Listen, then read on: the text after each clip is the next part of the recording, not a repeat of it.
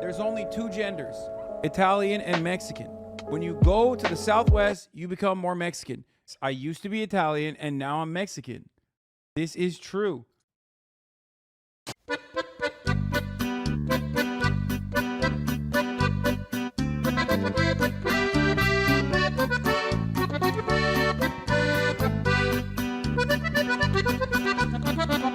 Ya es muy tarde, son las 11 y no llega. ¿Cuánto tiempo estaremos esperando a Hasan? Ha pasado mucho tiempo y no sabemos qué es lo que él está haciendo, cuándo va a comenzar. Todos los días cuando entro yo pregunto ¿dónde está el hombre turco? Y me pongo a llorar. Y de repente mis pantallas se refrescan, la canción está sonando, vamos ya a comenzar. Cuando al fin dice en Los Ángeles, California, es un día bien hermoso, gracias por aquí estar. Como siempre, un tal nombre gris pregunta ¿por qué eres millonario? Y él empieza a gritar. What's going on, everybody? Hope everyone's having a fantastic evening, afternoon, pre-noon, no matter where you are in the world of Hasan Playground. This is the HasanAbi broadcast coming to you live from sunny Los Angeles, California. We're live and alive, folks, and I hope all the boys, I hope all the girls, and I hope all the MBs are having a fucking fantastic one. Because today's a beautiful day. It's a fantastic day. It's an incredible day. A profoundly wonderful day. It is Wednesday, November 30th, 2022.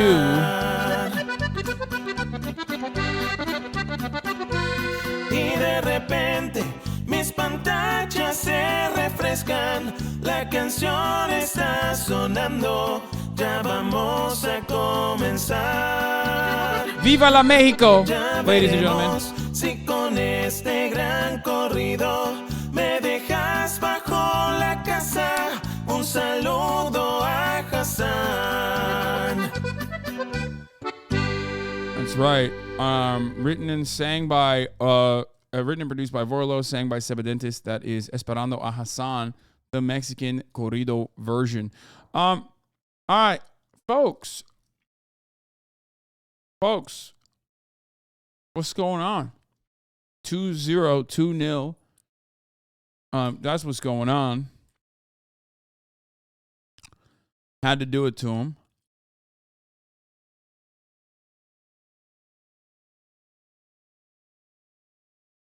Will Mexicans join Turan? Mexicans are already Turks, so they are a part, yes. Cristiano Ronaldo was going to Saudi, and you didn't let Miz go? Yeah, I'm so sorry.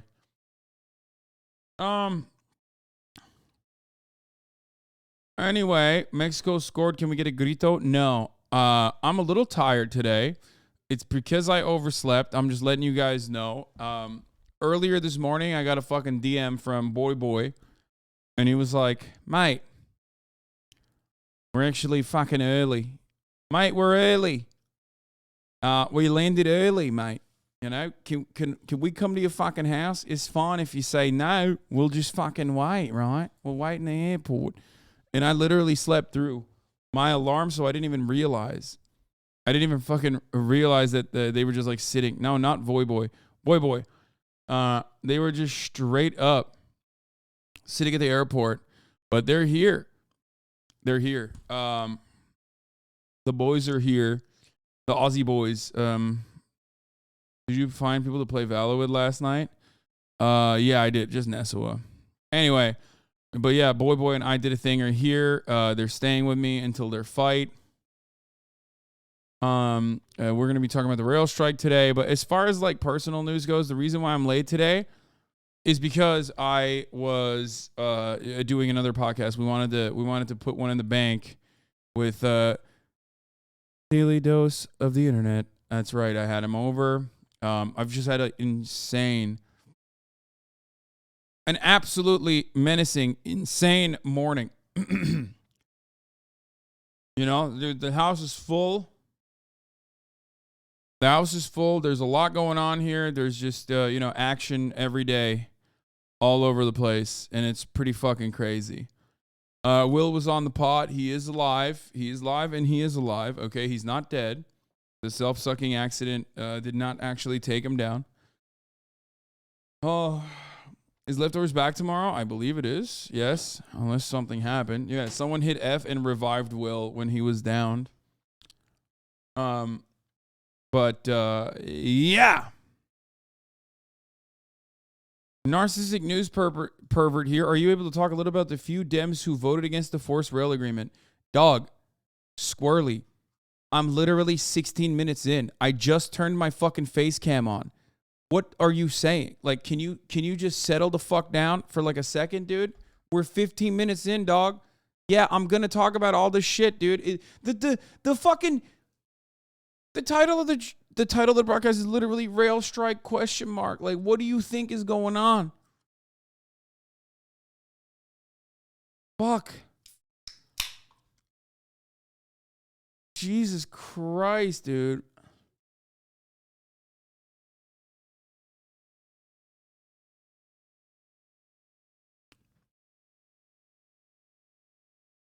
Tell me this ain't what your Spotify news rap looks like. No, man, I don't have... Dude, can I just say something? I fucking hate Spotify Wrapped. I hate it. I hate it so much. Maybe because I don't use it and like I don't care.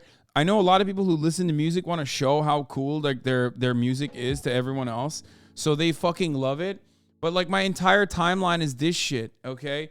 I don't have it. I don't use it. I share a Spotify account with my cousin. I've never actually partaken in this kind of endeavor. I fucking hate it, dude. I hate it so much. It straight up bothers me, okay? Do you hate it because of this? What is this? On January 6th, something magical happened? Yeah, something magical did happen on January 6th.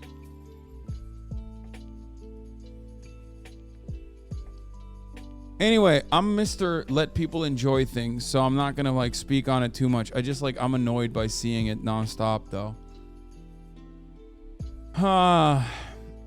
Any One Piece updates? Yeah, I am.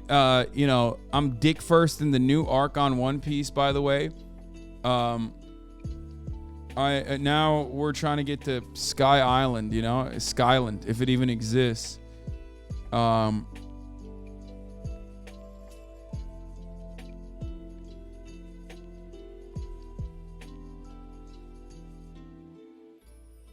So yeah, that's where I'm at. Nico Robin needs to start pulling her weight though. Like she literally is one of the most goated characters, and she's hot, but also at the same time, like she's really not. Whenever they like fight or whatever, this character who has the capacity to fucking beat dicks off is not like doing enough right now, and I don't know why. I'm sure she'll do more eventually, but currently at the moment, like I mean, I love her. I think she's such a solid character, but she hasn't done enough. There's a lot of lore here, and it gets kind of slow, but it gets really good afterwards. What do you mean? It was not slow at all. Like literally, there was like 700 new fucking characters that they introduced in like a second.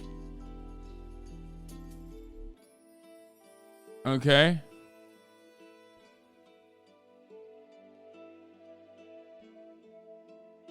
cartoons, Lamount.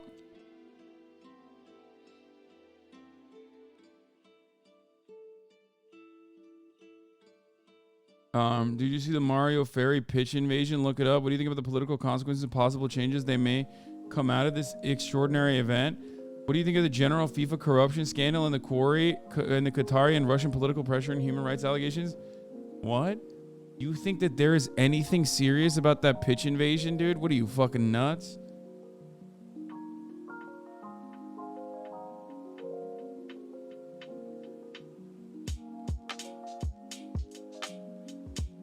That pitch invasion is nothing. Like, that happens all the time, brother. That's whatever. Who cares? I mean, it's nice that he did that, but anyway, let's fucking claim you're a real let people have fun guy, but you want radical railroad employees to shut down the economy right before our favorite holiday, Kwanzaa? Yeah.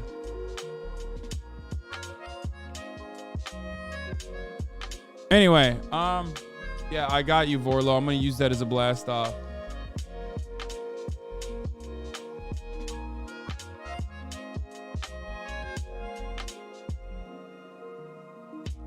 I streamed until I beat God of War. It was a mistake.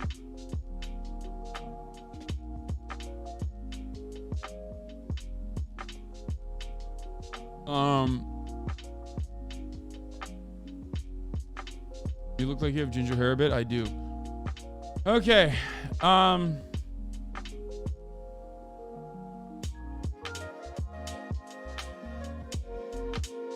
Did you see the raw meat smelly guy was taking mega doses of steroids? Yes, bro, I did. I covered it for like 3 hours last night. Anyway, what is your Spotify Wrapped? I don't have one. If you ask me what my Spotify Wrapped is, I'm gonna ban you. What is the timestamp? What is this? And I am a journalist, so it would make sense for me to play the journalist mode. Then there's Gimme God of War, which I think would take us a while, but would prove how good I am at gaming. But like all good things in life, we need balance. I'm only picking this because Hasan picked this, and I can't pick anything lower than him. Otherwise, I would have gone with the easiest one. I'll keep it a buck. Where's the $100 going to go? It's not going to... I did pick that. I should do this. I should just fucking stream it until I finish it. Lala, I'm really so happy about your dislike about Spotify Rap. What a useless shared opinion we have. Yeah, it's so like it's whatever. It's not a big deal. People want to enjoy it. I'm just like so annoyed because I know there's going to be so many people who are like, what kind of music you listen to? I want to know. Share your Spotify Rap. Like, they can't comprehend that, like, someone just doesn't even have Spotify. You know what I mean?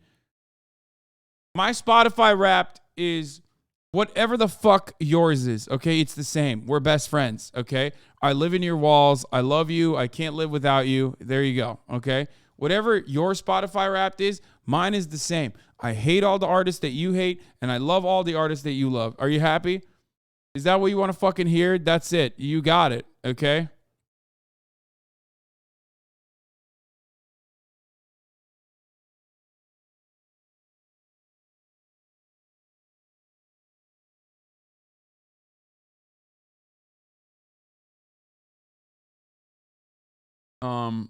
Anyway. I only listen to Apple I have the podcast app. That's what I listen to predominantly. My favorite artist follows you on Twitter. Who's your favorite artist? Also, again, it sucks because like I just don't listen to music. I know. That is part of the reason why it's fucking annoying. You literally talked about not liking music, which is weird, but lots of people probably weren't there when you spoke about it. It's like pretty famous at this point that I don't listen to music.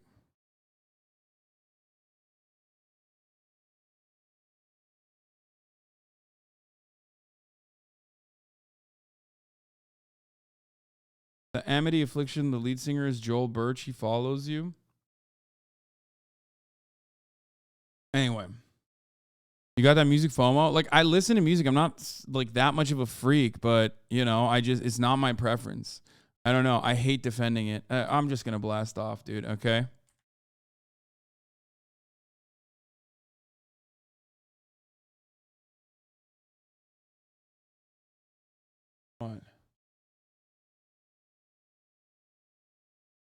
Oh, okay. Hold on 1 second, guys. I have guests here, so I gotta do some shit here.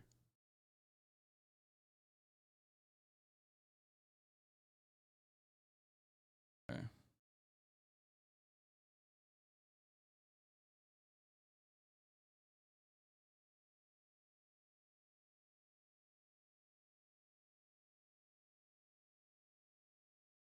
Here you go.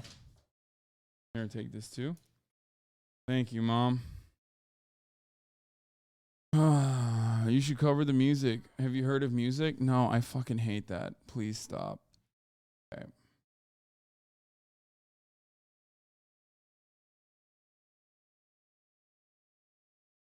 I just like, I'm not a part of it, so I'm not a part of the memes, and it's just like fucking annoying that people are trying to make me a part of the memes when I'm not a part of the memes, okay?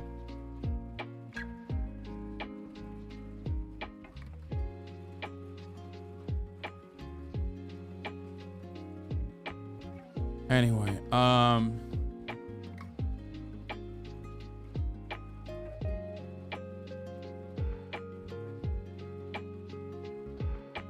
Democrats are, hold on.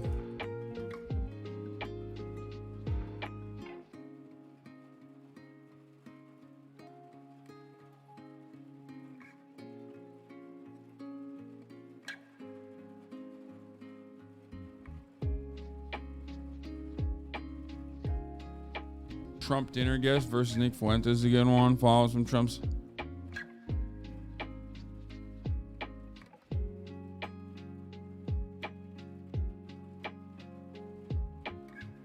What's going on with the yard?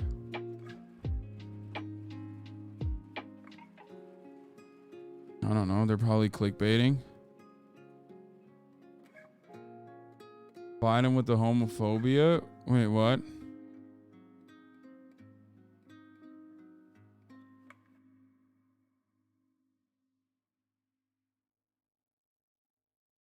Here, I'm gonna use this, yeah. I'm gonna use the Spotify rap meme because I'm a fucking clown like that.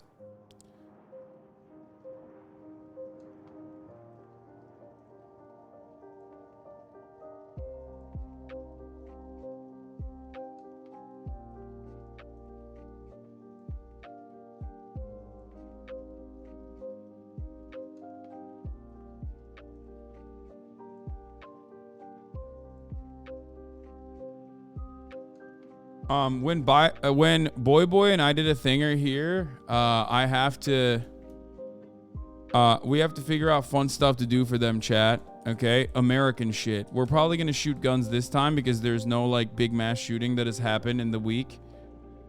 So I mean, hopefully that doesn't change, right? Fuck, I don't know. I'm not hanging out with VoyBoy. It's BoyBoy. Anyway, I blasted off.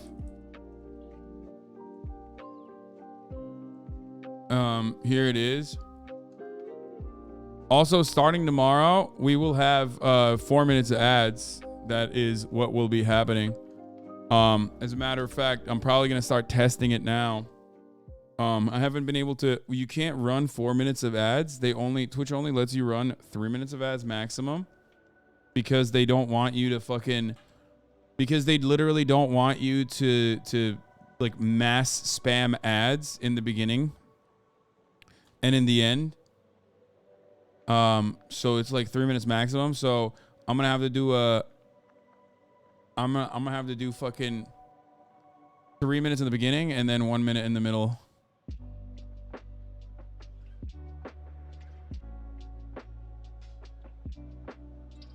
Four minutes of ads is insane. Yeah, it's still the lowest. It's the lowest allowed. Top of the hour, 3 minutes. Bottom of the hour, 1 minute. Yeah, that's what I'm gonna do. What if you did 12 hours of ads once a month?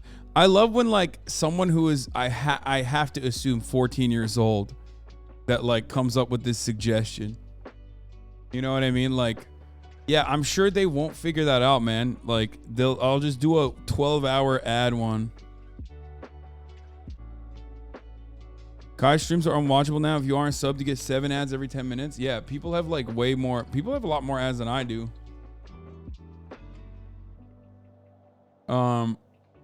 This is gonna suck so bad. I'm probably gonna stop watching. Not gonna lie. Okay, man.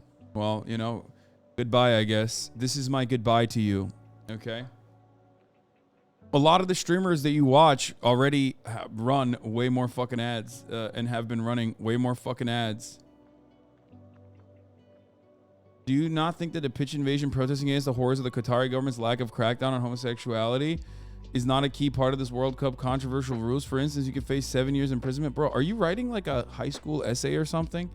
And you came in here for me to like help you write that? Because like ultimately that pitch invader is not going to fucking jail, and neither is any of the motherfuckers who are drunk in public.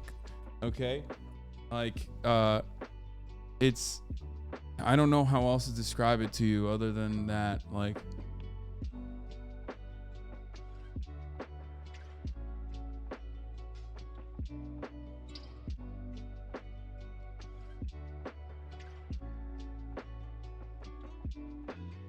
they don't let you do 2 and 2. No, I can do 2 and 2. I want to do 3 and 1 though, because like I wanted to do 4 minutes in the beginning. So excuses, check Discord. Hello? Wait, hold on. I gotta change my I can't hear you. And chat can't hear you either. 1 second. Like usual? Okay, I can hear you now. Yo, what's up? What's up? Listen, tomorrow I'll do like a normal stream like usual, right? And then but that's that, right? Friday, right? You still wanna go out or not? Yeah. Friday is when we're gonna go and get some drip. Okay, you're being serious though, right? Yeah, no, I'm down. I'm fucking super serious. Okay, so I got clothes coming in, but they're not. I don't think it's gonna cut it. And also I'd like to get like some stuff out. Yeah. We'll get something for the streamies, and also on top of that, we'll get something like we'll get you like drip so that Kai doesn't make fun of us any longer. I saw that I caught a fucking stray there. He was like talking about silk shirts, which by the way, you should always wear the silk shirts. It's not a problem. Silk shirts are fire. You know what I bought? It was really expensive. I was really expensive. I bought an Amari outfit that I kind of pieced together. Wait, let me see it. Yeah, hold up. I mean, I don't have it, but I'll show you the pieces. Like, show me the internet. Yeah. Okay. Did you link it? No, I'm doing it now. Okay. Dude, my voice is so cooked. It's yeah. What the fuck happened? What, are you sick?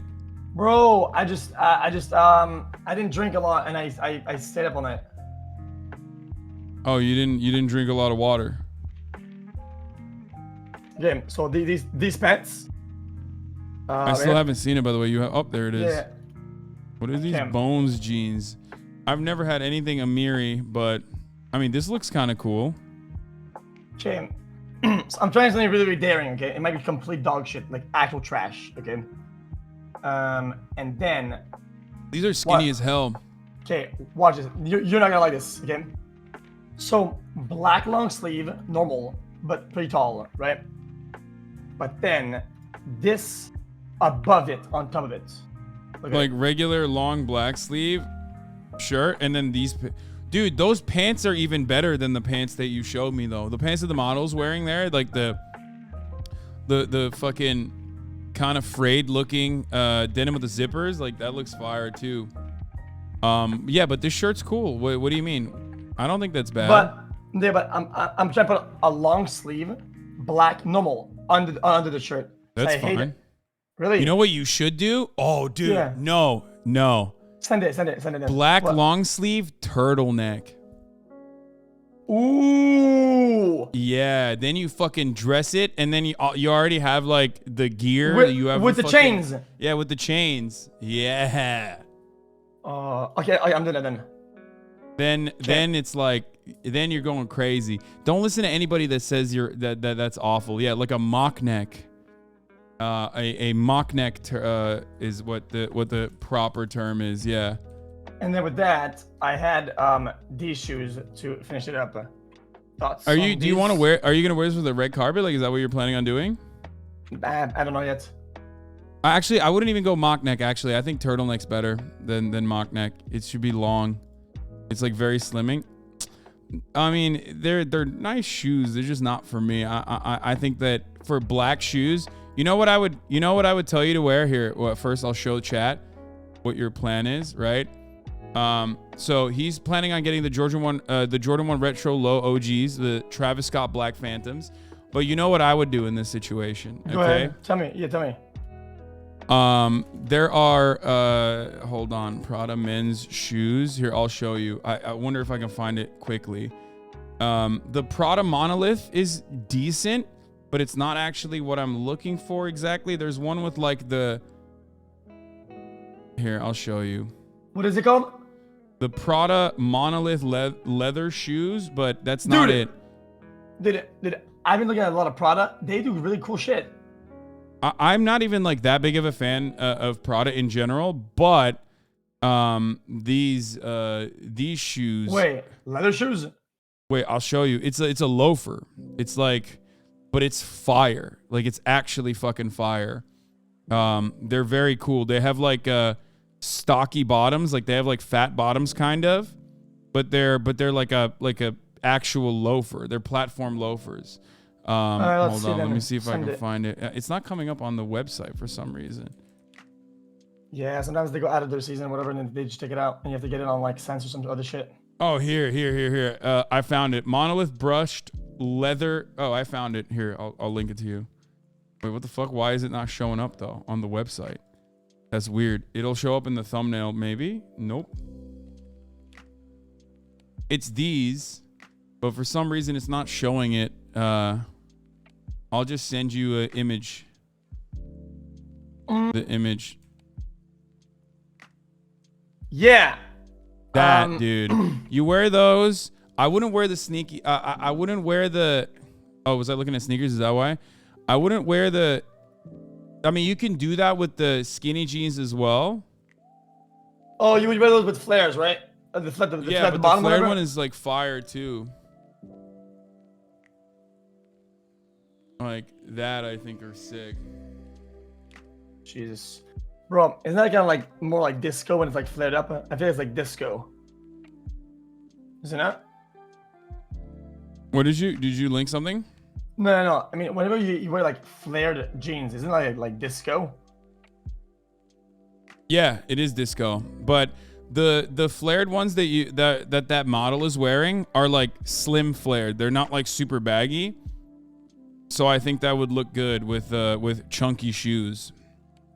Dude, if I can pull that off, it'd be insane. Dude, I don't think I could pull these shoes off. They look like they're... I think you would 100% be able to pull those off. Like platform low rise docks are pretty fire too.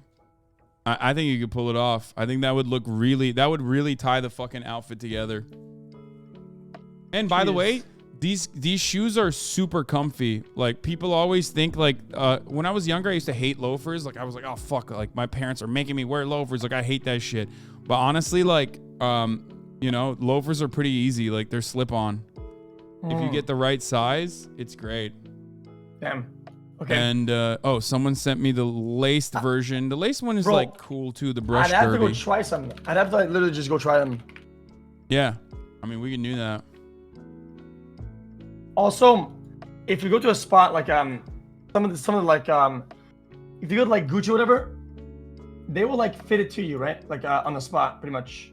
Right? Yeah, I mean depends. Like you can have like a little bit of tailoring done for sure. Same day tailoring if it's like I'm trying to set it up so that we go with someone who can like actually like help us out, you know, like a stylist or something. Yeah.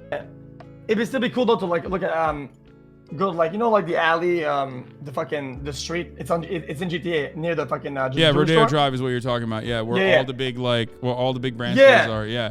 If we go there, we have to go there with like a stylist though, so that they can like pull shit. Because they have so much cool shit in there. Yeah. It's a bit funky, but it can be fun for the stream, you know, like try stuff on. Yeah, funky. the issue in that situation is that like a lot of those stores don't let you film unless you get like the prior go ahead, and you can only get the prior go ahead if you go with like, you know, like an actual straight up, you know, stylist person. Yeah, okay, makes sense. Yeah. Yeah. Yeah. Also, I got this in extra large, so it's gonna be a bit oversized. Thoughts about it? Wait, what? What did you say? I linked it on Discord. Oh, this Amiri West Lang embroidered. I mean, that's too much. That's too busy for me. It's not. This is definitely not for me. I'll say it. Like, I think there's a lot going on in this. Oh, I love it. But hey, look, to each their own. Look, ultimately, what matters more than anything else,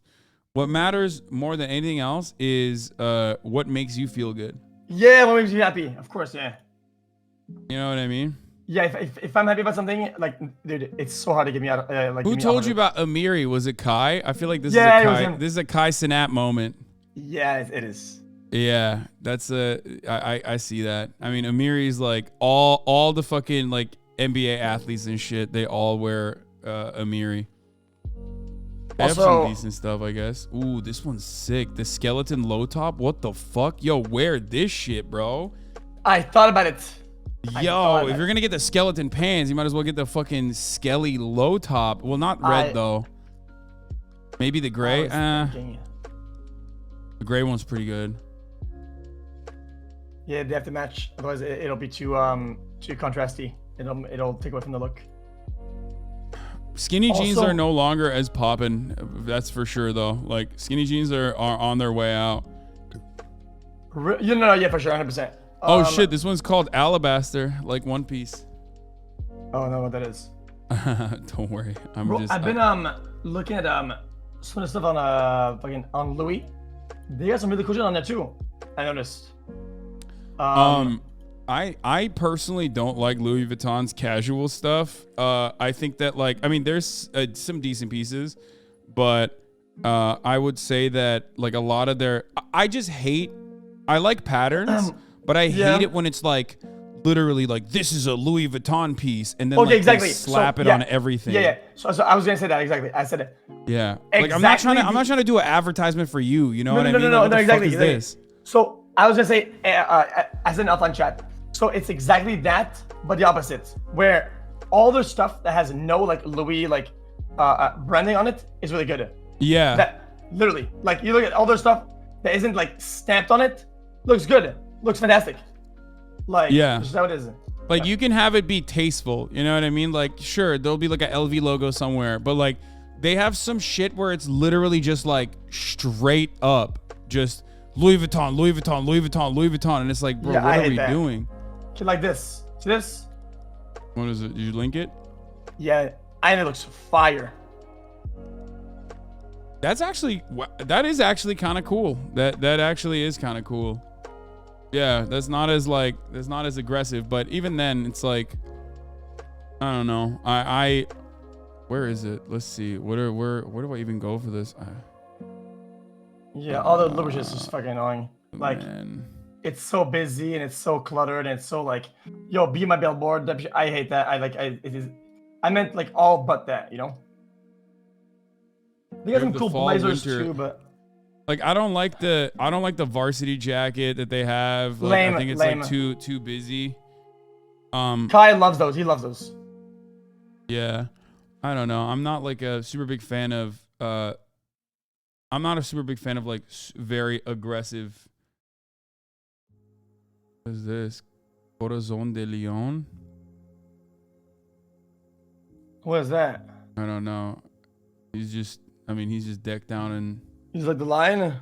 Yeah, with the lion. I don't know. Here, I'll send it to you. I mean, that's not a bad jacket. Also, it's like thematic. It goes along with the theme. And he is the lion, you know? So I get it.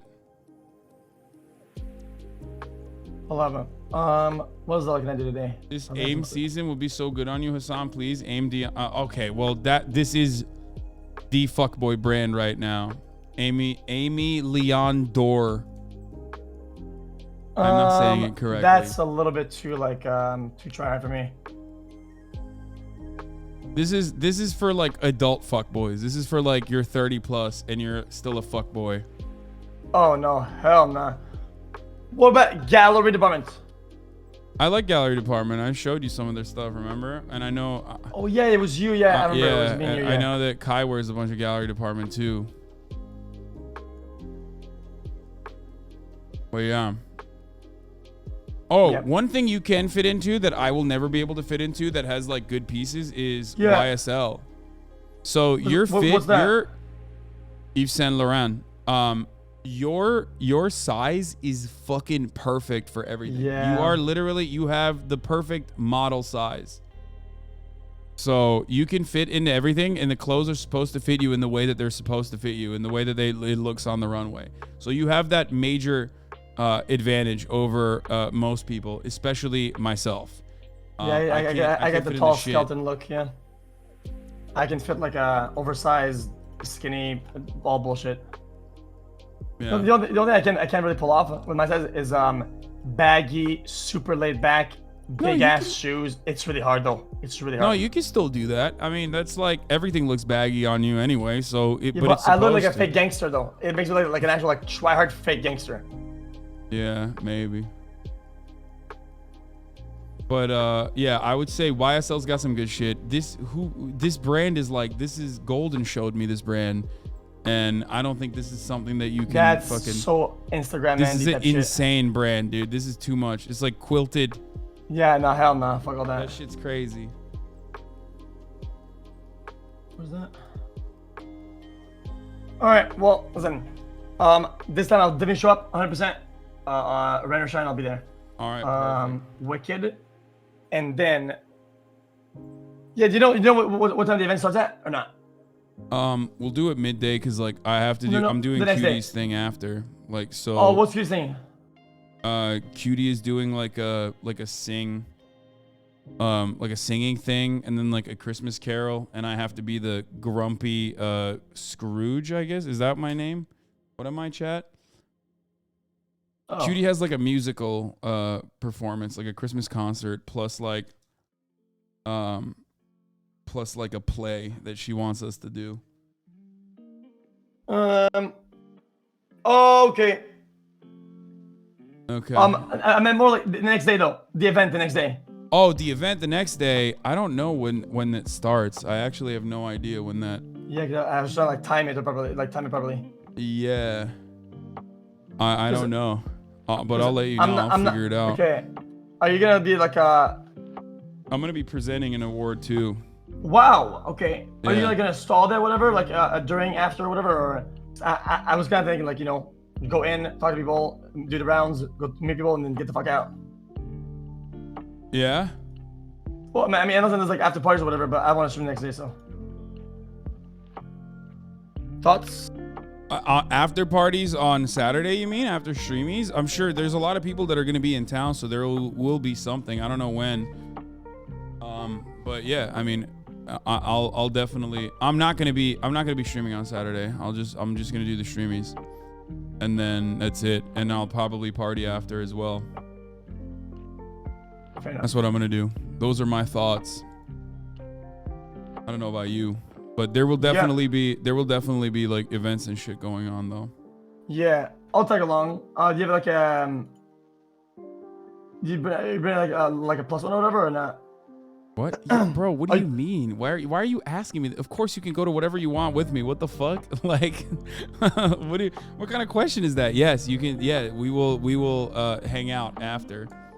Okay, nice. And we'll go to parties and shit. I'll take you out. I have guests here as well. I did a thing in BoyBoy staying with me, so I'm definitely gonna be going out and taking him out and stuff. So, Bro, who's down your screen? And that chap is clapped. oh, I was spamming. I was spamming my blast off. Oh, it's you. Yeah, that was me. I was spamming it myself. Jesus, what happened to you with a haircut? Mm. You ever talk going back to short hair or whatever or not? I'm eventually gonna go back. I have long hair now, but I mean I'm gonna see how long I can go. Like, I'm gonna see what it looks like. I just want to look like. I thought maybe I would look like Jason Momoa, and it didn't work out that way. You know what I mean? Yeah. I thought, and I Oh. was wrong. Yeah, it's because your hair's like more coarse and why? I don't know. It just doesn't look like very sexy. I don't think. Damn, not him. Yeah, no, I am not him. 100%. I definitely thought like I would look like dudes either look like a fucking school shooter when they get longer hair, or they kind of look like a sexy, you know, Jason Momoa, Brock O'Hearn. Like there's like a type when you have like a beard and long hair, and I don't think I look that way at all. Jeez. All right. So, yeah, I've been on that edgy energy. I'm not finding it. Like I've been on that more like edgy vibe, like, you know, more like emo style, whatever, right? But I don't want to fight it and, like, you know, go against it. I'm just kind of letting it flow, you know. well, your hair had a growing pain phase for sure when we were at fucking TwitchCon, and it looks better now. Yeah, it looks way better now. Yeah, I mean, I still need to get a haircut again just to cut it a little bit, but yeah. Okay. Yeah. Well, I'm not taking too much. I'm sure there's big news waiting. Yeah, And, we're gonna be talking about the railway strikes and stuff. So yeah, there is some news that I gotta cover. People are fucking freaking out in my chat that I haven't started with the news. They lose their minds. Okay, sorry guys, taking your time. No, it's From all good. Hasan. All right, I will. I'll catch you on the flip. Okay, I'll DM you and whatnot. All right, peace, Take care, bro. brother. Peace, man. Bye. Dip, I was about to watch a show. Dude, you guys are so fucking ridiculous, dude. It's Wednesday, man. It's Wednesday. We gotta do fucking news immediately. Like, calm down, okay? Yeah, what the fuck? What I was gonna say is, like, I unfortunately... Oh, by the way, for those of you who don't know, who only come here for the news, this is the man who I was talking to. His name is Felix Lengyal, XQC. But it looks fine. XQCL. This is him cleaning his room, Bro, finally. it's been there for so long that the mold started to build civilizations in there. Mold, Ohio City. Uh-oh, chat. Uh-oh. Chicken. $6,500 of clothing equals news. Dude, sometimes I really do wish I just had like a non-political audience. Sometimes I wish I had like no politics whatsoever and just had like a normal influencer audience. Because like nobody would be fucking complaining about like what streamers are going to wear to the red carpet. You know what I mean? Like, that's just like, how is it any worth insane prices? It's not. It's just not. Okay? It's not worth it.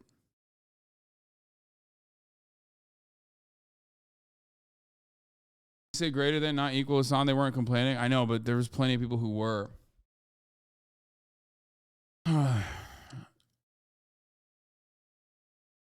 Looking good and feeling good is important. Fuck what do the annoying chatters say? Yeah. I'm not even talking about that guy. All I ask is that you don't buy designer sneakers. I don't own any designer sneakers, but, you know, I get Jordans. That's it. It's like, yeah, bro, I know. It's just...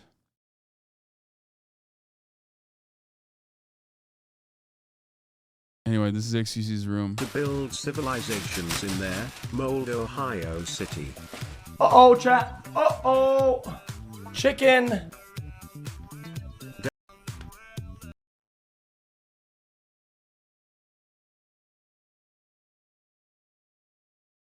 You wouldn't make it with a boring ass audience in the influencer world. You need us? No, I don't need a boring ass motherfuckers, dude. What do you mean?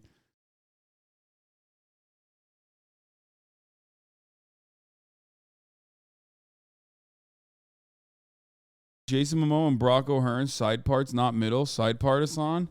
I've never side parted. Like, how does that work? Like this? Is this better? I don't think it's better.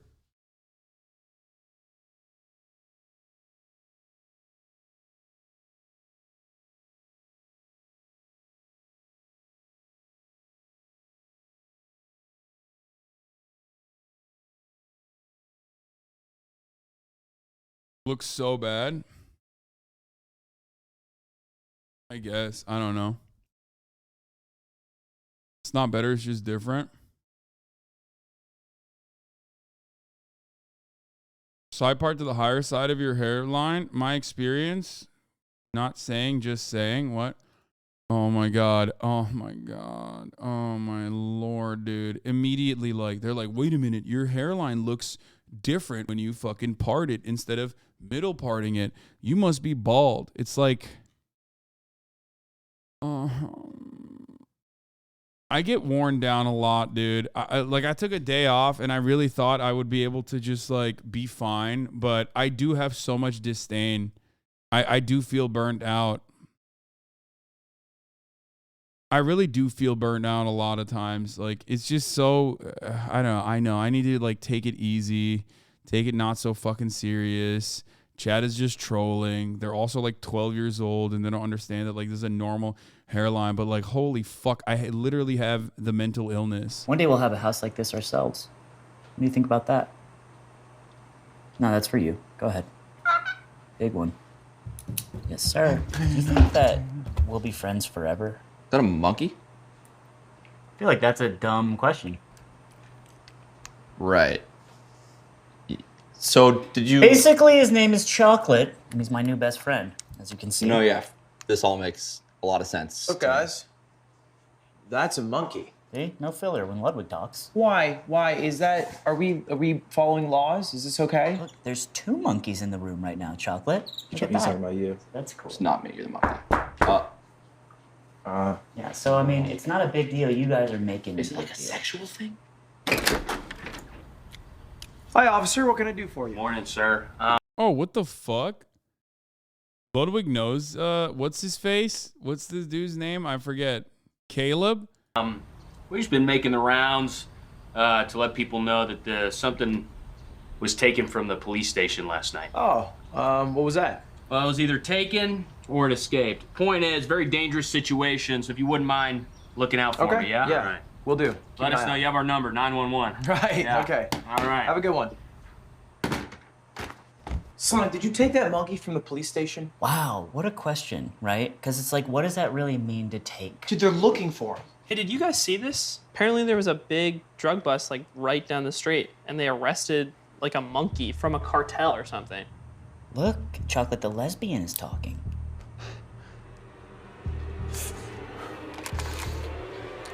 Wait. I'm gonna kill that monkey. Oh!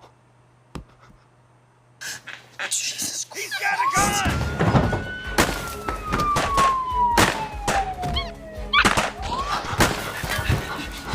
You stupid monkey's gonna get us killed. No, it's not. We love you, Chocolate. We forgive you for what you did. We do not forgive Chocolate. We don't forgive Chocolate. No.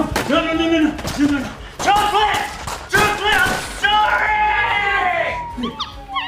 I'm sorry!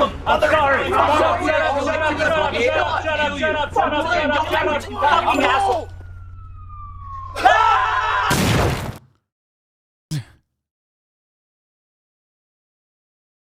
Oh, Jesus Christ. Get the monkey on Fear and? Nah, dude.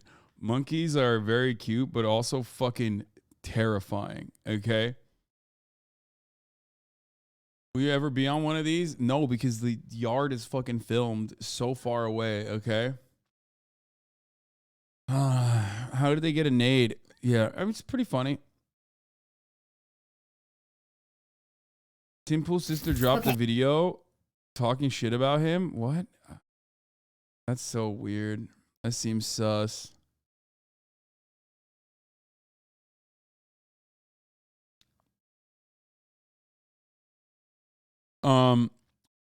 Anyway, okay, so talk about stray animals in Turkey and how they're treated. No, dude, that's such like, dude, you are literally a fucking insane person if you think I'm gonna cover the Konya Turkish like animal shelter saga. Like, that is such an insanely specific thing you want me to talk about. That is like, I don't know how to describe how little people know or care about that kind of shit. What the fuck?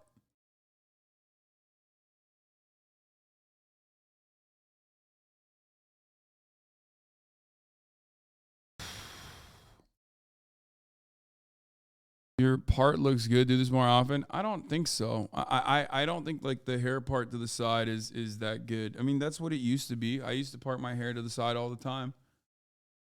That's what I used to do. Like even Turkish motherfuckers that don't think Konya is in the Konya is not even in the center of Turkey and in the center of Turkish conversations, let alone conversations that are global. Okay. Anyway, we're going to start off with the Team USA captain. We're going to start off with soccer shit. But the real thing we're going to start off with is the top of the hour ad break, okay? Which is because starting tomorrow, going to be 3 minutes at the top of the hour and 1 minute in the middle of the hour. The top of the hour ad break is upon us. I know it was trending on Twitter and in Turkey. You know, if you no longer want to see those ads, all you need to do is subscribe, tuck behind your ear, okay? You already know. God, I'm so fucking tired. I don't know. I mean, today's not my day. I'm not feeling it. Bill Vog, thank you for the 5. Get the subs. It looks good. It's probably because you're not used to it parted that way. I don't think it looks good, but it's fine. Looks like the Hound's haircut from Game of Thrones.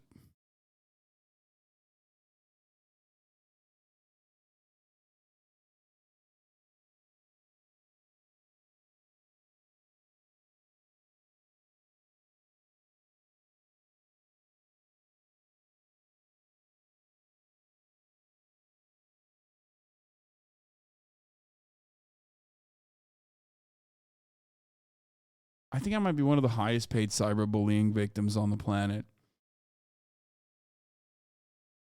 Like, I literally log on every day. I sign on to this website to get fucking cyberbullied by literal nerds, okay? By some of the most overly bullied nerds on the planet come in here with an anonymous fucking account and just cyberbully me, okay? I don't know what to say. I don't know how to react to it. I'm just sad. I'm just sad, dude. Here's the 3-minute ad now, okay? Get used to it.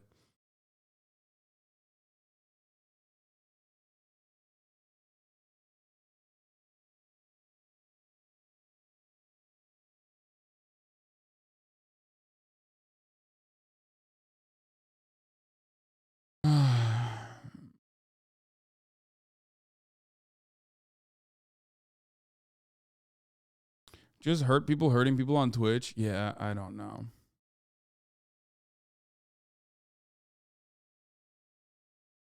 We're going to do the railroad workers in a second, okay? We're going to do that, but first let's start off with soccer. Move on to the World Cup and the U.S. advancing in a thrilling must-win match with Iran.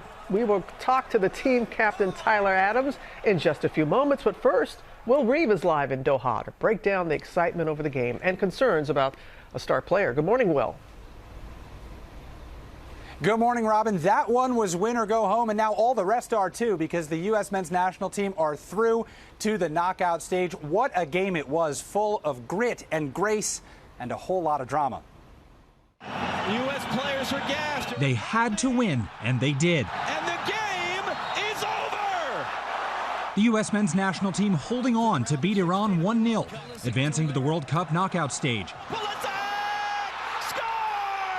Superstar Christian Pulisic putting his body on the line, scoring the game's only goal late in the first half.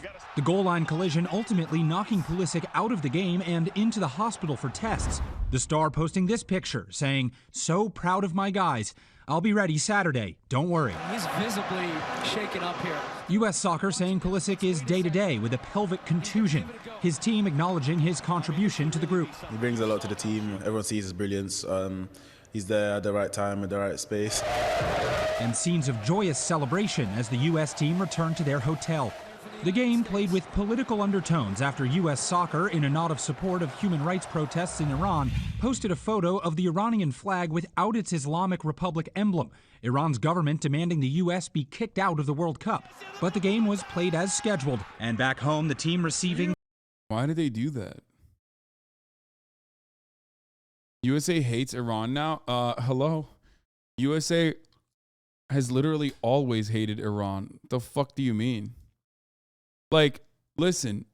Oh my God, he said get owned, terrorists, wicked. Like, you guys are so fucking stupid. We are the terrorists, you fucking dickhead. We, okay? We are the terrorists. Holy shit, dude. It is so incredible that, like, America has, like, purposely starved out the Iranian population.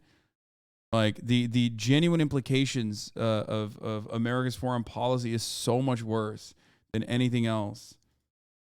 I don't know what to say. In response to the U.S. Soccer Federation changing Iran's flag to an Iranian user changed the U.S. flag to include all of its military intervention in wars. Well, first of all, no, it didn't, because it's impossible to fucking put all of them on a flag. I only wrote the statistics of their war and military interventions as headlines. It was so much that I had to triple their flag. Yeah. It's so strange, dude.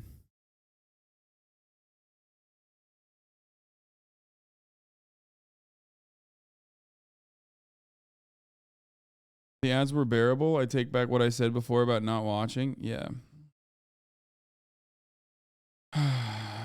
Anyway.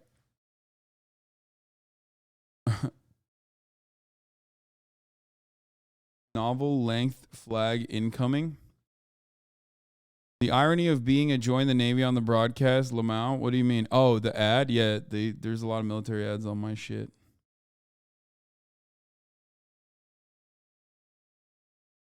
Not to mention the Iranian team protested in solidarity with their country and were physically threatened by their own country.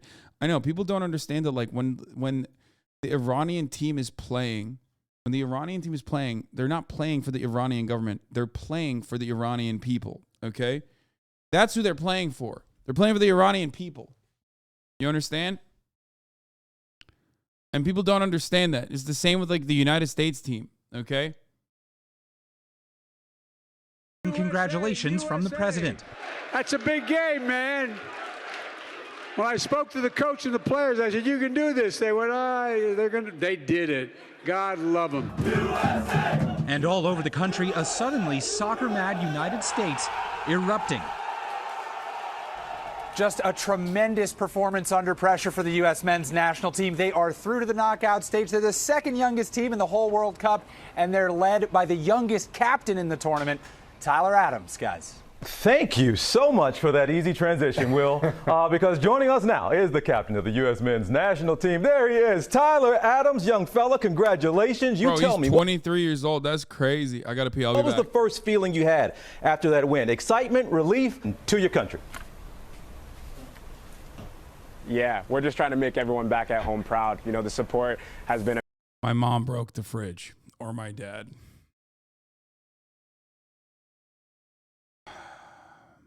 It's a long day. It's been a long day already, and we are literally at 1:17. I don't know. The door is not closing, and I don't know where she is. I'm trying to get her to find it, and I'm trying to find her in the house and get her to fix it, but... God.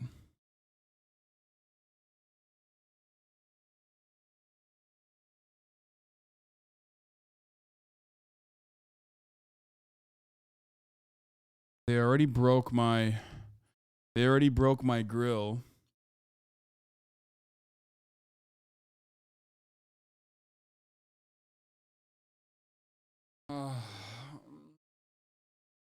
Like my fucking, I don't know how.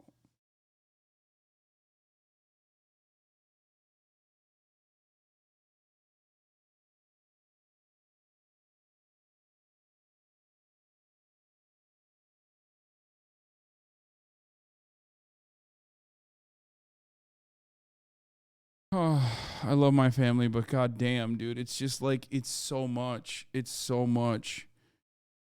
It's so much all the time. It's so much all the time. Amazing. You know, we love the country. We love repping. It's so is cheap fixed with your income, dude. It doesn't matter. Like, you're crazy for saying that. It's not the financial component of it, okay? Yeah, and we're gonna do everything we can to bring this thing home. Tyler, we love you, and that woo was Robin Roberts over here, hooting and hollering. We are loving watching you guys, man. Keep doing your thing and go win it, all right? Oh my goodness!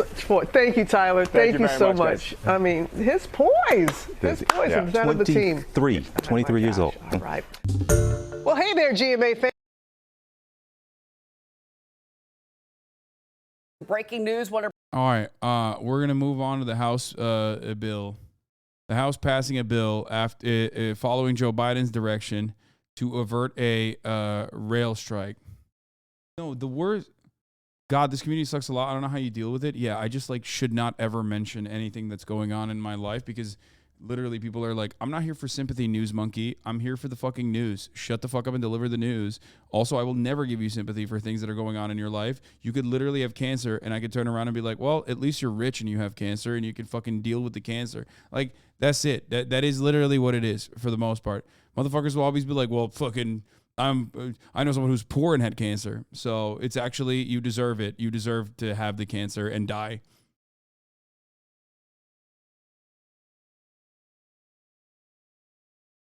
You know? Bring you right now, House lawmakers have passed a bill to avert a rail strike. We want to give you that number right now. The vote was 290 to 137. Again, the House has voted to block a potential rail strike. Now, fertilizer is one of the products that relies heavily on freight rail transportation. I want to bring in President and CEO of the Fertilizer Institute, Corey Rosenbusch. Corey, great to have you here. First, your reaction. As expected, the House has now passed this bill to avert a rail strike. Now, it's got to go to the Senate. Things might get a little more dicey over there, but your initial thoughts here, sir.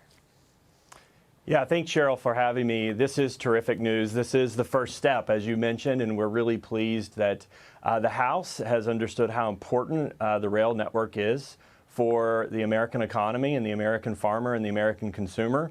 And there's still a big hurdle left. We need to get this across to the Senate. For the fertilizer industry and for the farmer, it's been a challenging time. The American farmer is coming off a period of really complex and complicated fertilizer markets. We had geopolitical to natural gas situations that have driven up the cost of inputs. And about 50% of the crop yields in the world depend upon fertilizer. And we move that fertilizer through the rail network. About half of all fertilizer in the U.S. will move along the rail network. And so going into the spring planting season, it is absolutely critical that we have all of those fertilizer products out to the farmer. Without the fertilizer that the farmer uses, we would be looking at catastrophic global food security issues. Well, I was going to say, because when the war in Ukraine began, fertilizer came to the forefront because of production of fertilizer there.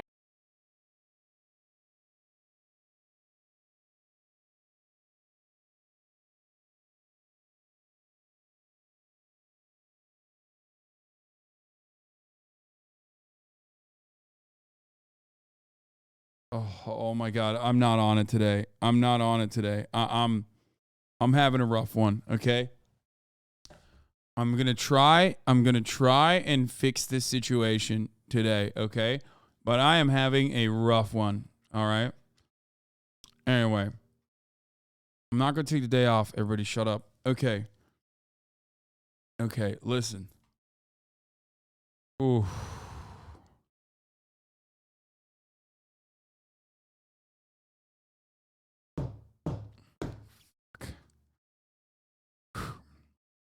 Mainstream media in general, when they're covering strikes and things of that nature, are always going to be right-wing and usually talk about the impact of a particular strike on industry leaders, on small business owners, who they consider to be the only Americans that matter in any particular subject. Fox News, on the other hand, goes even further right and will just straight up have a lobbyist on. You know what I mean? They will find a way to make this even more right-wing than MSNBC or other outlets will make. There. Has that eased at all? Has that improved over the year? Yeah, you know, when we first saw the war broke out, we kind of were thinking a lot about getting their grain shipments out, and then we were thinking a lot about Russian and specifically Belarusian fertilizer product. Russia is one of the largest producers of fertilizer. They supply about 20% of the global potash. And Belarus, combined with Russia, is about 40% of the total global potash supply. But now the issue has turned to natural gas. Natural gas is the building block for fertilizers, specifically ammonia. And so with much of Europe being supplied by Russian natural gas, we've seen huge curtailments of nitrogen manufacturing in Europe. Almost 70% of nitrogen was curtailed when these natural gas prices spiked, over $100 per MMBTU at one point. So this has not eased up. This is continuing to be a situation, and then you put this rail strike on top of it, and it just further complicates the situation for American agriculture and ultimately the people that eat, which is all of us. No. All of this is true, which is, by the way, what a funny pause. All of this is true, which is perhaps the reason why they should want to end the strike early, which is perhaps, the best thing to do here would be to give sick days to the potentially striking workers, or the workers that want to strike, because they did not ratify the tentative agreement. Why won't they do that? Efendim baba. Düzelttiniz mi? Neymiş? Thank you.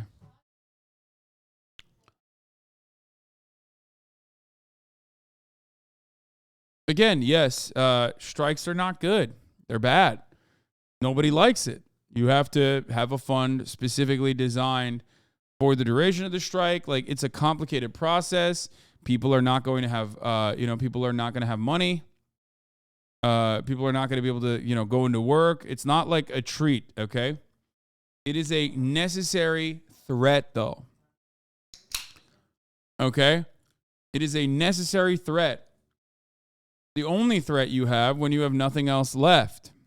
And there are two ways to end a strike, right? Either by like forcing the rank and file and the union to end up doing a work stoppage and doing a strike as you try to fill in for the work stoppage with scabs, or you can meet the demands. You can either you can either meet the demands of the workforce and actually offer them what they are demanding, which is sick days, paid sick leave, which is a completely understandable, completely reasonable thing.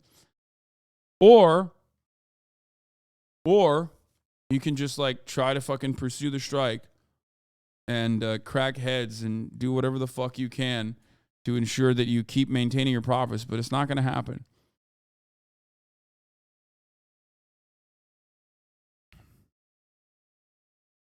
The AFL-CIO President Liz Schuler just held a call with the state and local federation leadership. According to someone on the call, here's what she had to say on Rail. There's a lot of focus on what's not in the agreement, not enough on what is. Bottom line, it's a good contract. That's bullshit. It doesn't matter.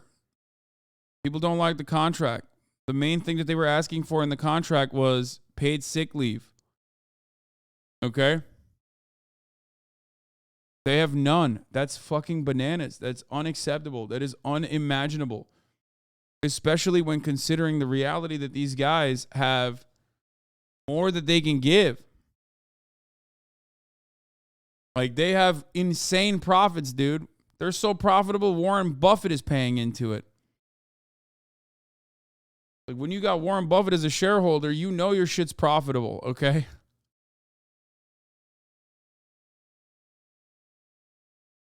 It's unsafe. It's inhumane. I don't know what else to say about it. That's a big game, man. That's a big game. Can't believe Biden said that. That's crazy. Anyway, yeah. While we're stuck in an impasse in the railroads, almost 50,000 graduate student workers in the UC system are striking for better paying conditions, with the key demand being a cost of living adjustment, a COLA. They are joined by the thousands of Starbucks and Amazon workers who have unionized their workplace and are currently bargaining for a contract by the Warrior Met Coal United mine workers who've been on strike for 19 months, by the thousands of tenants who have formed tenant unions and are fighting for better housing, by nurses and teachers and various segments of all working people in the country who are fighting the same struggle in different forms for a better world.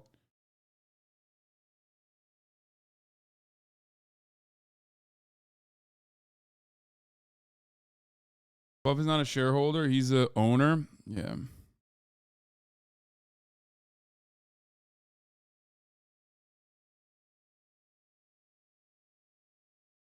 Look how confident the private industry was that Biden admin would prevent a rail strike. Per coal company investor call, we're still believing that the federal government will be involved enough to prevent, so we're placing a low probability on it, says an executive officer. Joe Kraft, the chairman, president, and chief executive officer. I think on the rail strike, there's continuing negotiations. There's several of the various unions. There's like a dozen different unions that are impacted by those negotiations in the rail sector. I think several of them have already voted down the most recent proposal. We know the railroads and the U.S. government is involved along with labor unions. It's a possibility.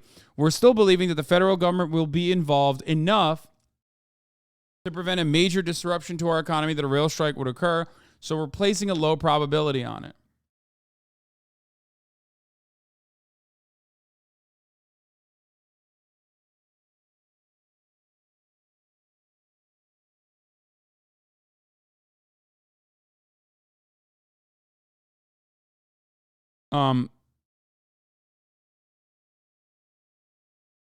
The Democrats who voted against forcing the tentative rail worker agreement were Norma Torres, Rashida Tlaib, Mary Peltola, Mark Pecan, Donald Norcross, Jared Golden, Mark DeSaulnier, and Judy Hsu. Notably, this puts Alaska's Mary Peltola to the left of basically every single member of the Progressive Squad, including literal DSA members in regards to labor. AOC, according to what I saw on the news, did vote against as well, but her record on the official tally is yes as it stands, so don't be upset with me if she's not on this list right now. Jamal Bowman, a DSA member and representative notable for standing in opposition to Palestinians and openly funding Israel's apartheid project, also just voted to push through legislation that would undermine the efforts to rank and file rail workers union members. How can you fucking say that you are a part of a progressive caucus if you can't do if you can't abide by some progressive values that, like, literally the most basic, I don't know, like even right-wingers are claiming to be on board with. I don't know.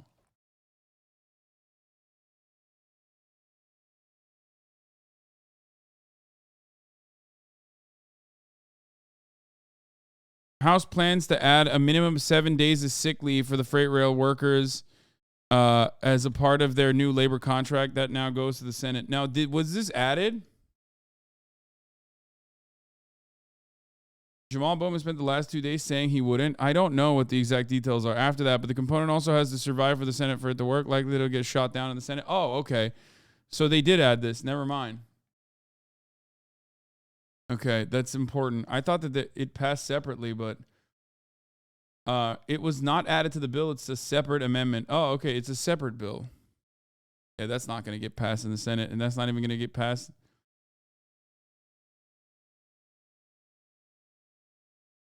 It's not going to get passed, I don't think, in the Senate. But wait, hold on. Wait, let me get more details. This is like just happening while I was doing a podcast, so I have no idea. I'm sorry. I literally don't fucking know. The House just voted to pass 7 days of paid sick leave for rail workers. We're grateful to the House Democrats and the 3 lone House GOP members whose courage moved them to vote yes and stand with the workers. These elected leaders are the true champions of the working people. To every ally who stands with rail workers in this historic fight, please contact their senators and demand they vote yes on the paid sick leave for rail workers. Do they still get fat raises? The raises are 27 or 24%, and yes, they do maintain the raises. They also wanted a 7-day sick leave, paid sick leave. 7 paid sick days will cost railroads approximately $150 million. The railroads have spent $196 billion on buybacks and dividends since 2010. Yeah, but that's not factored into their fucking profit margin. That's what it is.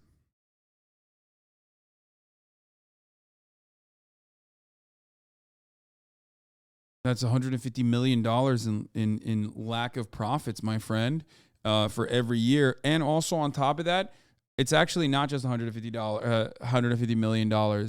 You also need to hire people on top of that to make sure that you have a comfortable barrier. And they don't want to do that. You're talking about a company. You're talking about companies that literally made a profit. It turned a much larger profit by furloughing 30% of their workforce. Why would they go back on that? You know what I mean? Their entire profit margin revolves around not doing that. Okay, according to Jayapal, through a House procedure known as enrollment correction, we have been able to mandate that any House legislation to codify the rail agreement will be accompanied by legislation that addresses the workers' longstanding demands for fair paid leave. Okay, got some clarification on this. What this mainly does is it ensures a vote in the Senate on the sick days amendment. It does not fuse the two bills together. In other words, if both the tentative agreement and the sick leave amendment pass the House, the expectation is that both will, then the Senate must take up both bills, not just one.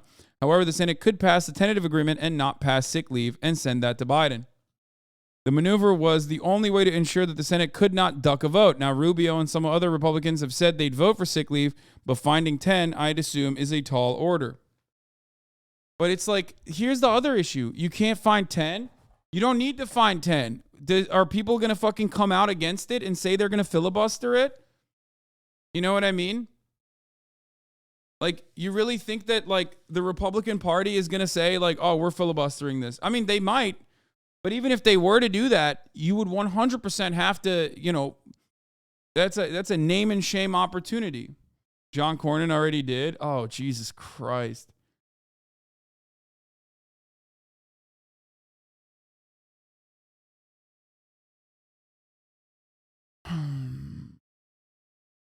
Progressive didn't think that there was a way for them to block the tentative agreement. If they defected, House Republicans would make up the difference. The best they thought they could do was force everyone on the record for a vote on sick days. I should add that I jumped the gun on thinking that the enrollment correction did fuse the bills together, and I've since deleted the tweet. The other thing, of course, is that the Railway Labor Act is the real culprit here. That's what gives Congress the role, as Eric Loomis explains here. And in this thread is also worth reading, although it's just because it was inevitable that Congress would avert the strike doesn't mean that Biden had to publicly seek that vote. I have talked to union leaders who live under the Railway Labor Act, and they have said to me that the management literally laughs at them when they try to negotiate a new contract. Just because it worked for 1926 doesn't make it appropriate for 2022. This law needs reform.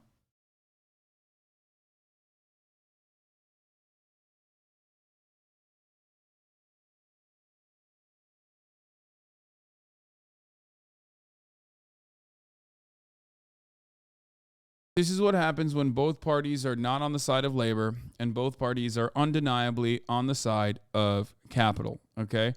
You will always find enough. You will always find spoilers in the Republican Party. You will always find spoilers in the Democratic Party.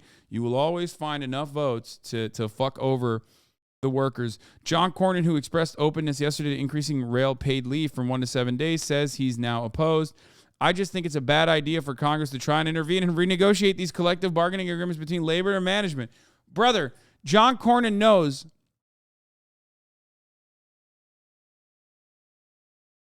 John Cornyn knows, just like anybody else, that the railway rank and file, the workers themselves, do not want this tentative agreement. Okay? That's it. The entire voting process in this matter, the entire thing that's happening currently is happening because they want to force it regardless. Can't they strike anyway? Yes and no. There is it's a lot more complicated than just like deciding to strike because it's a key sector. There's a lot more rules that prevent people from being able to fucking strike legally. It would be super illegal for them to strike. What are they going to do? Arrest them? Yes.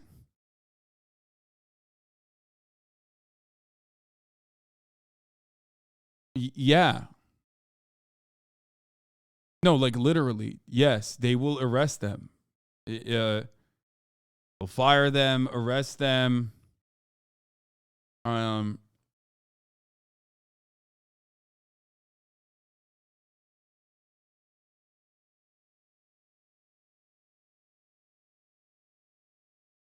know? It costs $321 million to provide 7 paid sick days to the rail workers. For comparison, railroad baron Warren Buffett just nonchalantly funneled $750 million to his own foundation. Less than 2% of its profits, by the way.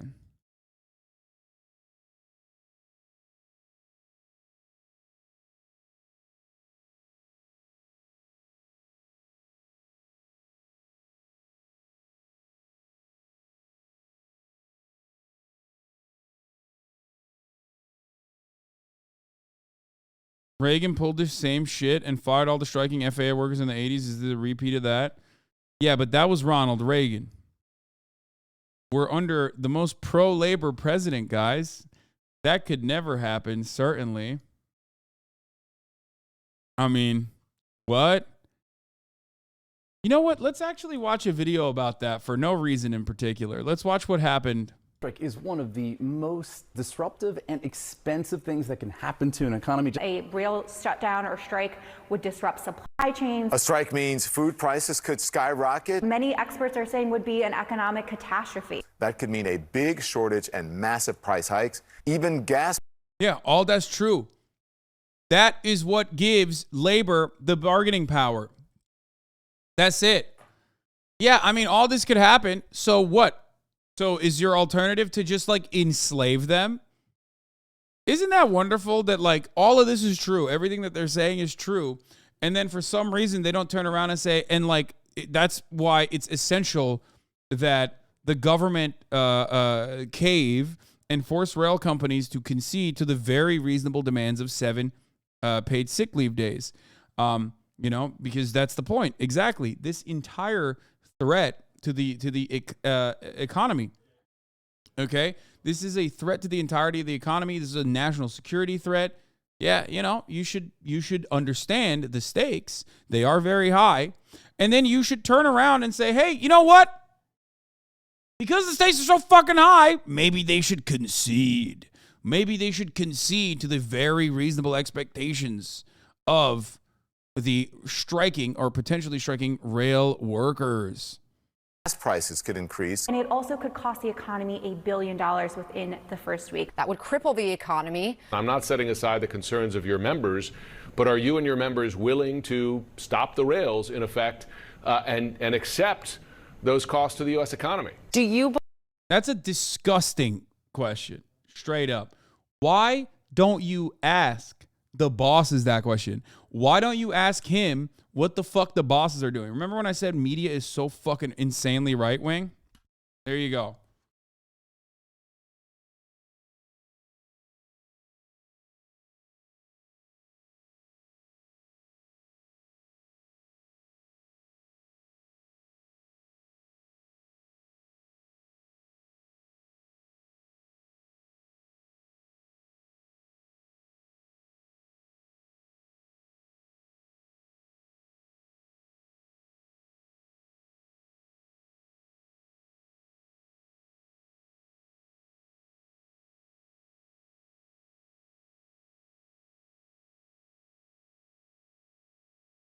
It is your moral responsibility to work. You must be joking, I think. I hope, right?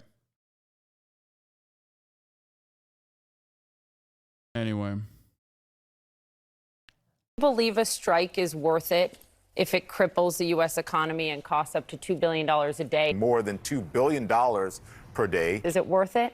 And on top of all of that, the holidays are right around the corner. It's a little less than a month right before Christmas here. Especially right before the holidays. President Biden warning if that happened, it would devastate the economy if we had a strike like that. So joining me now to talk about this and a lot more is Bank of America. It's Brian Moynihan, Chairman and... No! That's insane, bro. So joining me now to talk about this and a lot more is Bank of America. It's Brian Moynihan, Chairman and CEO, one of the biggest banks in the world. Oh, man, the economy could be devastated. Here, let's hear from the CEO of Bank of America.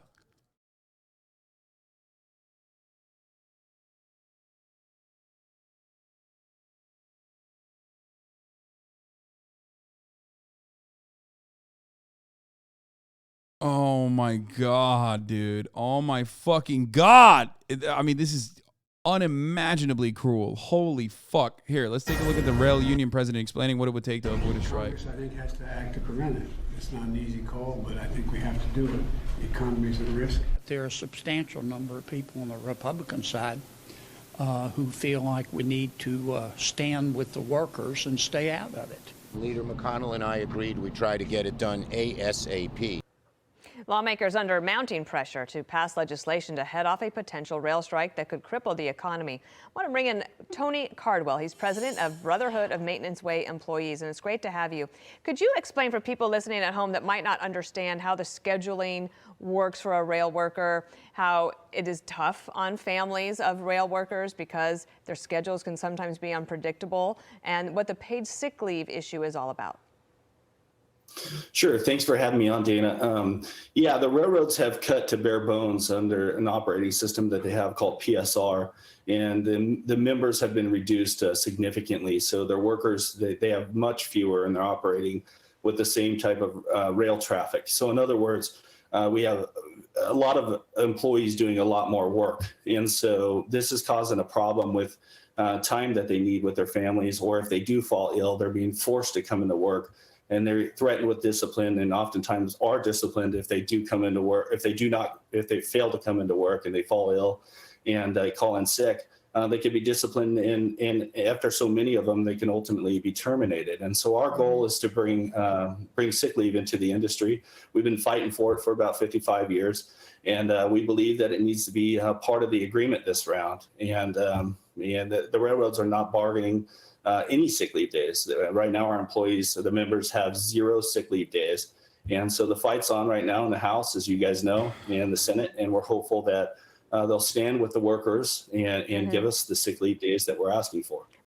CNN bringing less pro-labor points than Fox? Okay, just listen. You haven't watched the entirety of CNN's coverage, and you haven't watched the entirety of Fox News' coverage. Don't let one clip of CNN dictate your opinion. All of these guys are anti-labor, okay? You haven't seen the entire conversation yet, and part of the reason why Fox News, the propaganda arm of the Republican Party, is sympathetic to the workers' plight in this regard is because Brandon is looking bad. Brandon is looking really bad, okay? That's why.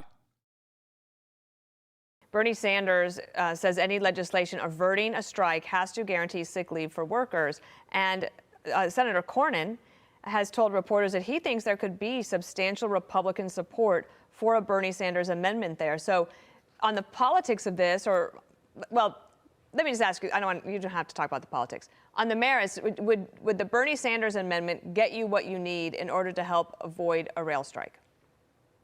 Absolutely. The Bernie Sanders amendment is exactly what we need.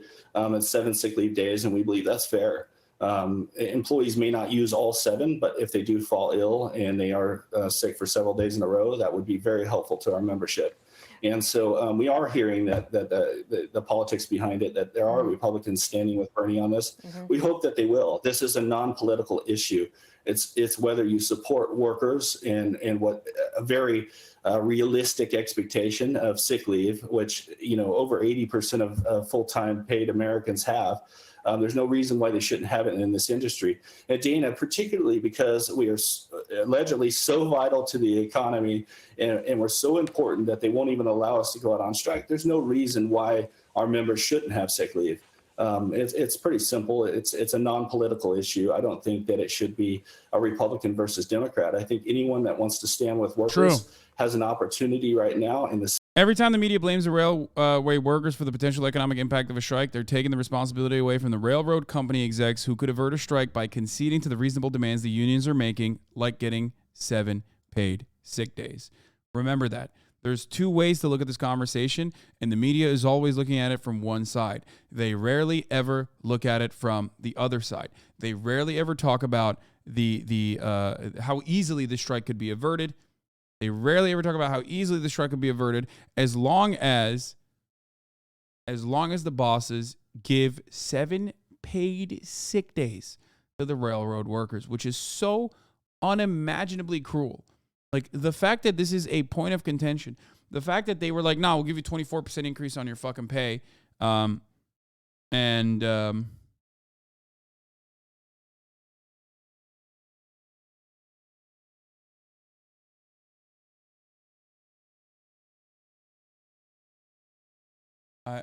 don't know. I don't know what to say about it. It's ridiculous. Senate to stand with us and support a sick leave initiative.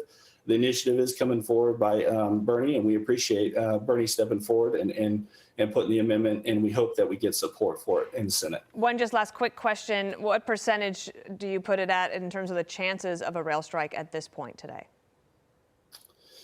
Well, I don't think that there's going to be a rail strike. That's nor do we want one. It's nobody's hope that we have a rail strike. It would be a blow to the economy, and some people would definitely be hurt by it. So our goal is to avoid. They want 15. Congress is giving 7. Okay, they want 15. Congress won't even give 7. That's the difference. They want 15, which is super reasonable. Congress won't even give 7. Congress wants 0. Some in Congress have been able to try and tie 7 sick days at least. Congress is not giving fucking 7.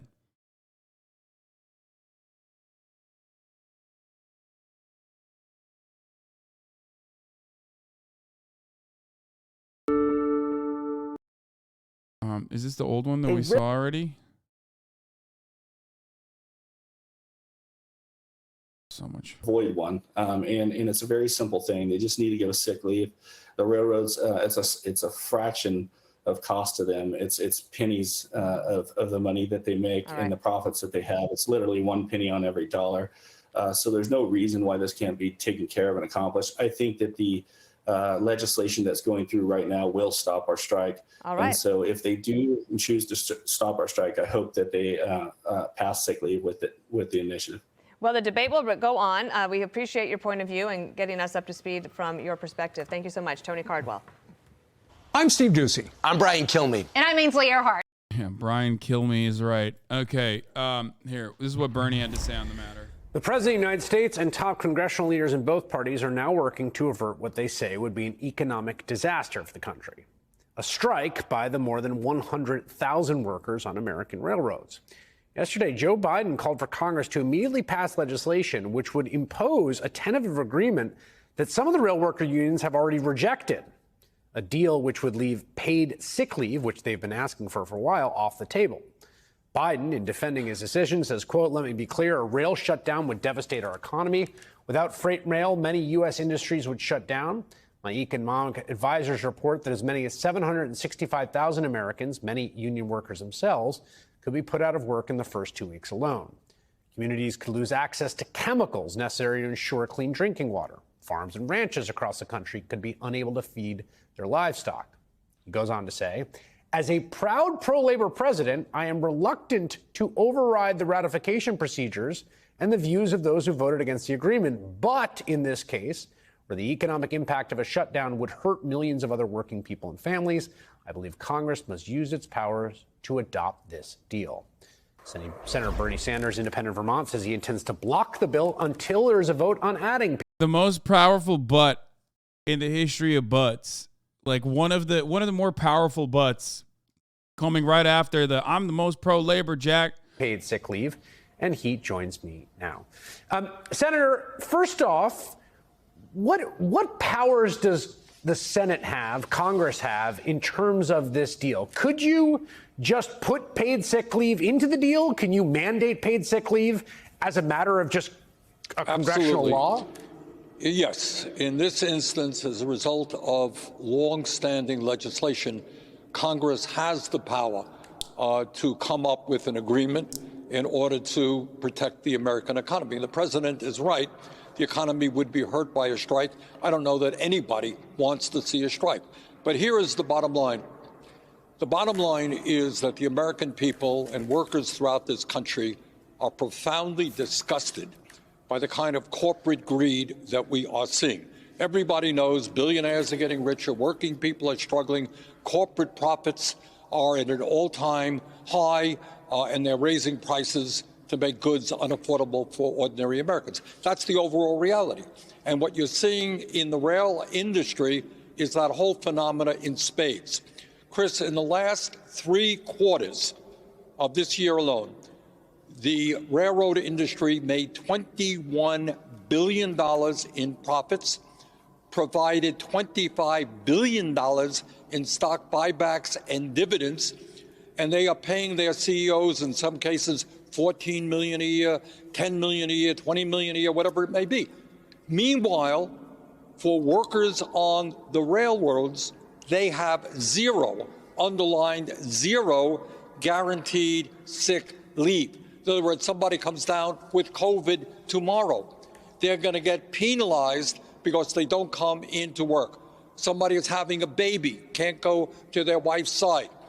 So what we are fighting for, and I think we stand a reasonable chance to succeed, is to take the agreement that the President and Labor Secretary negotiated and add 7 days of paid sick leave, guaranteed sick leave to that. And what I'm hearing is not only is that going to be taken up in the House tomorrow, I'm hearing that there's strong, or at least some, Republican support for it in the Senate.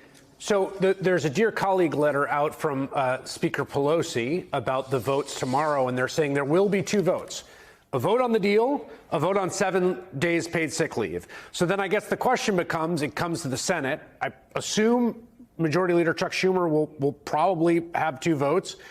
Can you get 10 Republicans? You got Ted Cruz and Marco Rubio, you know, basically all but singing the Internationale tongue-in-cheek because they're doing it in a kind of trolling fashion. I thought you would appreciate that, Senator.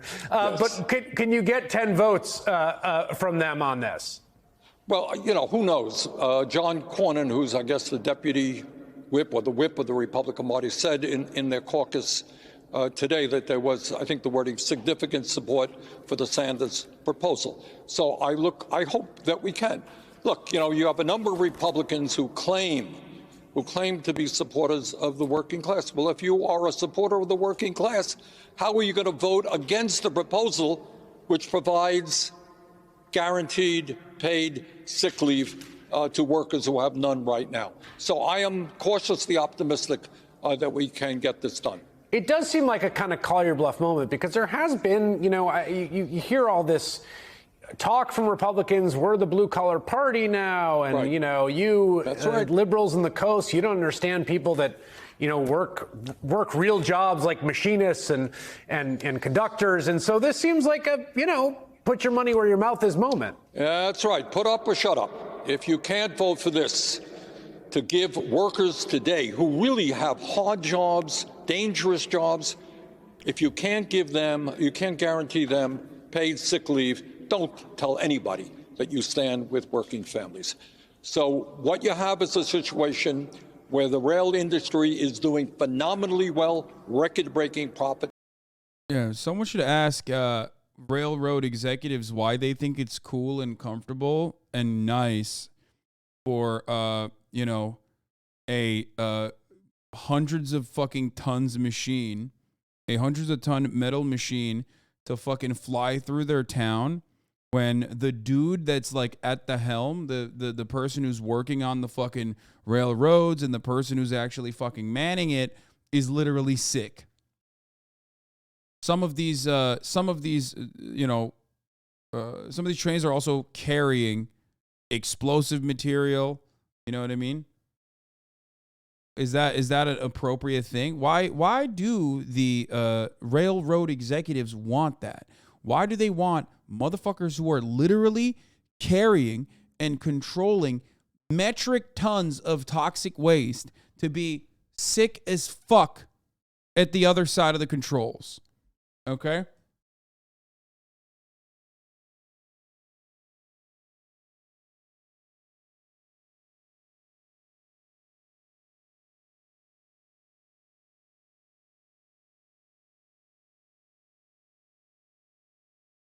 These dudes mess it up. It could be an ecological disaster. We're paying them $100 for the money they make. Yeah.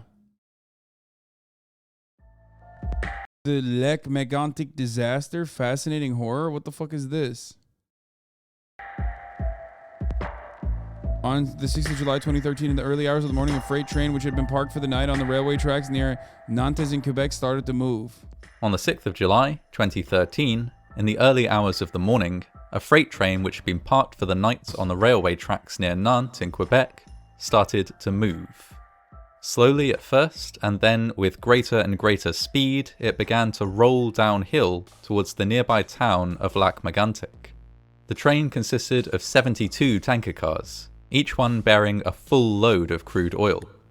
With nobody on board and nothing to stop it, the train barreled towards the sleeping town, which was about to experience one of the worst rail disasters in Canadian history.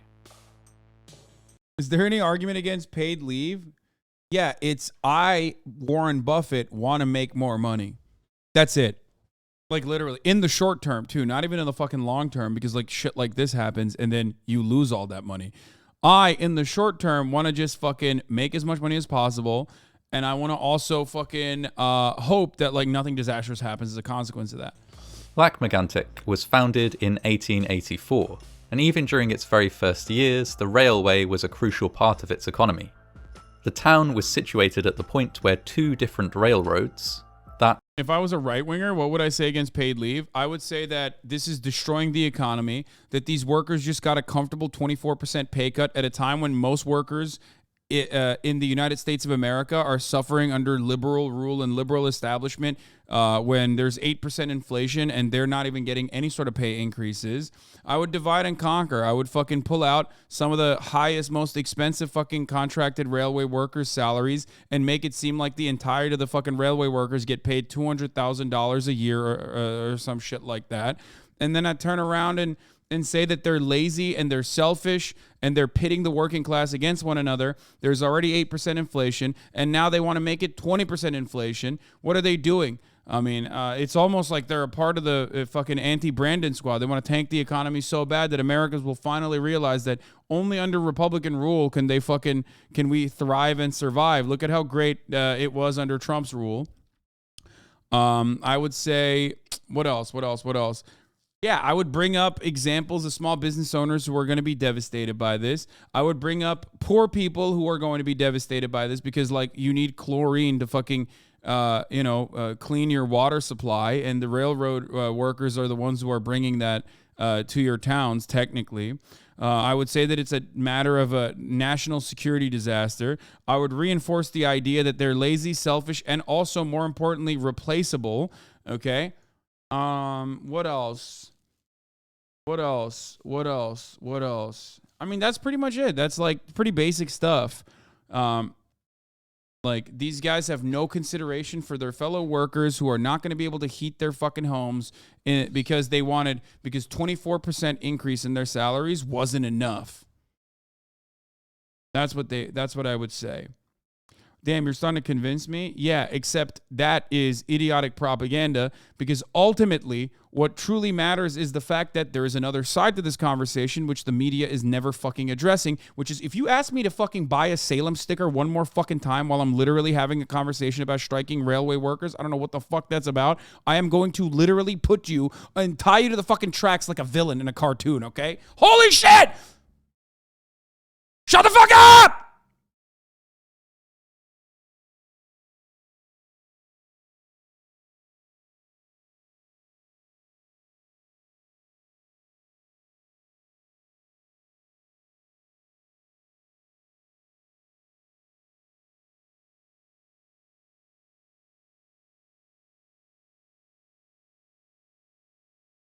Don't forget, workers versus workers. Railroad workers want more money that you can't afford a loaf of bread. Yeah, I already said that. Anyway, the real way to fucking avoid this disaster, okay, which will have a disastrous impact on the economy. That's precisely why they're doing it. A work stoppage is supposed to be done when you have leverage, not when you have no leverage. That's the entire point of a fucking work stoppage, okay? So when you have that fucking leverage, what you're supposed to do is use it and force the other side's hand. And an adequate media, or rather a pro-labor media, which does not exist, unfortunately, with notable exceptions like Jonah Furman, Alex Press, and the like, okay? But a pro-labor media would cover this on the other side, okay? They would look at this situation and go, it's kind of wild that companies won't even fucking give $600 million, which is nothing to them in comparison to the profits, record high profits they've been raking in year over year since 2010, okay? And they can't even fucking use a fraction of that to pay back profits that these workers created for them, by the way, okay? And they can't give them a fraction of this back for human dignity, something as like profoundly human, like allowing people to avoid going into work when they're sick, when they're covering multiple thousands of metric tons of fucking gear that they're passing through all these goddamn towns, okay? These people should never be sick. They should be in tip-top shape, okay? They should always be working to the best. They should be always working at maximum efficiency. Of the Canadian Pacific Railway Company and the Quebec Central Railway Company met on their route across the continent. And it was considered so significant a hub that Canada's first Prime Minister even visited at one point as part of a campaign to champion the railways. In the town's more recent history, the railway is no less significant. Trains form a crucial part of the town's economy, delivering raw materials for several factories and carrying away the finished products they manufacture. I want to write questions to like on Twitter about what like journalists could be asking. You know what I mean?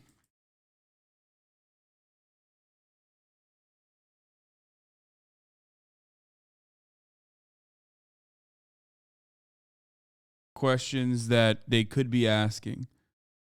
You know, fucking bosses rather than union leaders and bosses. You know what I mean? Not a thread, but like it's just like so basic. It's so fucking basic, you know?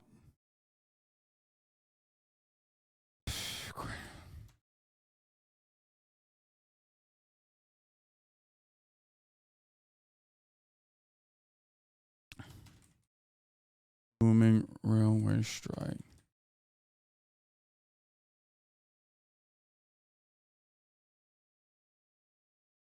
Why won't you concede to 7 paid sick leave days if the work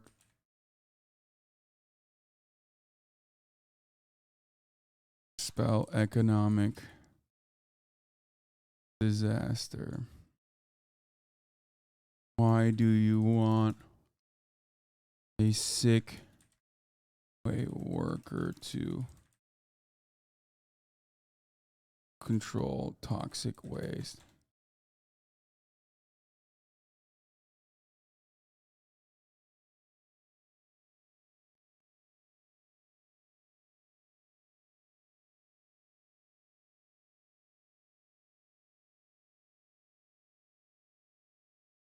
Metric tons of toxic.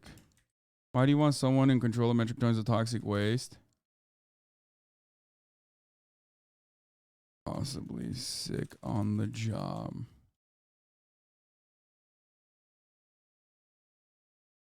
Ask people if they want a barista sick and how a $4 cup of coffee is much more impactful than a 4,000 ton train. Yeah.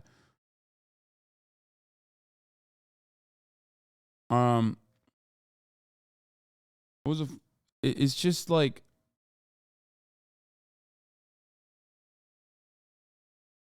record-breaking profits since 2010. That is insane. You think they could help their workers by giving them the bare minimum, like cola?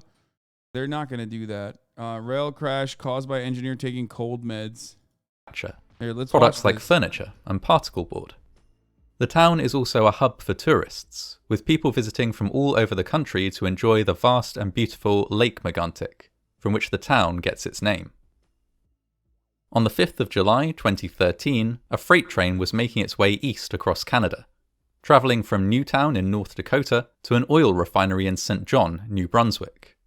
The train consisted of 72 tanker cars loaded with 113,000 litres, or 30. How do you respond to the people saying that if the companies concede to the workers will just ask for more? Not a view I hold. I don't know who those people are, but like the reality is that like when workers ask for fucking more, which they always should, there is a level that you can get back that is reasonable. Because ultimately, if the workplace is no longer a viable business or a viable industry, then they will no longer have a job. Okay? Like, it's so understandable that workers will always ask for as much as they possibly can get because the other side is refusing to give it to them. Like at the top of the hour, I'm giving you a 3-minute ad break now, okay? starting tomorrow, 3 minutes at the top of the hour, 1 minute at the middle of the hour. And you're like, oh, fuck, I don't want that. That's a lot of ads. Well, guess what? In order not to see that, all you need to do is subscribe, which you can do for $5 or for free. Okay? It's literally all motherfuckers in the chat who are subscribed going, oh my God, that's so many ads. Red CXY, thank you for the 20 gifted subs, allowing 20 people to no longer see the ads. Here's the 3-minute ad break now. 30,000 gallons of crude oil. BS, thank you for the 5 gifted subs. As well as not one, but False 5 locomotives to provide the power necessary to drive it. Bill Vog, thank you for the 10 gifted subs. Lac-Megantic. Bro, I spent an entire month saying that the ad density was going to increase to 4 minutes an hour. Okay? And motherfuckers are still like, what? Like one entire month, 30 fucking days of being like, we are going to increase the ad density. Ad density is supposed to be increased. And like, people are still like, what? What? For an entire month, I've said it. The Raging Copper, thank you for the 10. Turbo Killer, thank you for the 5. X Mixed Reviews, X, thank you for the 5. And Black Kakarot, thank you for the 5. Melon Lemon Jello, thank you for the 5. And Grouchy Vegan, thank you for the 5. Bill Vog, thank you for the 10. Monk XO, thank you for the 5. Night was falling. The lone engineer on board, a man named Tom Harding, was scheduled to leave the train on the main track at Nantes overnight so that it could be picked up by another driver in the morning to continue its journey. He might have been glad to leave the train, as it had been experiencing technical difficulties for much of its route. The lead locomotive was spewing excessive amounts of smoke. Before leaving the train, Mr. Harding had to make it secure. To do this, he applied multiple handbrakes on all 5 locomotives, and checked that they were sufficient to hold the train in place, an important step given that it was parked on a very slight downward gradient. This done, he contacted his employers, the Montreal, Maine and Atlantic Railway. He told them about the excess smoke, and after some discussion they agreed to leave the train where it was and deal with the problem in the morning. Mr. Harding left the site in a taxi, bound for the hotel in Lac-Megantic where he usually stayed when working this route.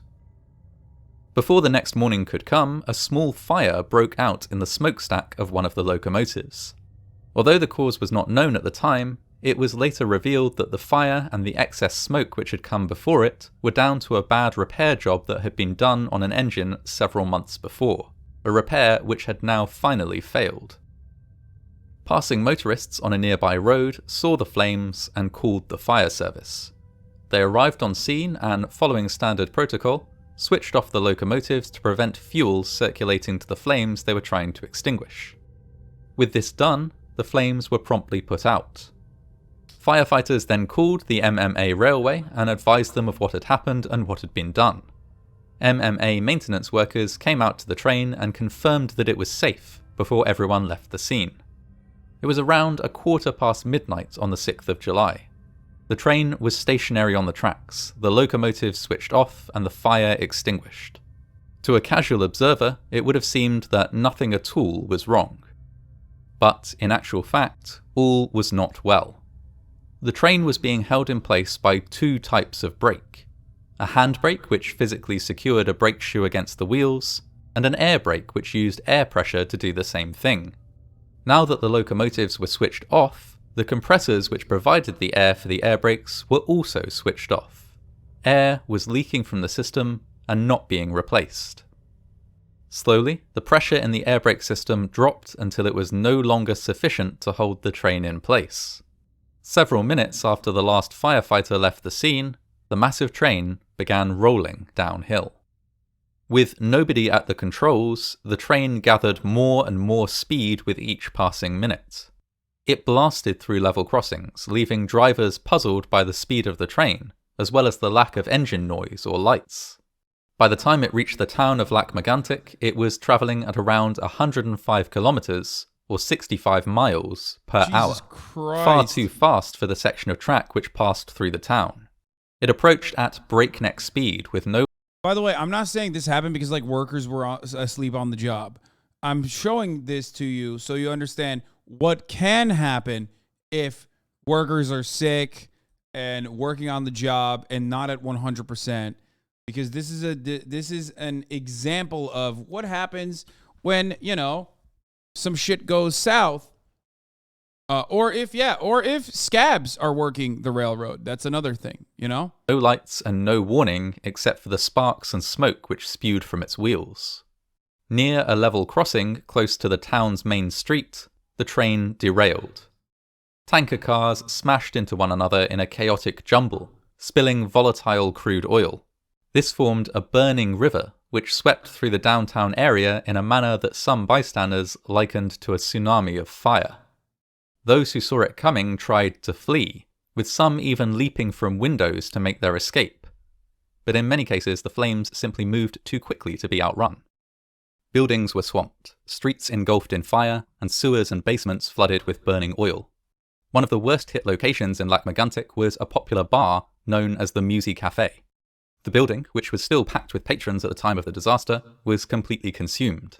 Only those who fled immediately on hearing the crash 47 people survived. killed. Some patrons, mistaking the sound for an earthquake, took shelter within the building rather than running. They did not survive. The emergency response began almost immediately, with more than 100 firefighters flocking to the scene. They were presented with an incredibly complex task. Rarely had any of them faced a fire that had quite so much fuel at its disposal. And, being liquid, this fuel spread in unexpected ways, flowing down into drains and erupting into basements or cellars several streets away. Despite a confusing and dangerous situation, rescuers coordinated extremely well. Firefighters worked to block off drains and create fire breaks, then used foam to tackle the flames. Water was used to douse tanker cars that had not yet exploded. Among the people working across the vast area of the disaster was Mr. Harding, the engineer who had left the train on the tracks in the first instance. He had seen the flames consuming the downtown area from his hotel, and had called his bosses to tell them what was going on. It had come as a terrible surprise to him to find out that it was his train that had rolled down into the town and caused this devastation. Leaving his hotel, he joined a small group consisting of firefighters and workers from local industries, who used heavy loading equipment from the factories where they worked to move the few tankers and locomotives that were still on the rails away from the fire, preventing further devastation. Meanwhile, the local hospital was... Bro, look at this. The entire downtown area is done. Exploded. On fire. From what I understand, the air brakes, like part of the air brakes, according to the Transportation Safety Board of Canada, which looked at whether SPTO played a role in the accident, after looking at the circumstances of the night and the derailment, the investigation was not able to conclude whether having another crew member would have prevented the accident, which they didn't have. Okay. Cost-cutting measures in this regard, and also with respect to not like improving the train itself was part of the reason.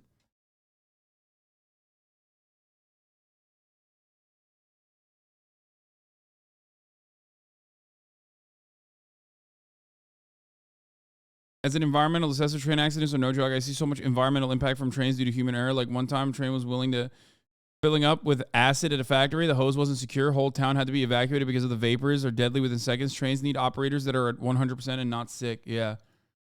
A picture from the above as the explosion happened and as the fire was ongoing. But hey, 47 dead and half of downtown erupting in flames is a small price to pay for the profits of the executives in that regard. You know what I mean? Was put on high alert, but ultimately received very few casualties. Few of the injuries caused by the disaster had been, in any way, survivable. All in all, 47 people were killed in the disaster, which also destroyed more than 30 buildings, displaced thousands of residents and hundreds of businesses, and all but leveled a huge part of Lac-Megantic. The flames took 2 days to extinguish. Once they were finally out, an investigation was launched. It was found that many factors had contributed to the disaster. Prominently, Mr. Harding, the train engineer, had failed to apply enough handbrakes before leaving the train. He had used 7 handbrakes, but should have applied more than twice that number for a train of that size and weight. He had made another error by testing the brakes while both the handbrakes and the air brakes were applied. He should have switched off the air brakes for the test to ensure that the train could be held in place by the action of the handbrakes alone. 3 men, including Mr. Harding and 2 other railway employees, were put on trial, charged with 47 counts of criminal negligence causing death. While there was considerable public anger about the disaster, most of it was not directed at these individuals, but instead was saved for the MMA railway.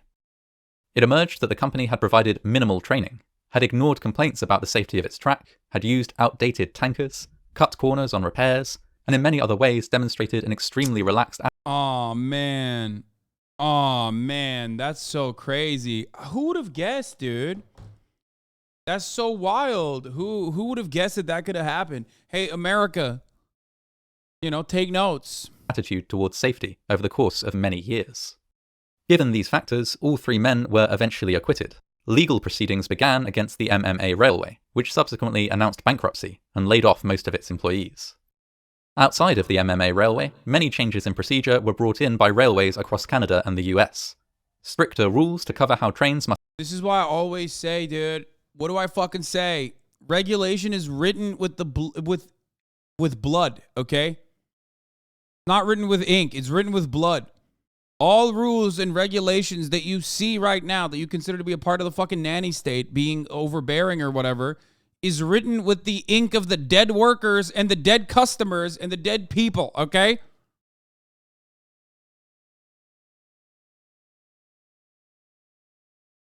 Why is it written with blood? That's kind of weird. Well, it took this to fucking change the rules around quality.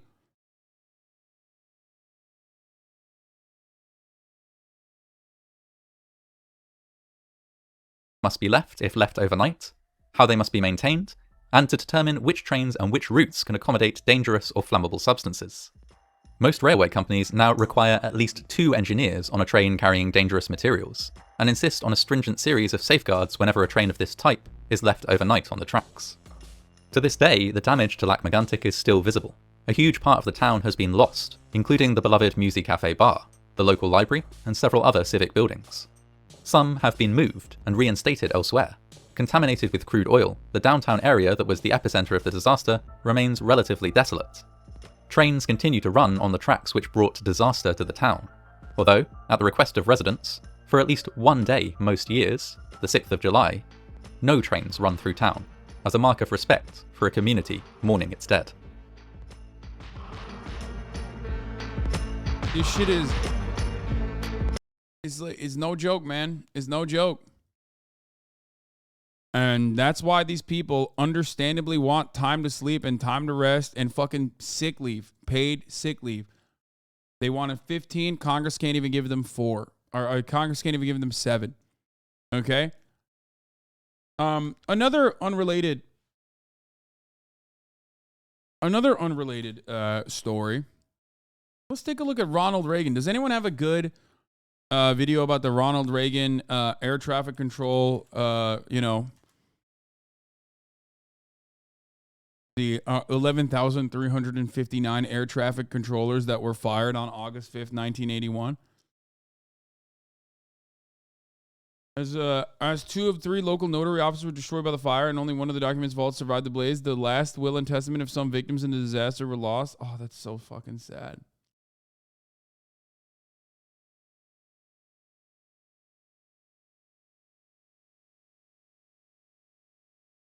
Is there like a good video on it I want to watch?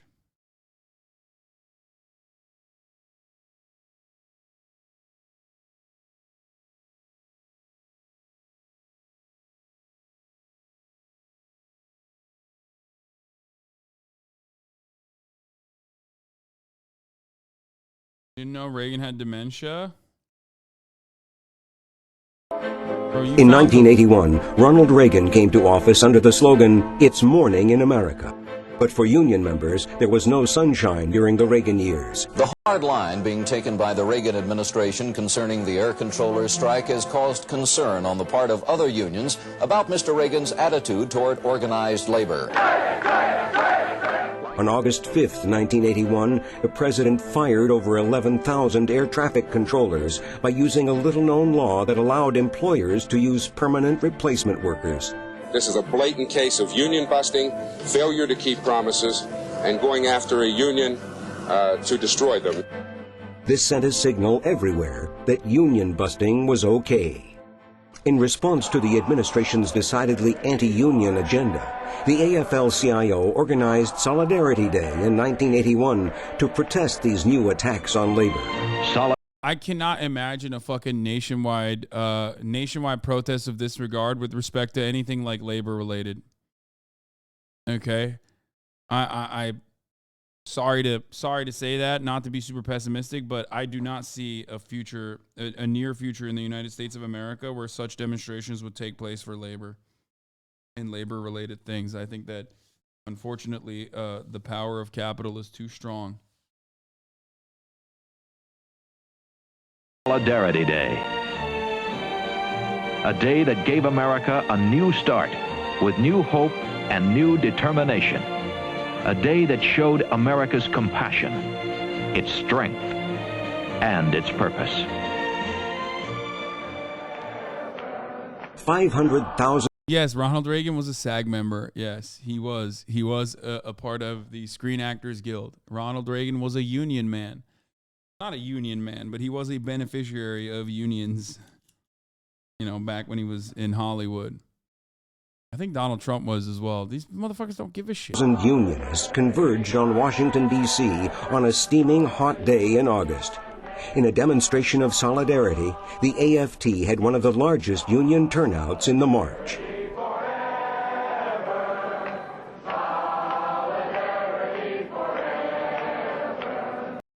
Yeah, that solidarity has gone away, unfortunately. Mitch McConnell says there's no room for anti-Semitism.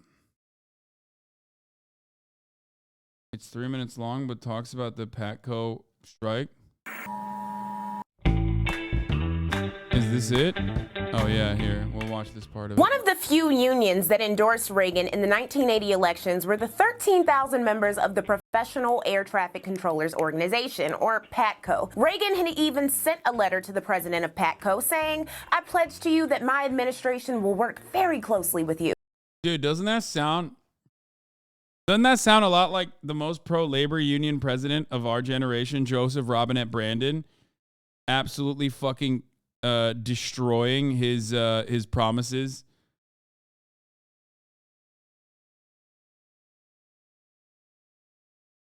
Absolutely destroying his promises. Donna Rain, thank you for the 10 gifted subs. In 2001, a rail worker jumped on the runaway train and saved it by saved it from derailing in a non-existent land called Ohio. Bro, okay, I don't want to hear fucking fake news.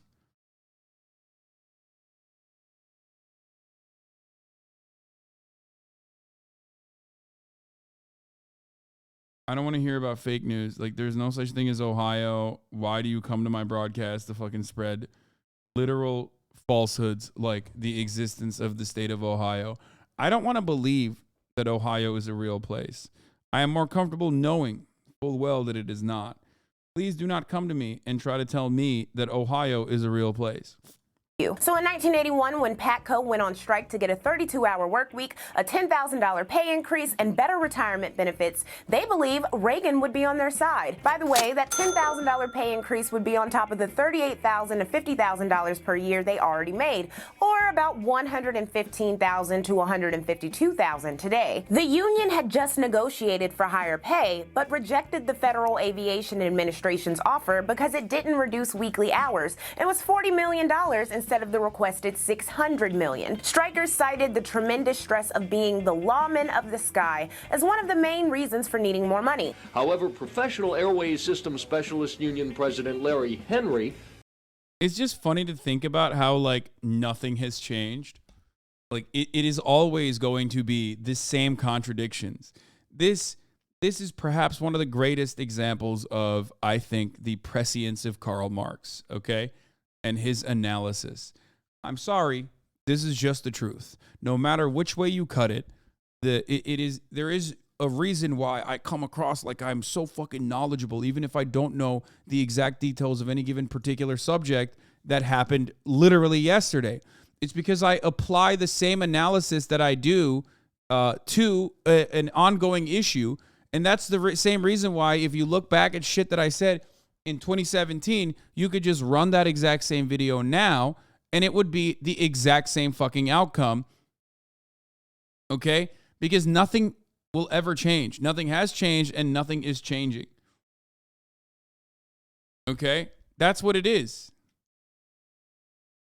Charges the equipment in the radar room is not being maintained properly. The main problem? Their standing as federal employees prohibited them from striking. Plus, people thought they already made enough money. On August 3rd, 1981, PATCO declared a strike anyways. Reagan replied by giving them 48 hours to return to work or be fired, with the additional kicker of never being able to be rehired by the government again. 1,300 union members broke the strike and returned to work. I would like to thank the supervisors and controllers who are on the job today, helping to get the nation's air system operating safely. In the New York area, for example, 4 supervisors were scheduled to report for work and 17 additionally volunteered. At National Airport, a traffic controller told a news person he had resigned from the union and reported to work because... Propaganda, baby. Look at that. Look how strong that is, dude. Look how strong that fucking propaganda is.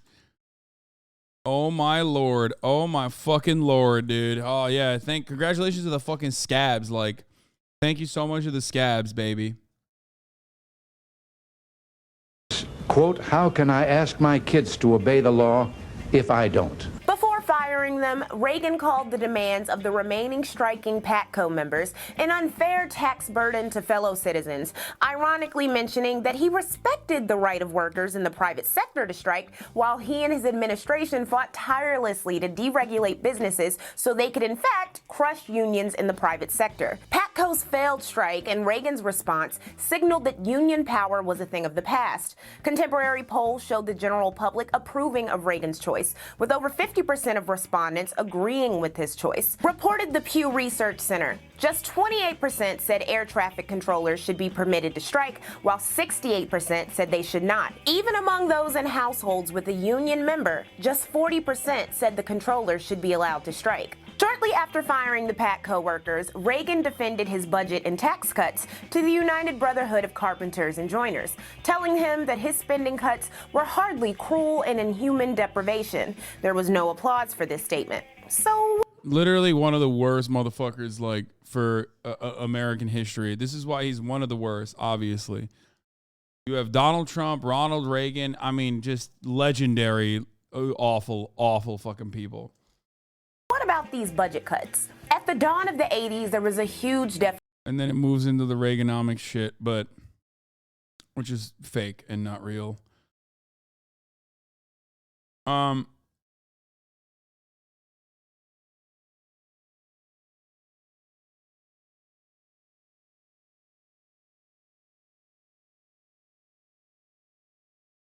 I want a YouTube rap so bad. If YouTube did this, I'd have so much shame for my history, not to mention like 60% of the vids would be clips of you, lol. Nice.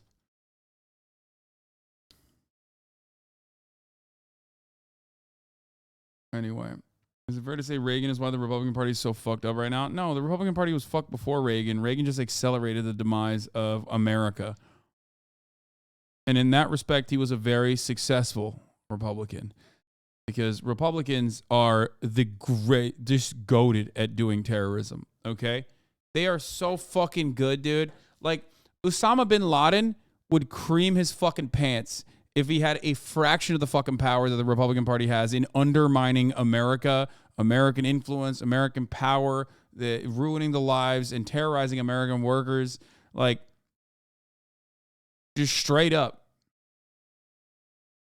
Like, we always talk about the enemies on the outside or whatever, but like the real issue is literally the enemy from within. Republicans and Democrats as well, for the most part, side with capital. They do not give a fuck about the 99% of Americans that are working inside of workplaces. They do not care about labor unions. They do not care about workers' rights. They do not care about you getting fucking 7 days of sick leave, paid sick leave. They also not only do not care about that, but they don't care about the repercussions of such an action, okay? They do not care about the repercussions because all they care about is the corporate bottom line, the shareholders, the profit margin for the shareholders. Improving their profit margins is what matters significantly more than anything else. I'm going to run the 1 minute middle of the hour ad break here. That's what matters here. Just, that's it. But Hasan, if they get 7 days paid sick leave, they'll last 365 days next. Yeah, exactly. What if they ask for... No, there's no segue here. I'm just not going to give you a fucking middle of the hour segue. I'm only going to do it at the top of the hour because it's a big one. Yeah, I know. Breaking news. The House Ways and Means Committee is now in possession of 6 years of Trump's federal tax returns. I know. Let's talk about the misinformation being spread currently about the Railway Labor Act. I wrote an essay on it a few months ago. You should read it. You may be interested in knowing that the RLA was written by union lawyers, with Congress essentially asking the rail unions what a fair system would be and implementing it. A very rare thing in the anti-union 1920s. Why? Because even back then they understood the importance of railroads. The system also exists to ban company unions in railroads, which at the time was pretty progressive advance. It also laid the groundwork for New Deal labor relations. The real misinformation is Biden is a strike breaker. This is pretty ridiculous. The RLA is designed as a part of the tripartite labor system that includes public as its third wheel. It is designed precisely to avoid strikes that would hamstring the economy, which the unions wanted. You can disagree with Biden's actions here, of course, but the idea that there would be any public support for workers pulling in $100K a year going on strike during Christmas is laughable, and a lot of this outrage is performative. This is not to say that the sick leave issue isn't a real one. It's not only a labor rights outrage, it's a human rights outrage. These are very real problems, but after the slightly better deal was negotiated by the Biden administration, this was the obvious next step.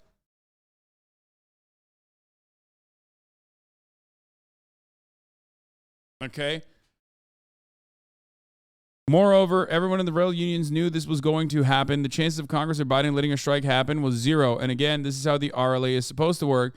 All I can say is that it would be nice if all the labor people online who are so angry could even tell you what the Railway Labor Act is before clicking tweet on their fuck Biden post. As far as I'm concerned, if the rail unions want to break the law and go on strike anyway, over this, go for it. I'm only saying that there is a system in place and it has worked as designed, as all parties involved know this and have known it the whole time. Now, this person is writing this in the most like aggressive way possible, even though he is the most, he is not incorrect. He's right. He's writing it in the most lib way possible, basically. But as far as like the consideration of like public support for workers pulling in $120K a year on strike during Christmas is laughable. He's not talking about it from his perspective, or maybe he is talking a little bit from his perspective, but what he's essentially saying is like the public's, essentially the public's attitude is going to be aggressive and incorrect. Yes, Biden could have put forward a bill to increase sick days, and it would have been filibustered immediately and probably would not have all 50 Democrats on board either. It is exceedingly rare in the U.S. For the White House to have direct control over union negotiations. This one was a layup. Put forward a bill to include paid sick days. Cost of the rail carriers as a fraction of their insane profits. Improves freight rail service, and Biden refuses. Biden absolutely dropped the fattest W he could have fucking dropped. Okay? He had an opportunity to literally come out and talk about how pro-labor he is to a base of voters that unironically are ready for this message right after the heels of fucking COVID, all of that, okay? He could have just straight up said, look alive, Jack, I'm pro-labor as fuck right now, okay? I am going to use the awesome powers that the federal government has in a once in a fucking lifetime opportunity for the federal government to do something about labor unions. And I'm going to be pro-labor unions, undoing the wrongs of like, the past fucking 50 years. And nope, didn't fucking do that. Instead, he just said, we are literally forcing motherfuckers. The notion, by the way, like of the likes of Eric Loomis and other people who get upset and say that like, well, it's just not possible. Better things are not possible. The idea that like better things are not possible and therefore you should not fight for it is such a silly, self-defeating argument that is at the heart of why I despise liberals and the way and the feckless ineptitude that they fucking aggressively stand for, as though that kind of feckless ineptitude and the endless concession seeking is what good politics is supposed to be about.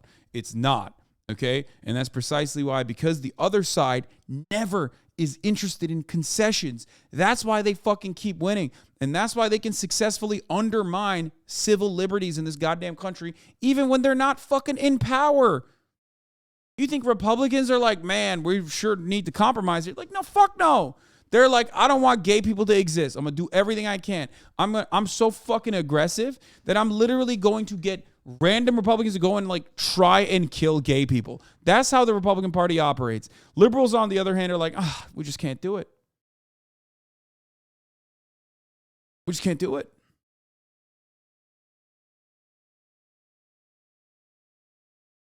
The federal government rarely ever has a say on union negotiations, okay? They can apply pressure, which Brandon has in the past with Amazon. He was talking a fucking big game when it was like Amazon.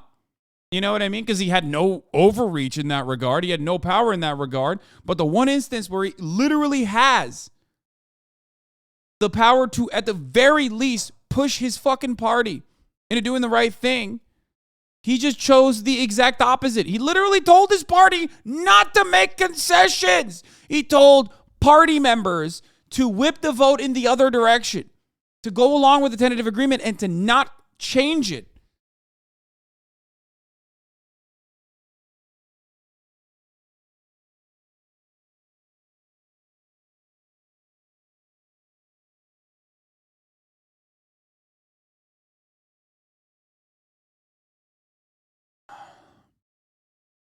Make them filibuster it, then Jesus Christ, what is the possible downside?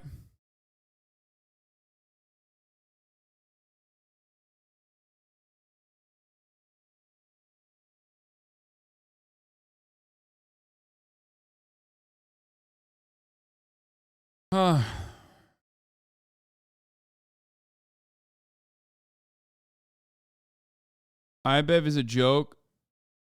Most unions always need to fix how they work first. What?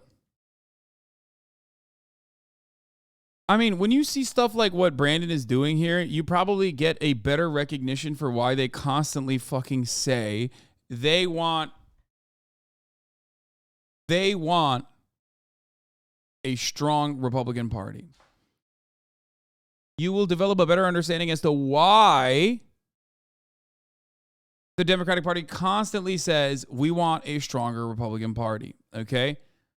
It's because they don't want to do anything.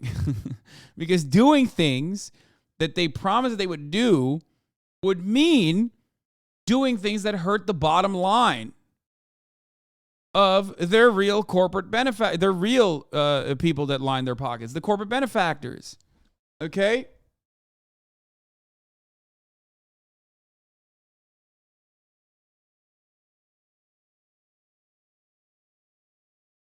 Breaking. After some talk, the progressive Dems could torpedo Biden's rail deal. The Congressional Progressive Caucus just issued a statement signaling that members will go along with Pelosi's plan to enforce Biden's deal, plus vote separately on Bernie's request to add 7 sick days.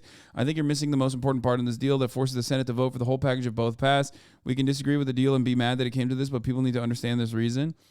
No, I don't think that that's how that works. This is not tied to one another, and they're just going to fucking pass the tentative agreement, and they could even get votes from the Republicans to make up for the lack of votes from progressives on the Senate side, and then they will just turn around and not vote for the 7 sick the paid sick days.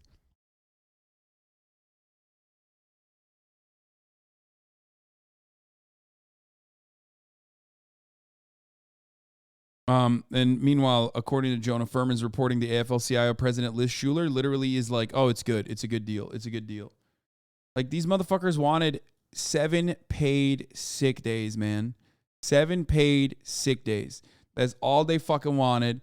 And they wanted, obviously, to have people, to have more hired workers to make up for that. They wanted 15, but the Congress couldn't even, sorry, they didn't even want 7. I'm fucking hooked. I'm hooked on the propaganda.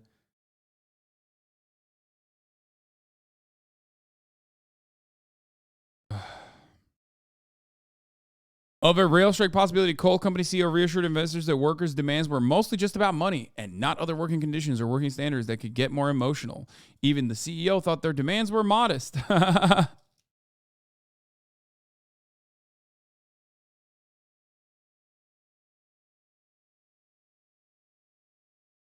The House already passed both measures. Yes, I know, but now it's up to the Senate, and the Senate's not going to. The House passed the legislation guaranteeing 7 days of paid sick leave as a part of the mandated rail labor agreement. All Democrats backed the measure. All Republicans opposed it except for 3. The Senate is expected to vote on the rail labor contract tomorrow, and the Senate is not going to vote on it. They're not going to give the sick days, I think. It would be a Christmas fucking miracle if these goons, these goddamn motherfucking goblins in the Senate would turn around and for once do the right thing and like drop fucking party loyalty, drop the obstructionist policy, the obstructionist agenda that they have towards like any kind of meaningful change and progress in this country. It's not going to happen. I don't think it's going to happen. That's never happened. Like it would be just a shocking surprise. But they have been totally obstinate in preventing. However, I will say this: the funniest possible outcome would be if like they somehow didn't filibuster it, okay? If they somehow didn't filibuster the second vote for 7 paid sick days and then Brandon vetoed it.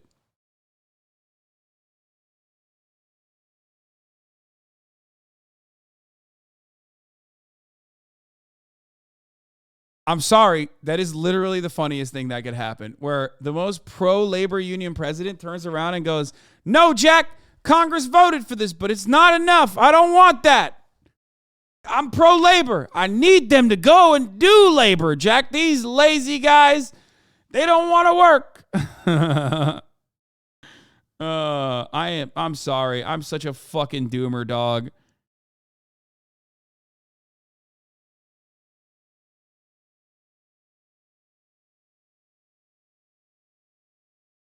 Yeah, I'm pro-labor. That means I'm pro-people doing labor. Preventing the unions from getting paid sick time, and that's what we've got to deal with right now.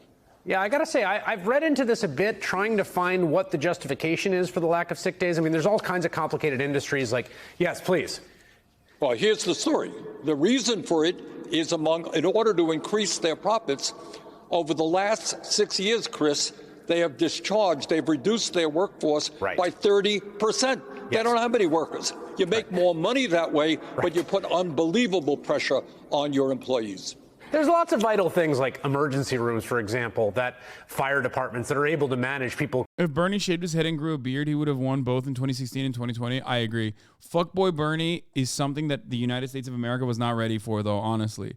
Like, if he did that, okay, if Bernie Sanders shaved his fucking head and grew a beard, he would look so fucking hot, okay? He would look so fucking hot that America would be Maoist. There would be a cultural revolution. There'd be a peasant rebellion, okay? People would literally be there. They'd be out in the fucking streets with automatic machine guns that they stole from military bases, like doing a proletarian, vanguard-backed revolutionary direct action, city over city. Ohio would be real. We would speak it into existence.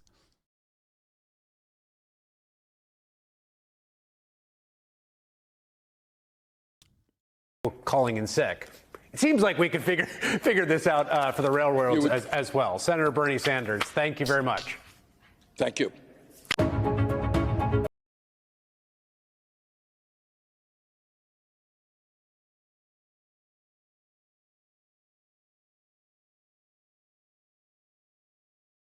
Anyway, so if he looked like Lenin, yes. Go to Ohio or slam your dick in the doorway. I can't go to a place that doesn't exist, so I guess I got to slam my dick in the doorway, dude. Okay. We're going to talk about Hakeem Jeffries, unfortunately. But before we do that, here is Elon Musk. He made up with Tim Cook, Tim Apple. Also, speaking of Elon Musk, Netflix's co-founder and co-CEO Reed Hastings praised Elon Musk as the bravest, most creative person on the planet during a wide-ranging session at the New York Times Dealbook Conference. What a fucking just, you know, showing full well that like all these idiots, yeah, if Bernie decides to grow a beard for 2020 as a rap, it's true. He needs to shave his head too.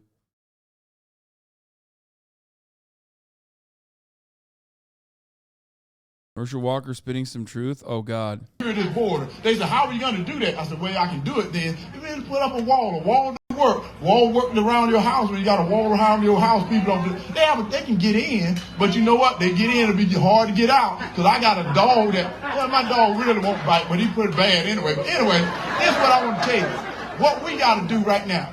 This is one of the most important elections we can ever have in our lifetime. You know, so yeah, he said if the wall doesn't work, I got a dog. I got the dog in me, and I got a dog, okay? When you got a wall around your house, people don't. Yeah, but they can get in. But you know what? If they get in, it would be hard to get out because I got a dog. Well, my dog really won't bite. I love Herschel Walker, dude. The more he talks, the more I'm like, this guy, can't wait for him to be in the Senate. It's probably not going to happen, but it'd be pretty funny if it did at this point. Because like it doesn't really, you know, fuck it, YOLO, you know. We're done. We're done. It's over. You know. I do want, of course, Raphael Warnock to win. Please do not misunderstand me. But it will be really funny, even in the worst case scenario, if Herschel Walker does win, because I am looking at silver lining. Okay. Did you see the average voters react to Herschel Walker? Wait, what the fuck? Underway in Georgia's Senate runoff. Voting began this weekend. What? Who's after talking? The state's Supreme Court denied a Republican bid to block voting on the Saturday after Thanksgiving. As many as 22 of the state's 159 counties let voters cast their ballots on Saturday. The runoff between Democratic Senator Raphael Warnock and Republican challenger Herschel Walker is next Tuesday, December 6th. Meanwhile, Senator Warnock is out with a new ad that shows voters just simply reacting in real time to Herschel Walker's puzzling campaign speeches. Just handed him the mic. Said, here you go, Herschel, talk. They just played the video for them and take a look. Here we go. you ever watch a stupid movie late at night hoping it's going to get better, don't get better, but you keep watching it anyway? Because the other night I was watching this movie. I was watching this movie called Freak Night, or some type of night. But it was about vampires. I don't know if you know vampires are cool people. What the hell is he talking about? Is he serious? Is he for real? But I'm going to tell you something that I found out. A werewolf can kill a vampire. Did you know that? What is he talking about? I never knew that, so I didn't want to be a vampire anymore. I want to be a werewolf. Oh, my gosh. He's talking about vampires and werewolves right now. Y'all serious about this, right? So I've been telling this little story about this bull out in the field with 6 cows.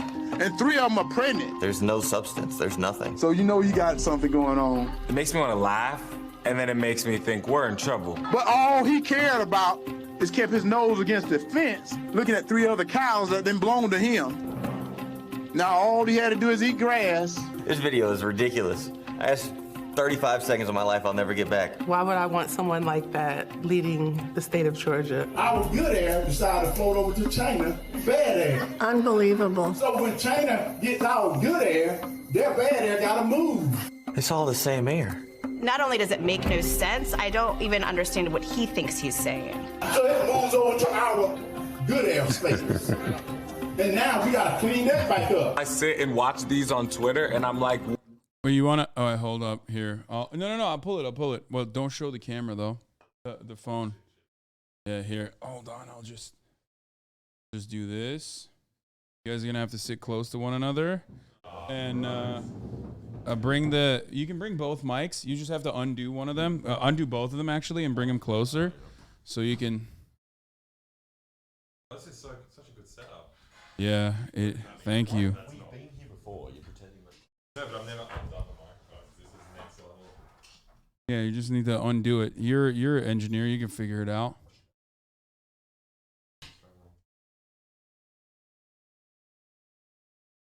Oh. Okay, that might not go too far because of the yeah. Yeah. Okay. Why man's got so much muscle? He's built like a fucking UFC fighter, dude. That's why I didn't want to fight him. Were they saying that then when I was just tightening a microphone? Well, yeah. Tightened it pretty aggressively. You did. You tied it all sexy like, what's up, everybody? We got, we got Australians in the building. Hello. That's right. Hi. BoyBoy and I did a thing. BoyBoy will be fighting Mythological at the chess boxing event, and they're here for a couple weeks before that, I guess, or like a week and change before that. And I foolishly said, because I thought that they wouldn't actually take me up on it, oh yeah, of course, come and stay at my house. I have no issues with that. That will be fun. Boy, was that a mistake. Okay, they took that offer. They were like, yeah, we'll be there for 11 fucking days, mate. Oh, longer. Turn down for Hasan. Yeah, no, of course not. Of course not. I'm just messing around. But yeah, no, they're staying at the multi-gurillion dollar compound here. Australia won today or into the next round. Do you guys watch soccer? Yeah. We won against Denmark. You watch football? Football? Football? I think we still call it soccer in Australia. Okay, nice. You guys are that cucked. Yeah. That's awesome. And it's probably from the British. No, they didn't break my fridge. It was probably my mom. Shit. Be careful. Those Australians are very unpredictable. Yeah, I'll tell you what they fucking did. Speaking of unpredictable. Oh, are you done? I accidentally locked myself out. Oh, here. Did you? Is that all? You got everything? Yeah, I think so. 'Cause I've already eaten something. Okay, sick. I haven't picked anything, but I think it looks like there's enough stuff. Bro, no, pick something. Okay, here. I'll feed you. Whoa. Don't worry. Good tuna, spicy tuna. Hold on. I'm gonna show you what they got me. Oh. pretty classic Australian gift.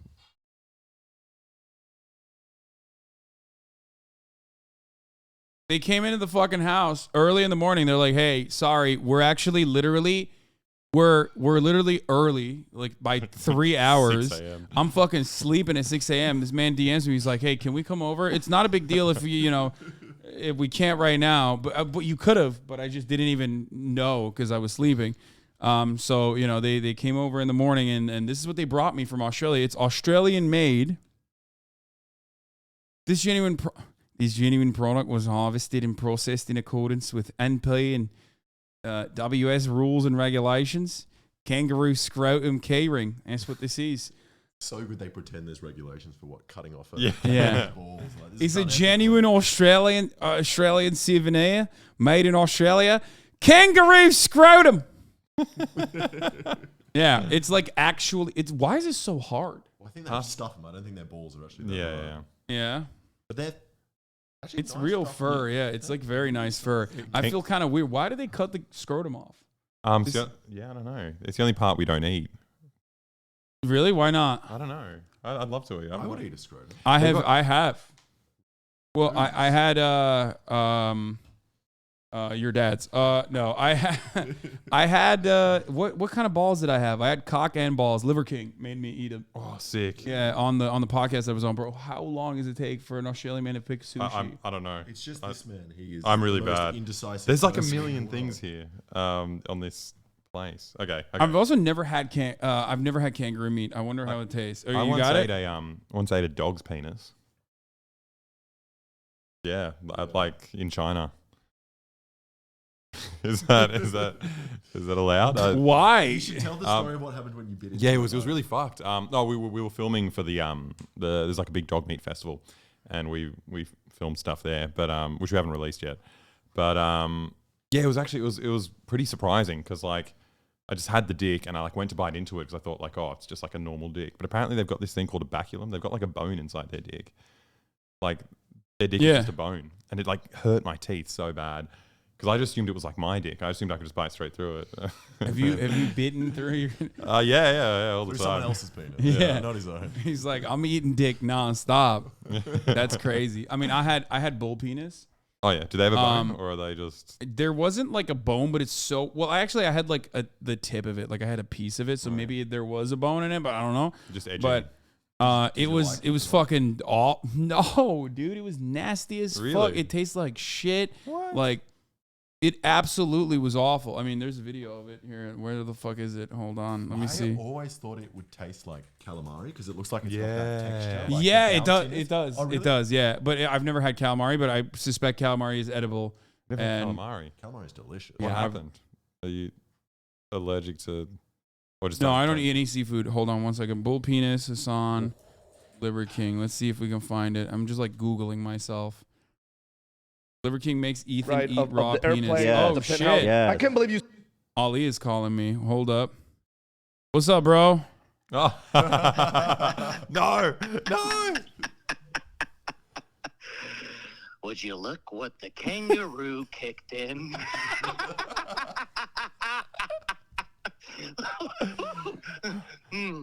We got a fight cooking up, don't we? Yes, Mr. Mill. Oh, I can't wait. Goodbye. Yeah, I'm terrified. This is holy shit. It's a mental game now. Oh god. Yeah. There's like traps in the house. The different contraptions and traps he placed mystically. No. In the middle of the night, there's gonna be all these little noises. No, I didn't even know. underneath your I bed, didn't even. The thing is, like, I think when I first said like, "Come, stay with me," I didn't even realize we were gonna be fighting Myth. But not that it matters. But also, Myth has been training with my trainers. Like, I introduced him to my trainers. They're the ones who've been training him. Shit. So, yeah. Are they good? Are they? They're pretty good. What's their weak spot? What's the thing they do really badly? I don't even know, dude. He is gotten jacked as a motherfucker. Yeah, so I saw throughout the the skipping video. year too. So, we'll see. Time stat from the pod. Oh, here it is. Balls Here's in our me mouth. eating. What's going on? I want you to let me know what it reminds you of. Yeah, it looks This like is Liver chicken, King's chef. which immediately I am And he, what, worried just about prepares because raw when I meat see for it? that, Yeah. This looks like a kind of Not meat much you of a want to chef, cook. is it? it does look like It is really good cooked. Just goes But- to the butcher. Raw is Come on, preferable. put it down there. Oh I'm god, waiting for Hasan. you're gonna love it. How much you want to bet you like this the most? It's dripping, dog. The man that you see his here muscles are- was recently outed for being on a fucking massive 15 grand a month stack of steroids and also HGH. Okay, good. I was going to say, there's no way this man is natural at all. Yeah, no, he's not natty, as we found out. What is poozle like after eating so much? That's what's cock. the benefit of Oh, no, eating that's testicle. cow test? Oh, It it's doesn't raw smell testicles. great. Like Yeah. supposed like. That's why it's called the testicle, right? That's No why. smell. That's why liver's called Do the liver. steroids make you red? There's specific. Or is that just? Yeah, no, steroids do make you red. That's not even a joke. Yeah, literally. Yeah, it fucks up your. It has different. It is like different kinds of impact on different bodies, but yeah, no, steroids can make you Peptides. kind of red. There's glow like enzymes. that. there's cell signal. There's all these things in here. Go putting it first. down. Yeah. You just swallow it. You didn't even chew it. You didn't even taste it. Oh, that does not taste good. Wait, he didn't even chew it, liver. Holy So- shit. Can you describe the taste at all? It just tastes like shit. I don't know how else to describe it. Like, it's so, like, it has an awful scent. Okay. The testicle had an awful scent to it. Like, it was not a good It didn't tasting smell like. thing at It all. didn't smell like cum. No. No, not at all. It did not smell like cum at all. That's the liver. I had the raw liver, which is fine. Like, liver, I'm not a big fan of liver. It's like very gamey, but raw liver was surprisingly not as bad. Then I drank the blood cocktail thing that they made. But where's the fucking where is the actual? Oh, there's the dick. Here's the thing: our early ancestors, they dried this. They made pemmican. Right. They stored it. Right. Okay. Here's the thing: What is not me. pemmican? All of I don't Is fucking this- know. He's just like selling. With grass Grass? meat, and they mix it with like flour and they let it dry. It's like this weird biscuit that lasts forever. How do you know this? Because I saw some guy make it in some old towny. The dick was really fucked up though. It was really bad because it was like it just smelled terrible. It was so fucking chewy. It was like hard to eat. Yeah, I was not a fan. Like if I were to rank it, the dick would be the worst, I think, and then the balls second. I've never watched Liver King before. He seems kind of impressive though. I feel like a lot of the kind of like online manosphere guys kind of do a lot of like woman hating. It's kind of funny that he's just there eating funny stuff. Yeah. No, that's what I mean. Like, even if he was like, even if he also openly stated that he does steroids, like, this is still impressive. Yeah, it's hilarious. Like It's this is the strange part about this conversation that people do not understand is that like this is an incredibly impressive thing to be at this body fat percentage, to be this powerful, to be this strong. Like that is so much regimented work. Anne kapıyı kapatır mısın? Ne olur, her şeyi duyabiliyoruz yani buradan. Okay. It takes so much. To get to this level. You passed it. It's sometime before Ethan talks to his mom. And was he trying to sell something? Did he have like products, like man products? Yeah, I mean he is selling. He is basically selling the 3-minute top of the hour ad break, which is what I'm selling right now. At the top of the hour, I'm running a 3-minute ad break. New contract, boys. That's right. Okay, in front of my guests and everything, dude. If you no longer want to see those ads, all you need to do is subscribe, which you could do for $5 or for free with a Twitch Prime, or by getting gifted a sub if you're lucky. Here's the 3-minute ad break now. I almost said the 1-minute ad break now. I'm still used to it. I gotta switch it around, and then a 1 minute in the middle of the hour. Yes. About the Messiah. So that's just a Hudza, right? Again, the fucking tribes that he's talking about in like Kenya and shit, literally like their life expectancy is like 30 years old. Like these dudes are like dying at the age of 30. He's like, no, it's great. Like that's a bull penis, dog. Whoa. You have to. It's why are you obsessed with eating dick and balls, bro? Why not? Dude, that's a giant. Okay, what do you like? What are you obsessed with eating? Dick and balls, bro. I like them raw in a different form. Again, like supports like. You know, again, that's why the tissue is called what it is. That's sus, man. That's just not true. That looks super. Yeah, it's not. Wait, what do you mean tissue? I have no idea what he said. No, like it's not true that like if you eat fucking bull dick, your dick's gonna be stronger. Yeah, like that's just. I mean, it's just like it's like holistic silliness. Okay, yeah. like I don't know how else to describe it. They say it a lot with like their brain. But the thing is, it's not just dick and balls, right? You're just gonna force us raw dick right now. We're about to eat raw. Yo, cock. take me out for dinner first, man. I guess you are technically. Take me on a date first before you feed me your dick. This is it. This is our date. Now, is that like a Dude, that is preserved? way It too smells hard like to it's cut. been What's pickled happening or right something. now? It's pickled, yeah. So okay, interesting. It is cooked. It's pickled? Because whenever you try to eat penis raw, Pickled dick. it's soft. The Say tissue, that again. Whenever you try to eat penis raw, it's soft, but it's really hard to eat. Whenever you cook it, as soon as you put it in boiling water, it turns hard, but it's a lot easier to eat. And then we pickled it, and Tender. make it even more tender. Yummy. What do you pickle it? What's your pickling process? Does this taste bad? Just vinegar and salt. Okay.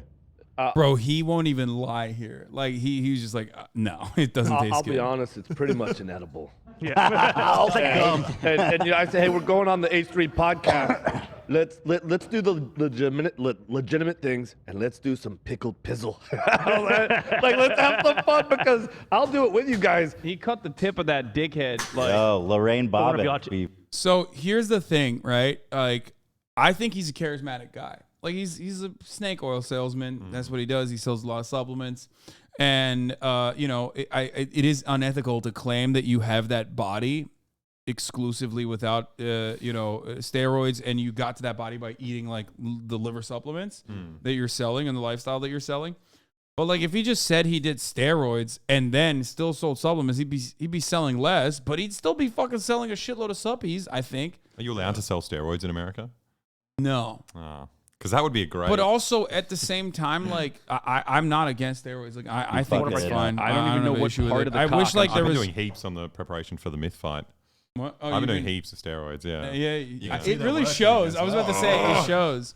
Yeah, when you were doing your Uber Eats delivery video and getting gassed. After running around, after running around a little bit, I was like, "Wow, this guy's ready for the fight. Yeah. He's got a big gas tank." That was the roids doing. Yeah. Gas you out quickly. Yeah.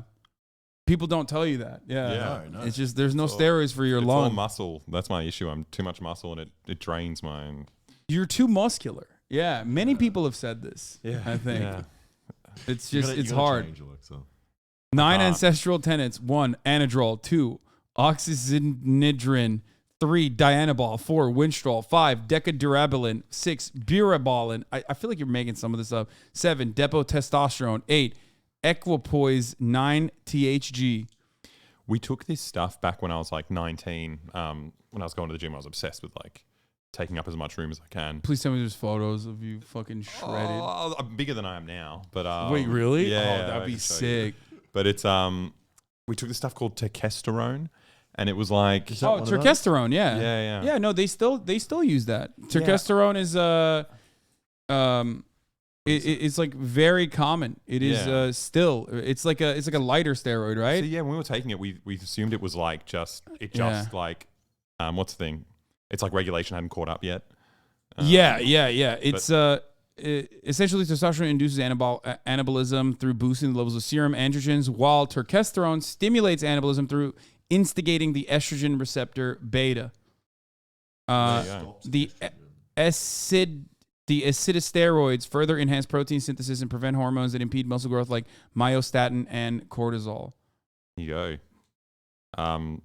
But yeah, that fucked with my head though. I was so like just angry and horny constantly.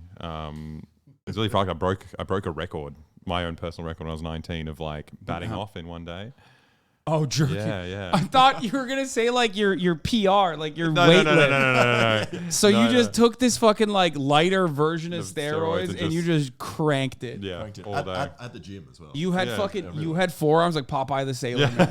It's just all your forearm strength, dude. It's crazy.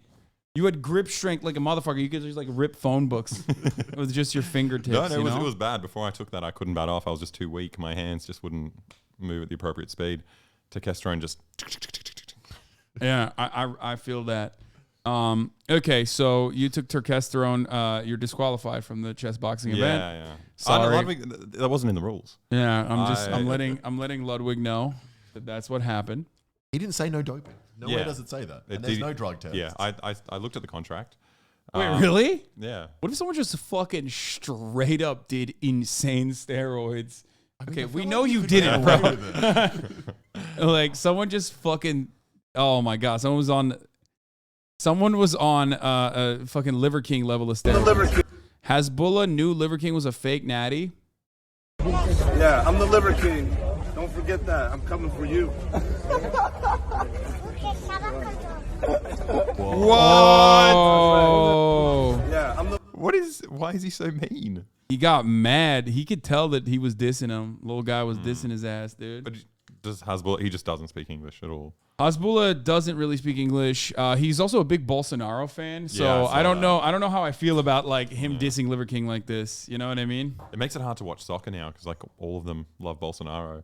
Yeah, like every big soccer player. Yeah, it's fucked up. Yeah, they're all the Brazilians or everyone. No, Ronaldo. The English team. The English. He was like, we fucking love Bolsonaro, mate. Fuck Lula. Now I want YouTubers and Twitch streamers on steroids, buffed as fuck, fighting each other. Yeah, 100%. That would be sick. Be a great Olympics if you just let everyone take as many steroids as they can and just go at it and actually see how fast people can run and jump. Yeah, be like, do as many steroids as you can and see how much you can break that record. Thank you. I agree, dude. And you don't have to be a fucking brain broken YouTuber to make suggestions like that. Or maybe I am also like that, which is why I think that would be cool. Like, the fuck are we doing, man? We should have figured out a way to take a boatload of steroids without like it hurting us and having like long-term complications by now. What is happening? Like, this is medical tech. I want to be superhuman. I want to fucking be able to. I want to be shredded. You know, I want 5% body fat and like just 230 pounds of straight raw muscle. I want to be able to fucking 360 slam dunk.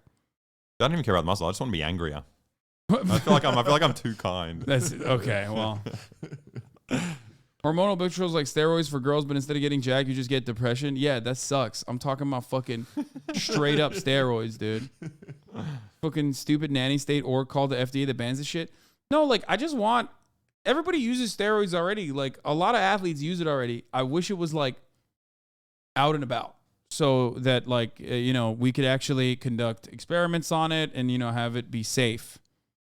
Since everyone's already fucking using it, it should be safe. Isn't it? It's all like horse steroids as well, isn't it? Most of the time. Like like clenbuterol. Gym, yeah. Clenbuterol is a horse bronchitis medication. It's for like horse asthma. Oh, yeah. But that's like a lighter version of steroids anyway. That's not like fucking super... Yeah, but yeah, you're right. A lot of the steroids are for horses. You're literally superhuman. You could snap me over your knee. What are you talking about? Getting bigger? Yeah, but I need like lower body fat percentage, and I don't have it. Like I have, create new sports leagues where everyone's required to use steroids and watch people go nuts. Yeah, I like that. But not just steroids. Like every kind of performance enhancing drug. I want to see some like mutants. Yeah, that'd be so cool. Let's have fun with it. Like it's obvious that the society is collapsing. Yeah, okay, yeah. we are it's pretty obvious. You know what I mean? We have a rail strike that is not going to happen because Joseph Robinette Biden, the most pro-labor union president in our history, according to himself, decided to not use the federal powers afforded to him to make the railroad workers or railroad bosses comply with the reasonable demands that the railway workers have, such as a 7-day paid sick leave. That's all. They don't even have that. Yeah, they wanted 15, and Congress wouldn't even give them 7. What happens when they're sick? They just fucking go to work sick, dude. Yeah, boom. That's what happens. Nice. Just like metric tons, thousands of metric tons of fertilizer inside of this like steel bullet is like flying through your town. And the guy that's like leading the conductor is just like zooted off of Sudafed and whatever the fuck he's taking can't even see straight. Yeah. Are they on strike now? Or they're just... No, they're not yet. And they probably will not. We don't really have like, because it would be society breaking. Like, because this is not even like Amtrak. We're talking like the people who are shipping in chlorine so that like people have clean water and shit. You know what I mean? Like transport. Yeah, it's services. And yeah. So it's like freight trains. We've had just continuous nonstop public transport strikes. It's great. For like the last 2-3 months. I mean, it's already all right because I've just started driving. Yeah, we live close to everything. It's insane. But you it's you know how to drive now? I know how to drive. Oh no, dude. The streets have gotten much less safe. I've only gotten 4 speeding fines in a year. I feel like you'd be doing some Mad Max shit now that you know how to drive. I mean, like some crazy shit. Yeah, I think you want to build the car from 1,000 Miles by Vanessa Carlton. Oh, like a piano car. Yes. Drive around the streets. That's the dream. Ooh, that's sick. Yeah, with the guitar guy. Well, when I come to Australia, we'll do it. Oh, sick. Can you play guitar or piano? No. Well, let's do it then. Oh my god. Okay. Well, anyway, here is I won't get into Hakeem Jeffries because that's like super fucking that's like super inside baseball shit. But we can talk about Kanye West. Former President Donald Trump is defending himself. Do you know? Yeah, Kanye West had a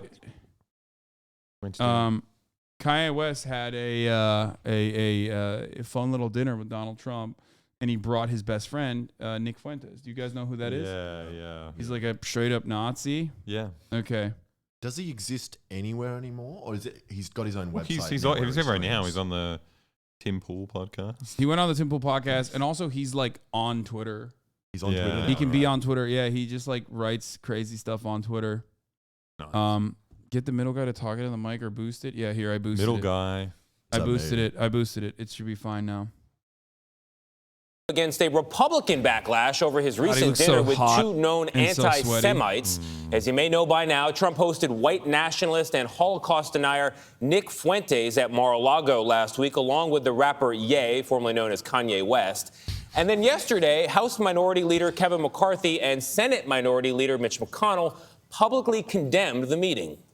I don't think anybody should be spending any time with Nick Fuentes. He has no place in this Republican Party. There is no room in the Republican Party for anti-Semitism or white supremacy. I'm so scared of getting divorced. Like, imagine you get divorced and this shit happens. It is the most radicalizing superpower.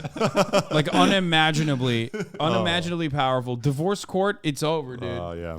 I love when someone like Mitch McConnell says there's no room for white supremacy in the Republican Party. It's like, bro, it's the white supremacy party. That's the one difference that you have between you guys and the Democratic Party is just like you're open with your white supremacist rhetoric. Well, they like to find an extreme so they can be like, no, that's the white supremacy there, not what we're doing at all. The thing is, I don't know what the demographics are like in America. Like, is there a sizable group of people who are like really into this stuff? No. Okay. No. Like, I think, well, yes and no. So how does that work? White supremacy is such a fundamental, like, core plank of American societal development that, like, people have very similar opinions to, like, out and about white supremacists without recognizing that they're white supremacists. Yeah. Like, when they say shit like, yeah, black people are violent. You know what I'm saying? It's their culture. They're just violent. They're just super violent. There's nothing you can do about it, you know? But that's just, you know, that's not all that different from the Klan guy who's saying that as well. Okay? But there is a difference. Like, the Klan guy openly says he's a part of the Klan, even though he wears a mask on his face. The Nazi openly says he's a Nazi, and all of a sudden, the Republicans that are very close in politics to that ideology will go, whoa, hold up. You shouldn't say the quiet part out loud. You should never say the quiet part out loud. Also, check out the nussie on my man. That's amazing. He looks like a turkey, dude. And the fact that he still pulls his tie up high and does his neck up, still you would just have it open. Can't you tuck it in? You push it in but then you get a little bowl. Oh, also, like, this is the guy who said, amazing. Yeah, a photo of Senate Majority Mitch McConnell posing with the Confederate flag is circulating online again. Yeah, you know. He didn't know that was there. He was just no. When he was at the Sons of Confederate Veterans event. Are there still? Wait, surely there aren't still Confederate veterans out there. Impossible. How long no, that's why there's sons. There's the daughters of the Confederacy and then the sons of the Confederacy. Okay, but even them, are they still alive? Yeah. This was in the 90s. Well, they're not like direct descendants. They just call it the sons, but they're like the grandchildren now. Okay. Yeah. That's just surprising. He's like, what? I don't understand. What was that this? Looks like the logo for Barstool Sports on his Oh, that one? Yeah. What's going on here? Origin story of Barstool Sports, the sons of the Confederate soldiers, the real legacy, dude. Yeah. Anyway, here, let's continue. And anyone meeting with people advocating that point of view, in my judgment, are highly unlikely to ever be elected president of the United States.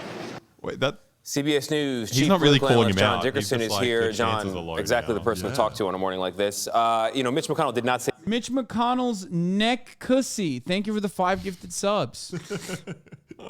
He's Donald Trump's name, which is noteworthy.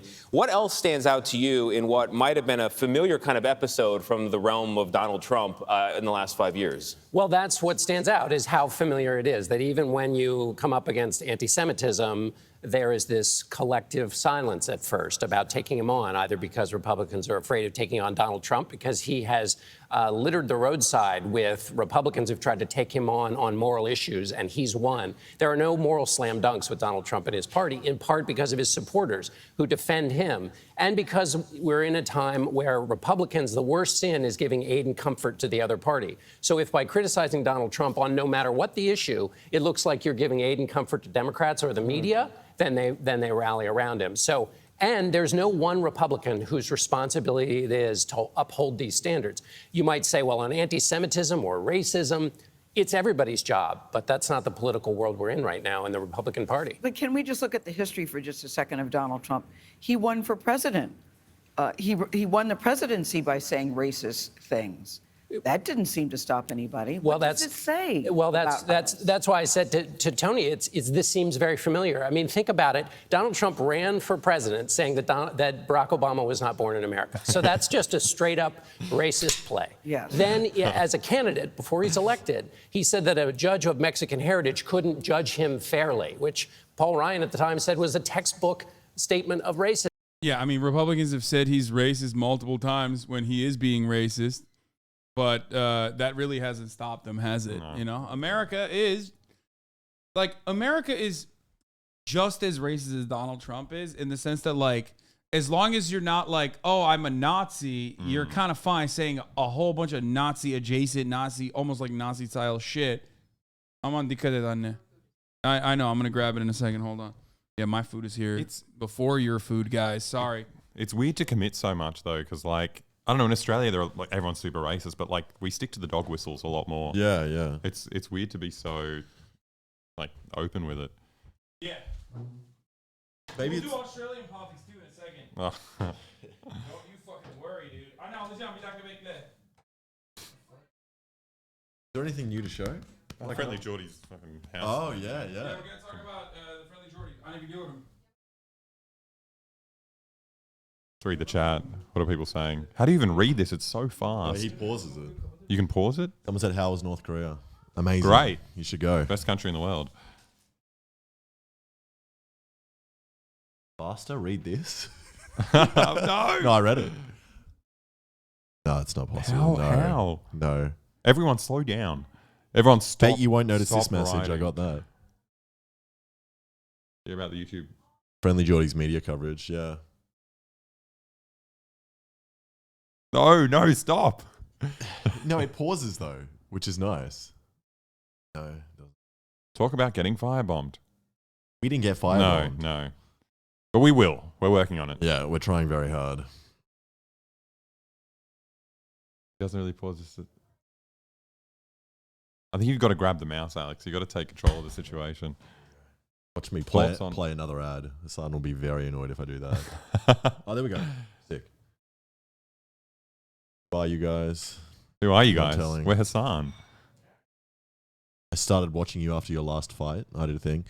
Well, now you can start watching Alexa as well. Yeah. Do I have to win though? No. Good. Of course not. You have to. If you don't win, you don't get to watch. Well, they don't even say your name if you don't win. That's how it works. Really? Yep. The thing is, like, I watch both of you guys all the time. So a lot of people have probably seen it. People are asking, have you guys seen Friendlyjordies? We're gonna talk about the Friendlyjordies thing in a second. They know the Friendlyjordies. You've worked with them, right? Yeah. We did a video with him recently. We've got a video coming out soon. About money laundering. maybe not anymore. Yeah. We'll see what happens. Maybe hold back on that, bro.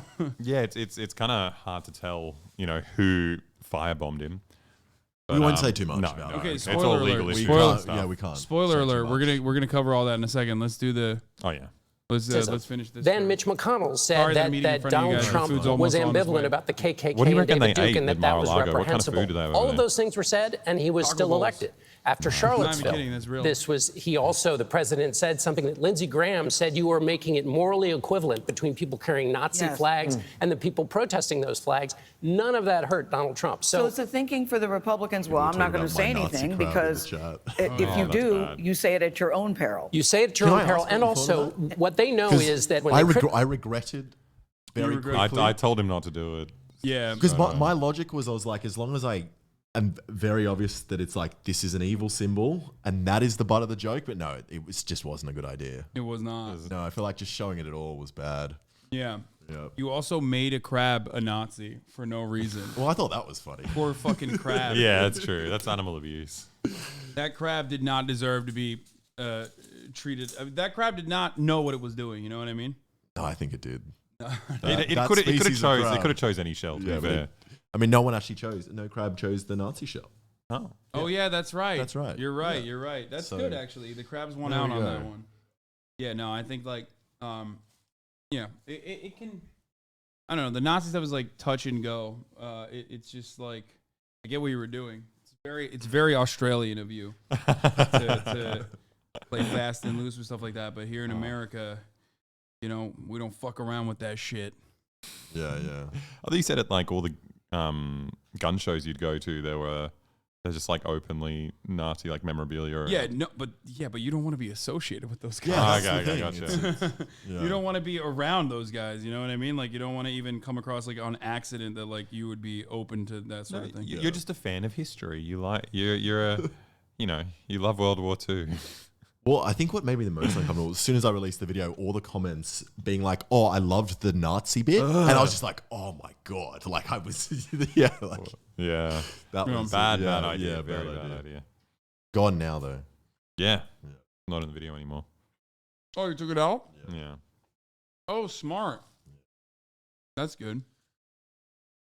All right, let's continue. Criticize Donald Trump. He doesn't say doesn't do what previous politicians would have done in an instance like this, which is recognize, ooh, I did something bad. I'm going to shrink away. Was wrong. Right. Donald Trump runs in the middle, grabs the lightning rod, and stays there. No Republican wants Donald Trump in the middle of the conversation who worries about the national reputation of the party. And they saw the downside of that in the 2022 elections, where Donald Trump's candidates and I don't think these guys care about the national reputation. I think they care about winning. We worry about this behavior, though, John, being normalized. That after a while, we'll just think, well, it really isn't that big a deal, when it still really is a big deal. For sure. And it still really is wrong.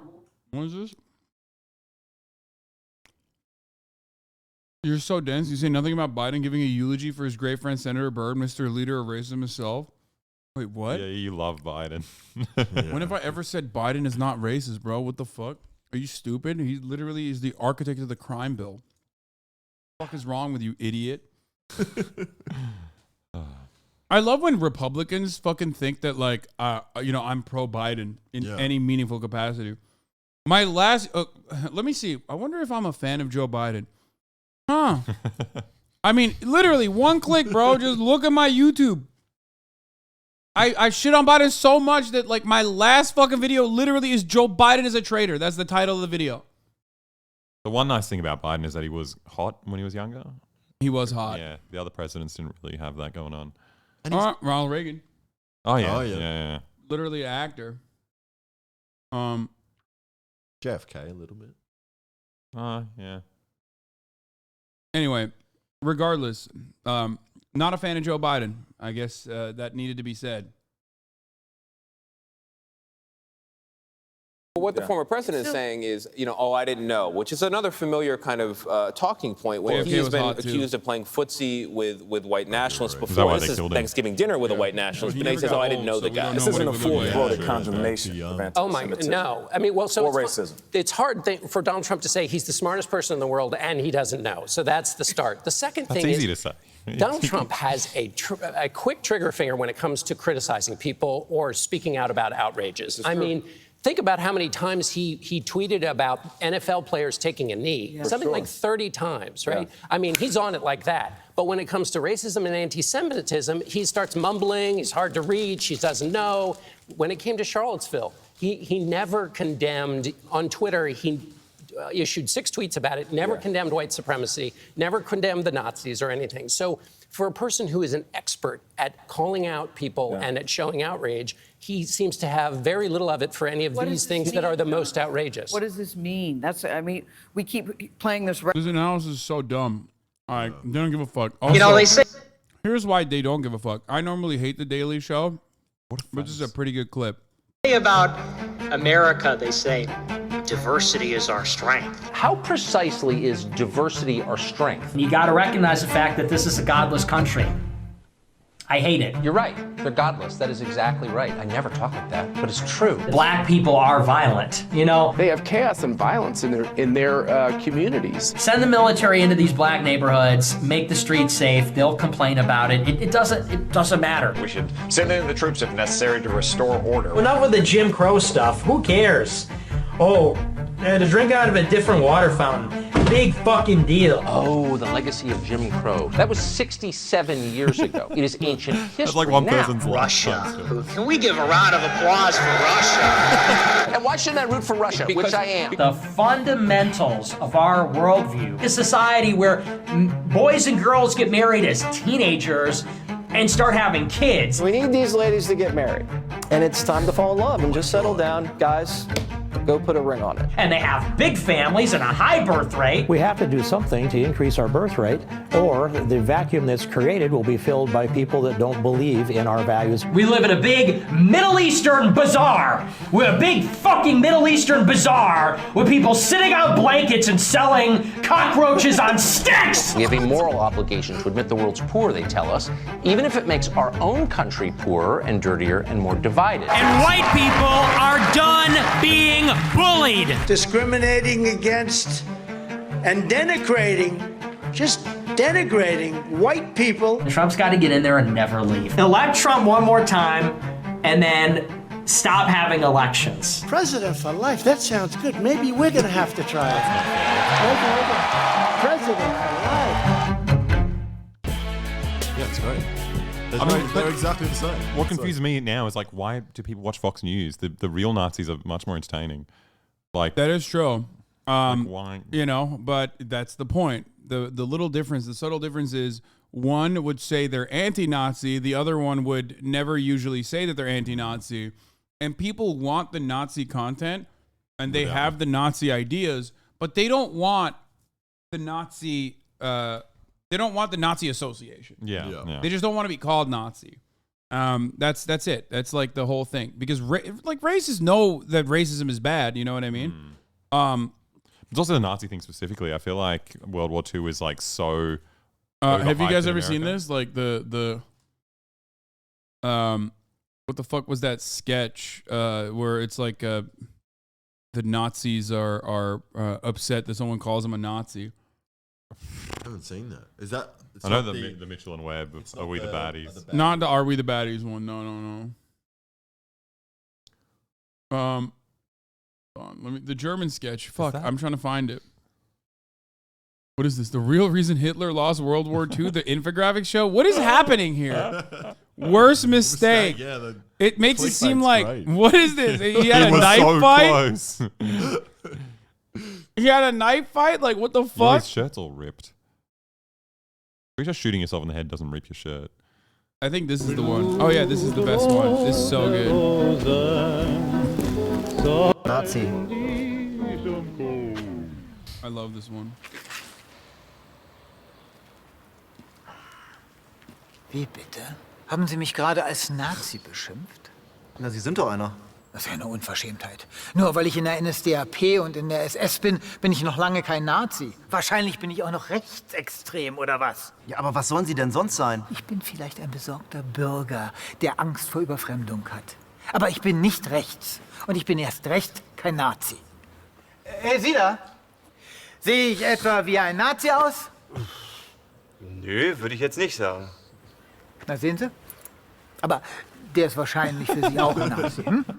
Nazis, Nazis, Nazis, lauter Nazis. Wenn einem die Argumente ausgehen, dann holt man schnell mal die gute alte Nazi-Keule raus. Es hat doch nichts mit Nazi-Keule zu tun. Sie machen sich das Leben sehr einfach. Nur weil jemand die Mainstream-Meinung nicht teilt, ist er gleich ein Nazi. Aber Nazi sein ist doch längst Mainstream. Ihr Nationalsozialisten seid an der Macht. Ach ja, ich vergaß. In Ihrer Welt sind ja alle Nazis. Der Führer ist wahrscheinlich für Sie auch ein Nazi, was? Ja. Jetzt reicht's aber. Führerbeleidigung. Mitkommen. Das sind jetzt über... Ja, ich weiß. Nazi-Methoden.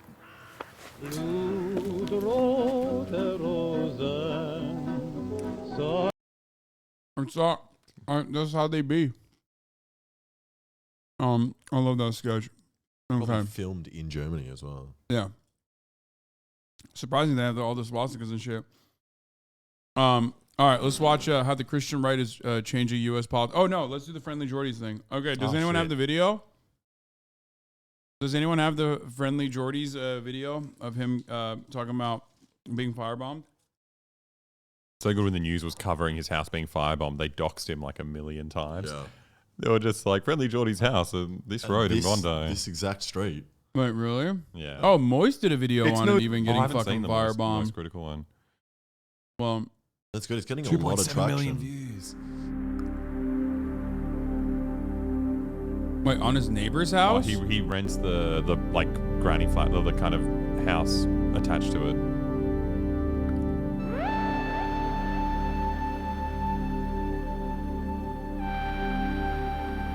Oh no, his neighbor's house was the previous one.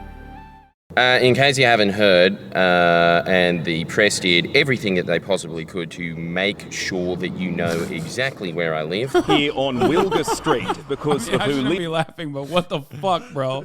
Here, you notice his back, jacket. YouTuber and political comedian Jordan Shanks. Thank you very much, you vultures. My house was burned down to some degree. I don't know, I haven't seen it yet because I just came back from a tour. So we're going to go now and look at the damage. But yeah, it looks like it was some heavy hitters. There's obviously a few suspects that I might be divulging in a press conference soon. Just kept talking about how he was just like, he's just like indiscriminately pissing everyone off. Yeah, so then he's got a list of 1,000 enemies. And it's like there's a specific powerful people there that are a don't lot of like powerful him. people. Yeah, but yeah, that's crazy. And let's see how much those sacks of sorry vermin let go to the news? Because so far their story has been, with so many enemies and so many people hating him, it's a wonder that this hasn't happened sooner. Oh, okay, so you wish death on me. Thanks so insane. much. Police admit given Shank's controversial videos posted online, there may be a long list of people who have issues with him.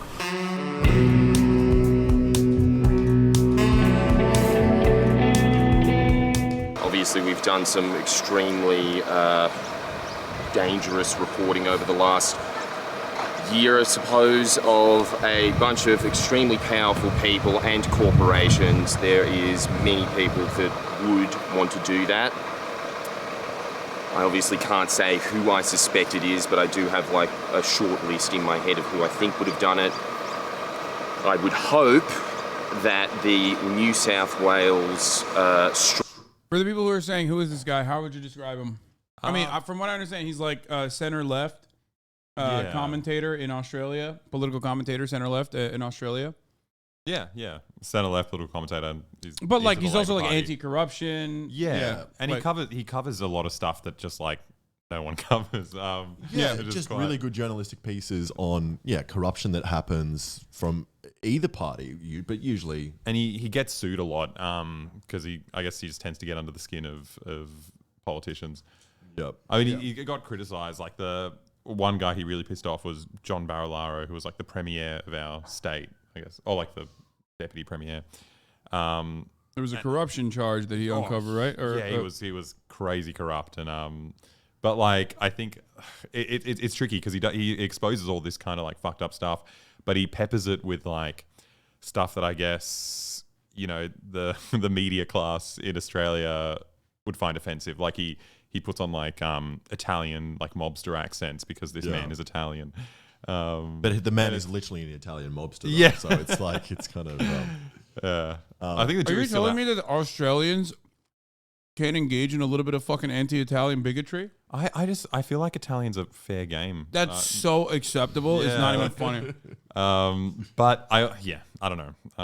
I think it's just a lot of people don't like him, and that's like an easy thing to pick on if you don't want to deal with his actual like the stuff he's bringing up. But it's pretty amazing because he has had such a big influence on Australian politics. Well, I mean, this guy resigned with the downfall of so many people, like probably Gladys. John Barilaro, it's just bringing to light so many of these issues, and then I think at first the mainstream media would report on them, but I think I've noticed that they slowly just don't report on his stories anymore, even if they're big things. Like what was the prayer room one? That wasn't his story though. That was like a leak anyway. Yeah. So just an independent journalist. Yeah. We need to shut down Italian immigration. I agree with to Australia it's too and late. to America. It's too late. They're deep in. I used to watch him a lot. I started watching after the 6th time he was making fun of people on Social Security. The dole. Yeah. I mean, there's stuff I don't quite like.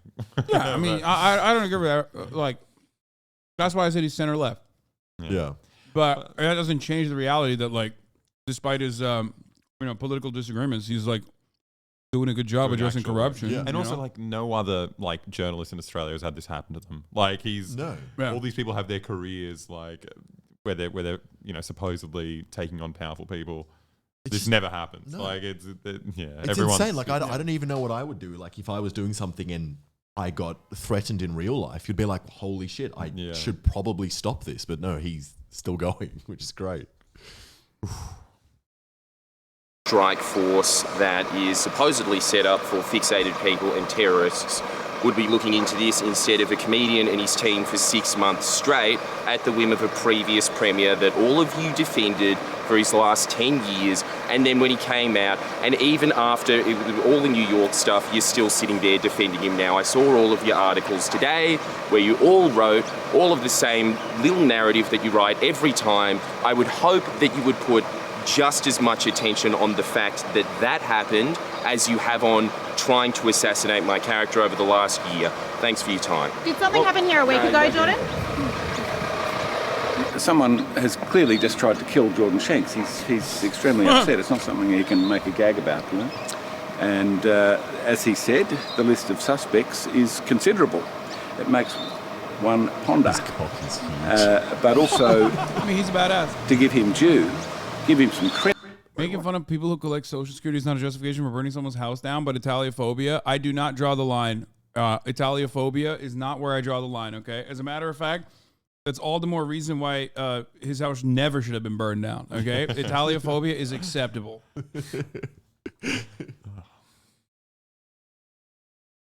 What the fuck is going on with the captions right now? Yeah, I know. You paused at the best moment. Credit for the work he's done, for this extraordinary array of stories that he's brought against the most powerful people in New South Wales and some of its most powerful corporations. And also, he's also facing jail on a private criminal prosecution by clubs in New South Wales. This is out of control. This man is one of the best journalists in the state, as far as I'm concerned. Yes, he's got character faults that people like to point on, but no one has the record that he has. But doing some hard-hitting journalism. Chill. Yeah, he's a bit of a fucking cunt. You know? Like this is his lawyer saying that as well. Yeah, he's a bit of a sick cunt. He's sick in the fucking head. That's awesome. And this is his payday. Someone's trying to kill him, and another corporation's trying to put him in jail. It's got to end, but all power to Jordan Shanks. What happened here last week? Is this the second time he's been It's the second time. It's the second time. What happened last week? There was an attempted... Excuse me 1 second, folks. Let's do this, please, gentlemen. Well, that was not fun at all. Went home, and there is just an absolute pack of hyenas, the scrum, the sheer opportunistic interest in their eyes. No empathy whatsoever. Absolute scumbags. It's always the same pattern. If you're a member of the press, you are always an absolute unthinking goblin. And then I pushed my way past that scrum, which I do like because that is something that I've always wanted to do in my entire life, is just go past the press back being like, out of my way, you filthy vultures. And they did do the kind of like birds flapping away when they go past a wildebeest and they like, move past. And I go and say to the cops, and I wish that I could have said it to the fireys, but they come up and ask me later, but I just wanted to say thanks to them because look at them. Stoic public servants getting paid absolutely nothing, getting their budgets cut all the time by this filthy government that those rodents protect, and then they're sitting there, seeing if I'm okay, telling me what the damage was, saying, is there anything you need? And then I said, yeah, just go tell the firefighters that I said thanks. They actually wanted something other than their little scoop. They wanted to see if a member of the public was okay. And I just got to say, I don't know, a big part of why we do what we do is honestly so that those guys get a better cut in life, because they clearly deserve it. It's just so wrong when this government's in power that all of the people that actually help out society get treated like dirt, while those get wined and dined with their fancy lunches, which is exactly why they protected John Barilaro for 10 years, because it gives me wine. I'm just walking to the cop shop now to give a statement. What do you reckon you would do if something like this happened to you? And we're back. The thing is, you're streaming, so you'll always be at home. You'll be targeted. So I don't want to spook that to any of your enemies. What am I saying? I mean,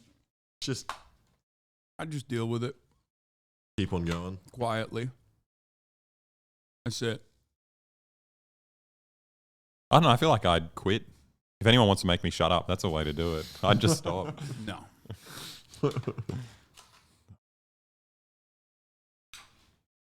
Yeah, I said I would just deal with it quietly. My police statement, which took hours. More than I expected. I expected it to be a few hours, not that many hours, and I am very glad for it. It means that the police are taking this very, very seriously.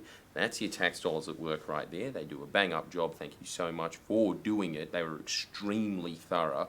I think the reason it took longer is because at some point they said, quote, you ready for this? Do you have any enemies? To which I said, how long you got? He is bragging said, about it. All day. Which it actually did take all day. And then he said, yeah, my shift's about to end. I think that's enough.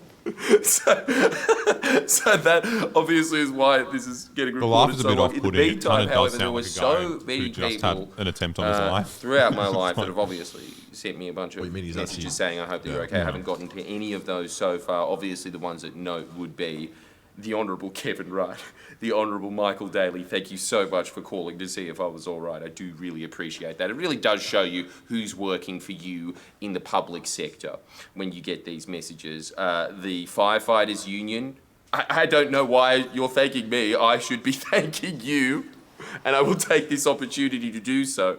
So I do very much appreciate that, guys. It was truly heartwarming that you would say that, that you're giving a big note to me. There was so many people that I haven't obviously gone to because I was just in the cop shop the entire day. So thank you so much for that. Yeah, and I would like to take this opportunity to say that I think we're going to just tone back the videos for a bit. And by tone back, I mean that's it for a while for obvious reasons. We'll get back to it at some point, but for now, Friendlyjordies is on an indefinite hiatus. Unless, of course, you're a patron. And no, I'm not trying to shield this, but at the same time, sort of. Yeah, no, look, honestly, if you can become a patron member, that does keep the lights on for anybody who was saying, how do we help? You have given us that massive legal fund from last year, and thank you so much for everybody who contributed to that. I know that I don't thank you enough for it because of how big it was. We are still using that to prosecute people from Christo's arrest, let alone what's probably going to have to be used now. Having said that, it does seem like, for once, your tax dollars are going to be helping out me. So that's a nice change of pace. That's probably what's going to happen there, so we don't need any more donations for that. However, if you wanted to become a patron member, that is what... So you work with them. What did you guys do? What are you allowed to say? Yeah. So one of the things that he's getting sued for, potentially going to jail for, is Australia's like one of the biggest gambling country in the world. Like, yeah, it is. Yeah, number one in gambling suicides. Oh, really? Yeah. I didn't even know we had the suicides. That's number one, baby. That's great for our video. Yeah, put that in. Wait, I think it is. Wait, hold on. I remember looking this up because we took down stake.com, the crypto gambling casino on Twitch. Yep. And one of the things that I was talking about is like how suicidal the disease is. They say it's like the most deadly addiction, the most suicide-prone addiction. I'm pretty sure Australia is like number one in gambling debt. Sorry, not number one in suicides. Yeah, we spend the most. Yeah, you don't have guns. That's probably part of the reason. Slot machines per capita. Yeah, we have 60 times more per person than the second highest country. We love seems like you love freedom. That's what you love. The freedom to be, the freedom to get fucking absolutely destroyed. Well, so the issue that he was kind of addressing was, it turns out like there was this whistleblower who worked for the gambling lobby, and he pretty much came out and said, "Oh, look, like 95% of the machines are used for money laundering, and apparently the gambling lobby knows about it, and they don't do anything about it because it brings them in heaps of money having criminals wash their money in the pokie machines." And the estimate was something along the lines of 20% of their revenue. Their revenue comes from. And it's like a $95 billion industry. But this whistleblower is getting fucked, essentially. He's getting sued by one of the most powerful institutions in Australia. He's also got like stage 4 cancer. Nice. It's a great story. They hit him with the heart attack cancer gun. Yeah, exactly. That's crazy. And then Friendlyjordies interviewed this whistleblower, and for that he got sued. And he's potentially going to prison. Yeah. Like, that is fucking insane, bro. Yeah. How is that even allowed? It's so bad. So the video we did with him was we wanted to show how easy it is to actually launder money. So we laundered $50,000 with slot machines and just kept doing it until they kicked us out, which they didn't. And we kept trying to make it harder and harder. So throughout the video, we start off just like don't spoil it. What the fuck? Well, we'll do a little blurb, but we won't give that away. Oh, Jesus Christ, but bro. we keep upping the stakes and trying to look more and more like criminals, and the staff just stop. You're still leaking it. Oh shit! What are you doing? This is gonna get people excited for the video. Okay, well, it just stop. People saying don't need to watch. All right. Yeah, no, we you need to see the costumes. I'll stop. Okay, well, really? You did you get anti-Italian? No, that's a mistake. That's actually a mistake. Yeah. Okay, well, that's pretty fire, and I am excited to watch that video. Yeah, you guys do way cooler shit than I do out here. I just sit on my fucking ass and report on the news. It sucks. Maybe you watch our videos sometimes, which is great. Yeah, but I do watch. go. Yeah, of course, always, dude. Your videos are great. Except whenever I watch someone else's video, there's always like people who's like, "You're stealing their views." I'm like, bro, these people want me to watch their video. I know them personally. Like, but it's also like weird with political content because like you want people to like the whole point of making it is You got a message to get the fucking word out. Exactly. That's why I'm always like, dude, I don't give a shit if you fucking clip my stuff, if you repost it. Like that's my point. My point is so I can reach as broad an audience as possible. Yeah. These the guys that lie. What? Oh, nice. I mean, This is the first time. Is this about the brand and stuff? I don't know. I've been getting a lot of that. What brand and stuff? Oh, wait, don't bring it up now. What? What the fuck? Oh god. These are the guys that lie. We definitely do. Oh, We you do lie. lie. Oh, Yeah. lie with each other. So innocent. Oh, you are the guys that lie with each other. Oh, AK guy. Oh, that's what they're. Oh, John Deere 69XXX. Hell yeah, brother. I fucking love shooting guns. Let me tell you what, these fucking goddamn Aussie scum, they came in and they were anti-gun and they ended that. That's fucking bullshit. Yeah, I think it's weird in a country where like people are so into guns that you make your name like John Deere, just like a lawnmower.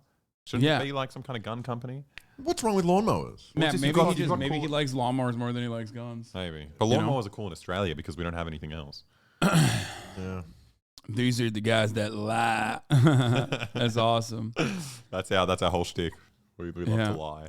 Bro, while you guys are here, let's do a fucking let's lie together. Let's do a BoyBoy I Did a Thing style video for some American labor movements. That would be sick. Yeah, that'd be sick. Yeah. Do you know of anything that's happening in the last in the next 3 there was weeks? There was a major UC statewide strike for postdocs for graduate students. Oh yeah. But that I think ended, or at least like a tentative agreement was achieved there. Not sure if the rank and file have voted yet, but it's probably going to happen with the UAW. Then also there is the railroads thing that I was just showing you. They're still striking, yes, but they're waiting for postdocs won, but they're still striking in solidarity with the rest of the groups. And also on top of that, they're waiting for a tentative agreement to be signed on. That's what I know is happening currently. Maybe we should go on strike in solidarity. Just stop posting videos. Okay, that's just you being lazy. Yeah. We do that every month anyway. Yeah. TAs have not gotten any movement. No, it's not over. Okay, well, the grad student TAs have not gotten their agreements yet. So the postdocs are still continuing their strike in solidarity with the TAs. And also here, I mean, this is what's going on. This is like some of the major strikes. You have 50,000 graduate students, workers in the UC system that I mentioned. You have, they want cost of living adjustments. Thousands of Starbucks and Amazon workers are unionizing their workplaces and currently bargaining for a contract. There's also Warrior Met Coal United mine workers who've been on strike for 19 months now. I believe, if I'm not mistaken, these are the guys who like got fucking, they like closed down one of the facilities and like refused to give them their last like paychecks or last profits. I think wasn't that the one chat? That's I think. insane. Yeah, they've been striking for 19 months by the thousands of, and then also tenants, unions, and stuff like that are happening as well. The coal strike, yeah, that's the one I'm talking about. I think that was the one. I just are totally unaware. There'll be an ad break in 4 minutes. Shaking my head. Oh my god, dude! Why did you fucking get me like this? ALU and Chris Smalls are shutting down a talk in New York City between Zuckerberg, SBF, and other shit fuckers. What? No, that doesn't. We're talking about like actively people who are striking currently. Anyway, you're right, chatter. You fucking got me. Okay, you fucking absolutely got me. Oh, there was a truck that hit the workers picketing outside of Warrior Met Coal. Yeah. What the fuck? Yeah. This happened like last strike- year. Yeah, strike things are apparently breakers getting or- heated at the ongoing strike at the Warrior Met coal plant. Union officials say some workers are turning to violence. They've been hit by cars 3 times in the past 3 days while in a picket line. In the video, you can see a red truck bump into someone picketing outside of Warrior Met Coal. That's so scary. Anyway, there have been a number of arrests that took place in recent days among workers who are picketing.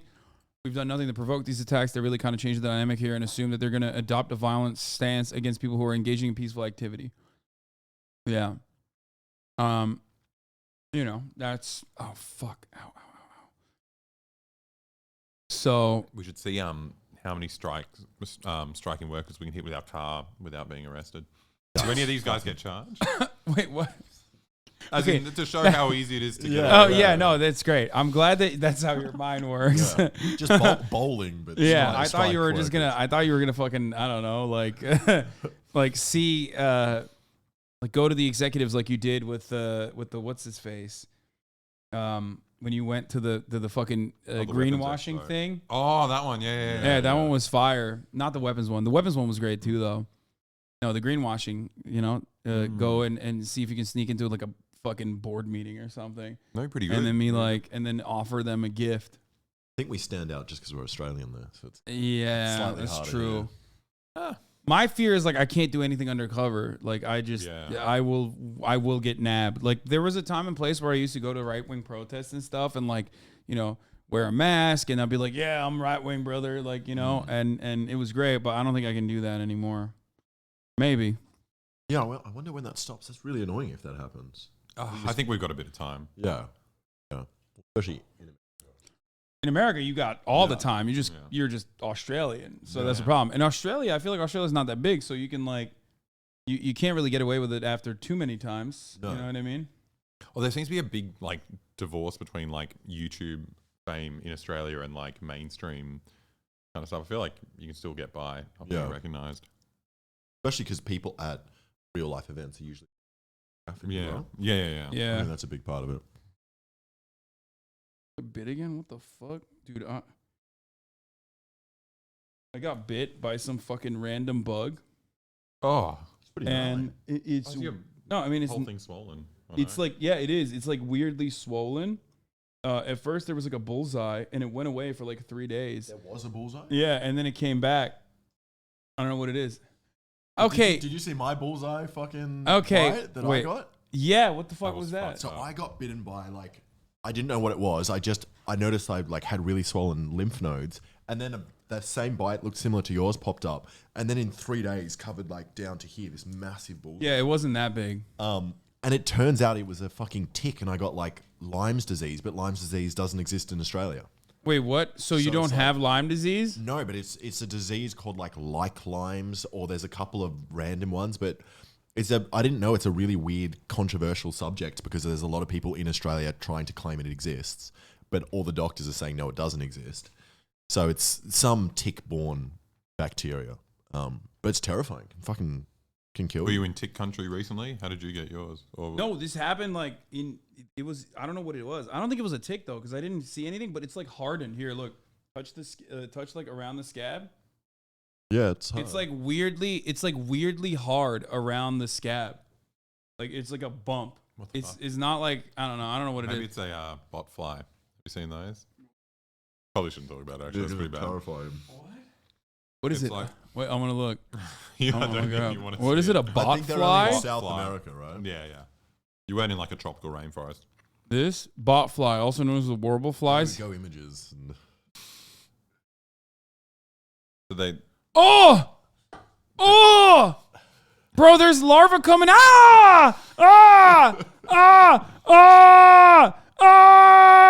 No. There's so many videos. You can probably find on YouTube people like taking the larva out. It's fucked. The way you do it as well, you put like tape over the hole so the larva suffocates and they force their own way out. Squeeze the larva out now. Do you have larvae in here? No, I don't think so. I don't think so. Why is it hard though? Why is it hard? I don't know. It's us gaslighting this hard. It's fucking weird, bro. It's fucking weird. It's like hard. You can never look up parasites for anything. No, there's no, always no. a parasite that could, cause those symptoms. And He's got brain worms. I don't know. It's just like, I thought it was like a spider bite, but no, we're not going to watch botfly extractions. That's insane. I don't want to fucking, I don't want to destroy myself, okay? Wait, did I run the fucking ad break, by the way? I said I was, I read the chatter doing my segue for me, and then I forgot to run it. So here, I'm running it now. Yay. Go to a doctor, you can afford it, dummy. No, man, I can, but I also fucking don't have time. Anyway, one of the crazier things I learned about Australia and New Zealand. Australia and New Zealand routinely reject migrants on the basis of their healthcare needs, leaving families with one ill member in legal limbo. People have been turned down for conditions like autism, obesity, intellectual disability, lupus, and MS. Holy shit. I did not know that. You're too autistic to come to Australia. That's wild, bro. No one on Twitch is coming to Australia. Sorry. They're just not letting chat in, dude. I'm sorry, chat. You reckon they'll let us back in? No. We're stuck here. What? Yeah. I like that in Australia and New Zealand we've teamed up in the fight against it's autism. because they thought if they can't get into Australia, then their boat will just go to New Zealand. So they're like, no, got to be in this together, boys. One thing we can agree on. No people with lupus. What is lupus? It's bad. Is it? I don't know what lupus is. Isn't it like blood cancer or something? Or no, that's leukemia, right? What's the name? Lupus is a disease that occurs when your body's immune system attacks your vital organs. It's an autoimmune disease, also known as SLE, systemic lupus erythematosus. It's when it affects the joints, skin, kidneys, blood cells, brain, heart, and lungs. Symptoms may vary, but it can include fatigue, joint pain, rash, and fever that you can periodically get worse and then improve. We don't want people like that in our country. Yeah, that's like a manageable one too. It sucks, but it's like not even That's like not bad. Yeah. It is weird. I wouldn't like it. The only issue is that it can't be cured.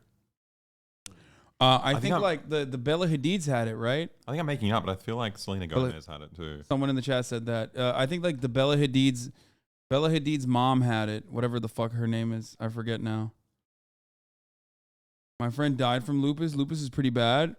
She is. Take that back. They had Lyme. Am I going crazy? It was Lyme, but yeah. Get lupus from a tick bite? No, Lyme. No, you get Lyme. That's what it is. It's not curable. If you get sick, it's debilitating, even a cold. So, like, why would Australia be like, yo, you can't? I mean, why would they say that to any of these things? But also lupus. I feel like that's a weird one to add into that list. You know what I mean? Very strange, yeah. Like they're doing eugenics, right? Yeah. But like, why would you include lupus in that? Like, or is this what just an odd fake thing. New York Times article to make fake news. Yes, I reckon it is. Yeah. They're like, look, Australia's free healthcare. It's not that good, everyone. Yeah, You won't even get in if you've got a problem. Yeah, or they're just trying to shit on Australia to make us look good. No, I'm sure it's actually shit. Yeah. Oh shit. It's for free healthcare, isn't it? Yeah, I love that in America we have shitty border policies and we don't have free healthcare. Yeah. Like, what's the argument? Oh man, if we have free healthcare, we'll be worse at the border. Like, what? I think that's physically impossible. Because if you get sick on your healthcare system for months, yeah, that makes sense. Nah, your immigration laws are straight fascist, no joke. Yeah, literally. Yeah. Anyway, that's nice. That's congratulations to Australia. Anyway, going back to Friendlyjordies though, so he uncovered corruption. What was the thing that he did that like? What was the last? He interviewed a whistleblower. Was how he got in trouble. Yep. Which is insane. Like you should be able to. Yep. Well, let's hear what Moistcritikal has No to say about secret it. that journalism isn't as respected as it once was. It certainly doesn't have the pedigree that it used to. Most people find journalist to be synonymous with clown, and it's really not hard to see why in a lot of cases when even today you have major publications like the Wall Street Journal in particular, who I'm going to name and shame real quick, who are writing goofy dogshit articles that are just blatantly wrong and misleading about Sam Bankman-Fried. Sam Bankman-Fried was the head of FTX, the cryptocurrency empire with billions upon billions of dollars in it that collapsed overnight and is a blatant case of fraud. But for some reason, Wall Street Journal and other publications, but Wall Street Journal in particular has been playing this game of hide Sam's cock in their mouth, and they've been writing articles like refusing to admit. He is such a way with words, you know? He was very eloquent. admit that it was fraud and making all kinds of weird excuses for it, like, oh, the reason FTX failed was actually because supporters lost confidence in Sam Bankman-Fried, or Sam Bankman-Fried was the world's most generous billionaire who had plans to save the world and now he can't since his empire collapsed. We should have trusted him more. But it's like wild. It is wild because like it's a big egg on your face moment. So I feel like they just have to double down. Yeah, because they were like, oh no, like we got, but actually we didn't. It's the market confidence, even though it like literally wasn't. He was just fraudulent. Like it was fraud. He was doing fraud.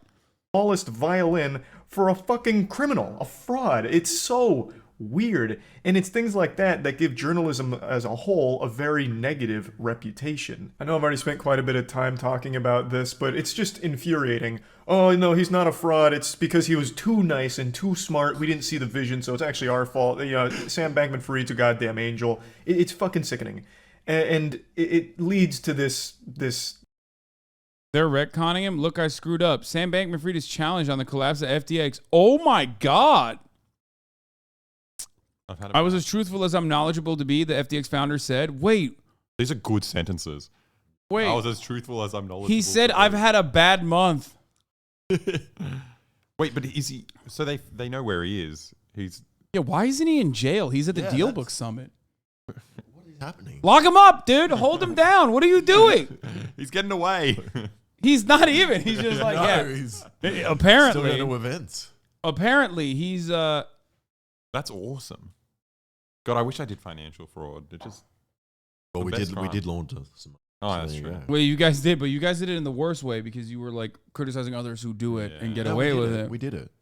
We did actually launder the money. I know, but you did it to criticize the others who are doing it at the larger scale.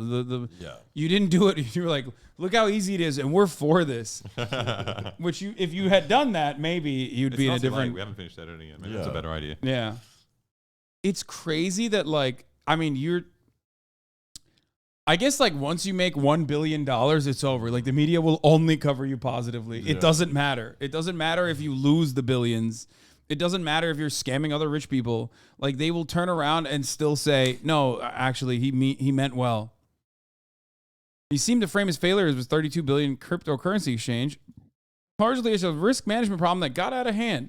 I mean, I say this all the time, but like crypto is fraudulent across the board. Yeah. Okay.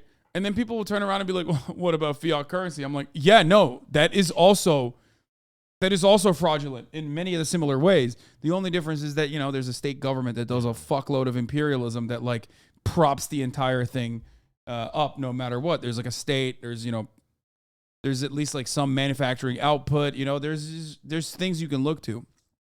Crypto has none of those things. However, it's pure speculative asset. However, the same issues that make the market, the financial market or the global financialized economy a scam are the exact same reasons why this motherfucker is was doing a scam. Yeah. So that's part of the reason why I think they're defending him a little bit. Right. It's like it's still linked to the way they work. Or maybe it's just like pure nepotism. His parents are like super high up. Yeah. You know, they're like huge like they were like financial, and they were like financial party. They were financial regulators. He did. He $56 million. Really? Well, he donated $56 million to the Democratic Party. He openly said he was going to give the Democratic Party $1 billion, which then he realized is like illegal. You can't say that. So he had to do I meant like super PACs. Oh, then it's fine. Yeah, which of course is totally legal and not bribery. Not bribery at all. Who are the losers in this? Like, who's the average like crypto person who uses FTX? I think that's the other benefit here is that like aside from, you know, dumbasses that put like the Ontario teacher's pension in crypto, like a percentage of it, aside from those people, it's usually like literally the most annoying shitheads you've ever seen in your entire life. And then some nice people who've been duped. You know what I mean? But yeah, usually it's like the most annoying like crypto guys who are like, yeah, I'm going to make, you know, 10x the money by the end of this year by fucking... You guys are so stupid. The sad thing, it got so big in its peak that it was actually normal people as well. Like those guys that were douches convinced their parents to put money in. And then they lost money. And Why don't you have empathy for people who lost money instead of this weird superiority? You know why? Because you probably were in here a month ago, okay? 2 months ago, popping the fuck off. I've been talking about this shit for literally since crypto began and since it became mainstream, okay?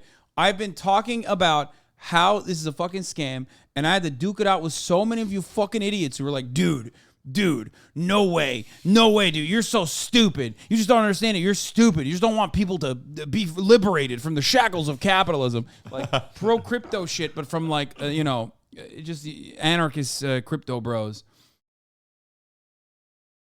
Oof, since it came out, then you are so stupid, lol. Oh, shut up.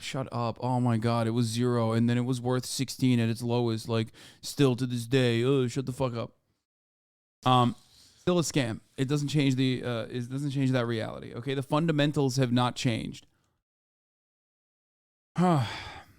Anyway, Coffeezilla actually interviewed the FTX guy, which we should watch, but Mr. Bankman-Fried seemed to frame the failure of his $32 billion cryptocurrency exchange, FTX, largely as a risk management problem that got out of hand. No shit. I love that his name is Bankman. Yeah. What a fucking ridiculous name. Bankman-Fried. He's freeing the banks, dude. Is he a made-up character? That's a real name. I think, like... Surely. I mean, here... My lawyers chewed me the out for that one. You know, the first thing they said after that was, they said, Sam, you have only one thing to tell you. You have to promise that you never, ever, ever say you up again. Today we have an exclusive interview with Sam Bankman-Fried. Like, the only reason why he still has like any kind of money at the moment is because he stole a hack occurred when FTX was completely collapsing, and they don't know, like, a couple $1 million in funds were moved around in the hack that occurred.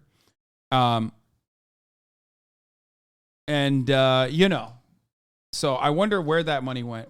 Fried discussing the bankruptcy of his billion-dollar company FTX, why he hates when people talk about his love life, and his massive donations to political parties. Now, since going bankrupt and being accused of fraud, Sam's been mostly quiet. But recently that changed when he gave an interview to a citizen journalist, Tiffany Fong. Now, we've actually talked about Tiffany's work on the show before. Last time she released an insider call of a different billion-dollar fraud, Celsius. This time she's talking to Sam Bankman-Fried. And since I know a lot about FTX, hopefully I can provide some context and fact-checking where needed, because Sam, he lies a lot.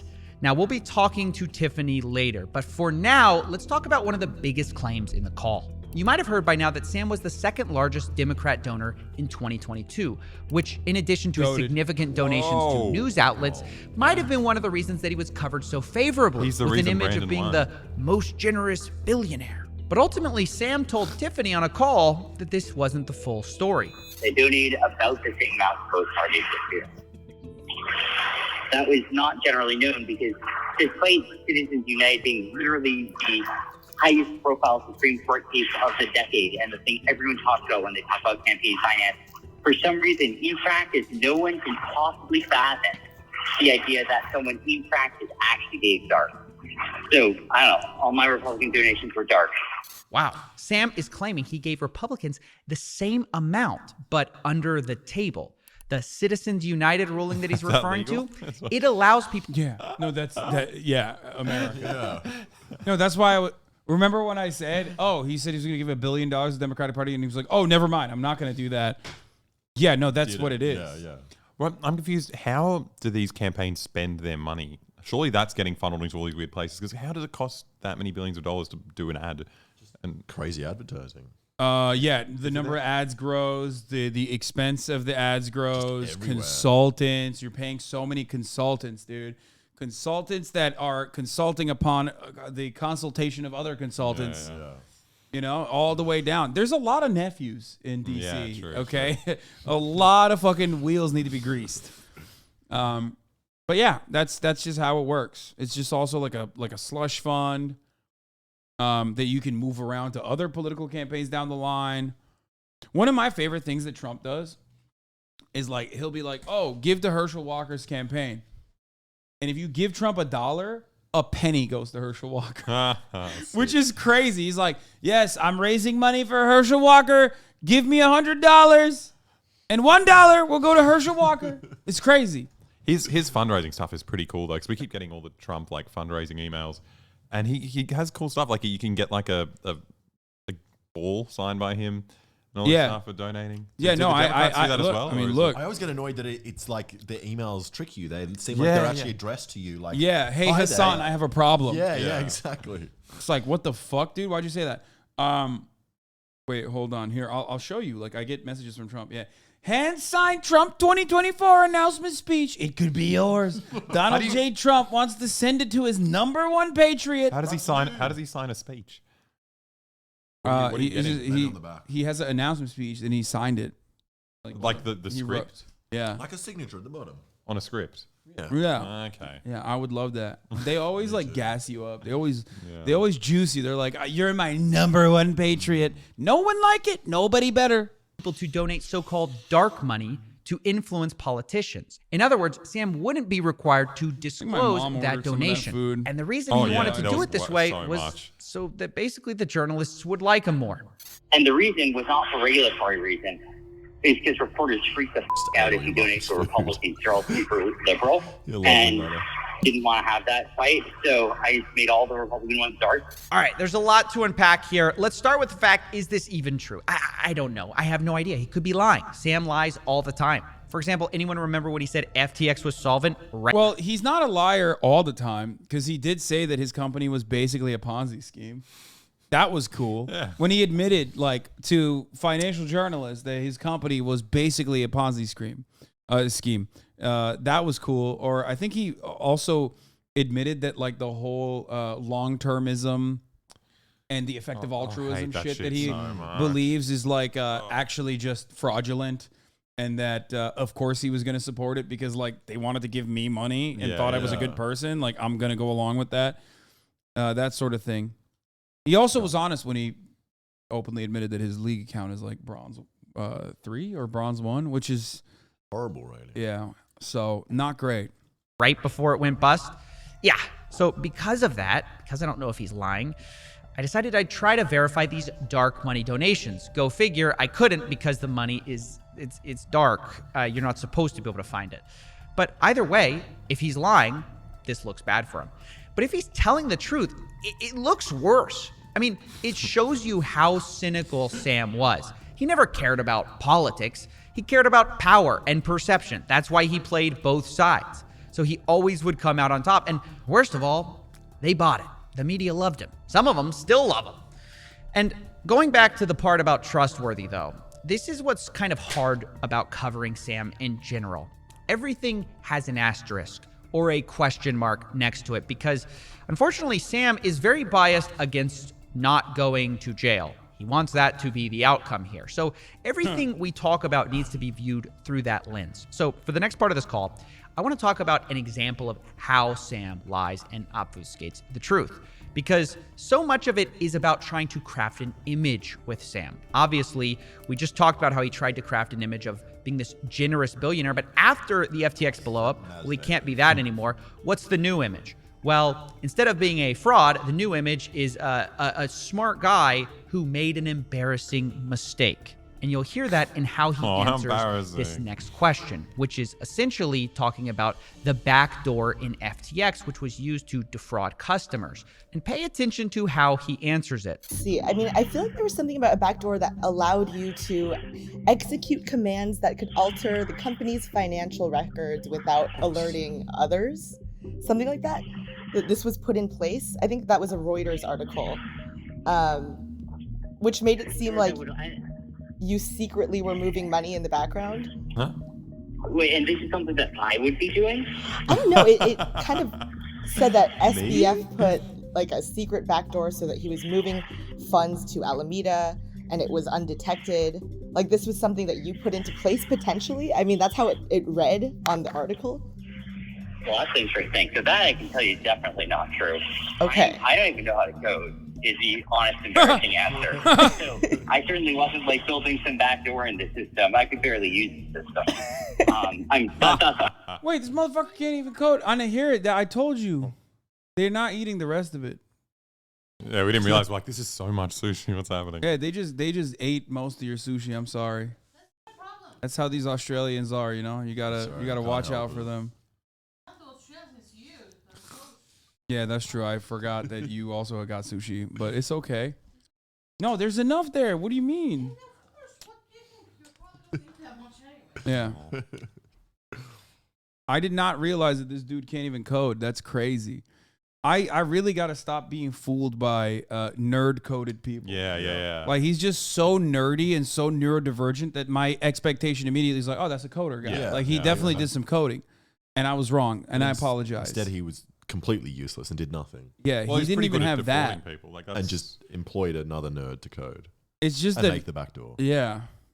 I knew this system pretty well from a user interface perspective, but That's such I a good literally photo of never him. opened to code it. They make him look so good. So, for any of yeah, that, that's true. He does not look like so that. I certainly built a backdoor in there, and I don't know exactly what they're referring to. I find this response to be so telling because Sam is lying here while telling the truth. I mean, it is technically correct that he didn't build the backdoor in FTX for Alameda, but he wasn't even the person accused of building it because it turns out Tiffany had misremembered the Reuters article. It wasn't Sam, it was Sam's right-hand man, Gary Wang, who was accused of building it. Now, this is obviously a simple mistake, and Sam would know what she's talking about, who she's talking about, and that Gary had built it. But instead of answering the real question, Sam uses this minor slip-up to create a loophole for himself to dodge accountability. Oh, what, I coded it? No, I didn't code it. I don't code. That's clearly a lie because I don't code at all. See? This couldn't be true because I don't code.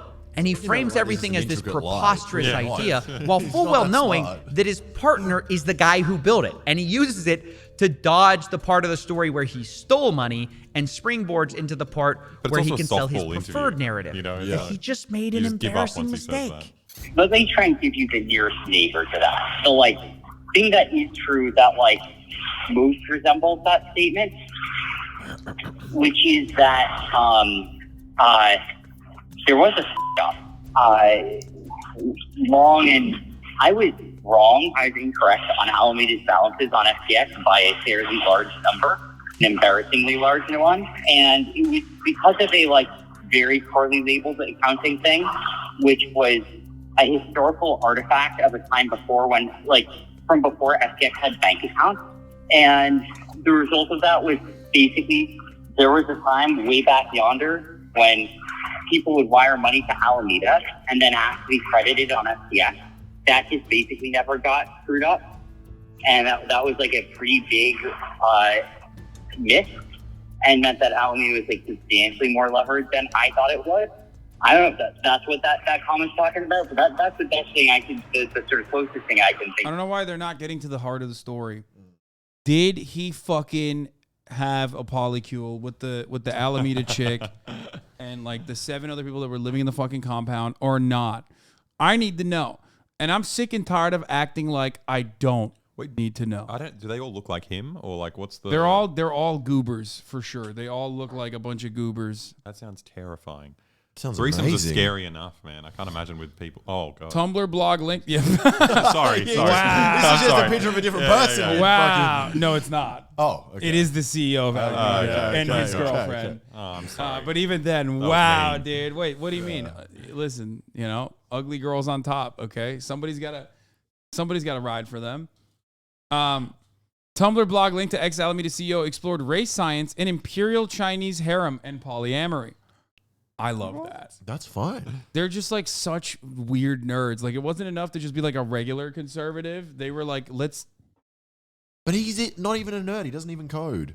He's infiltrated this group. No, he just likes.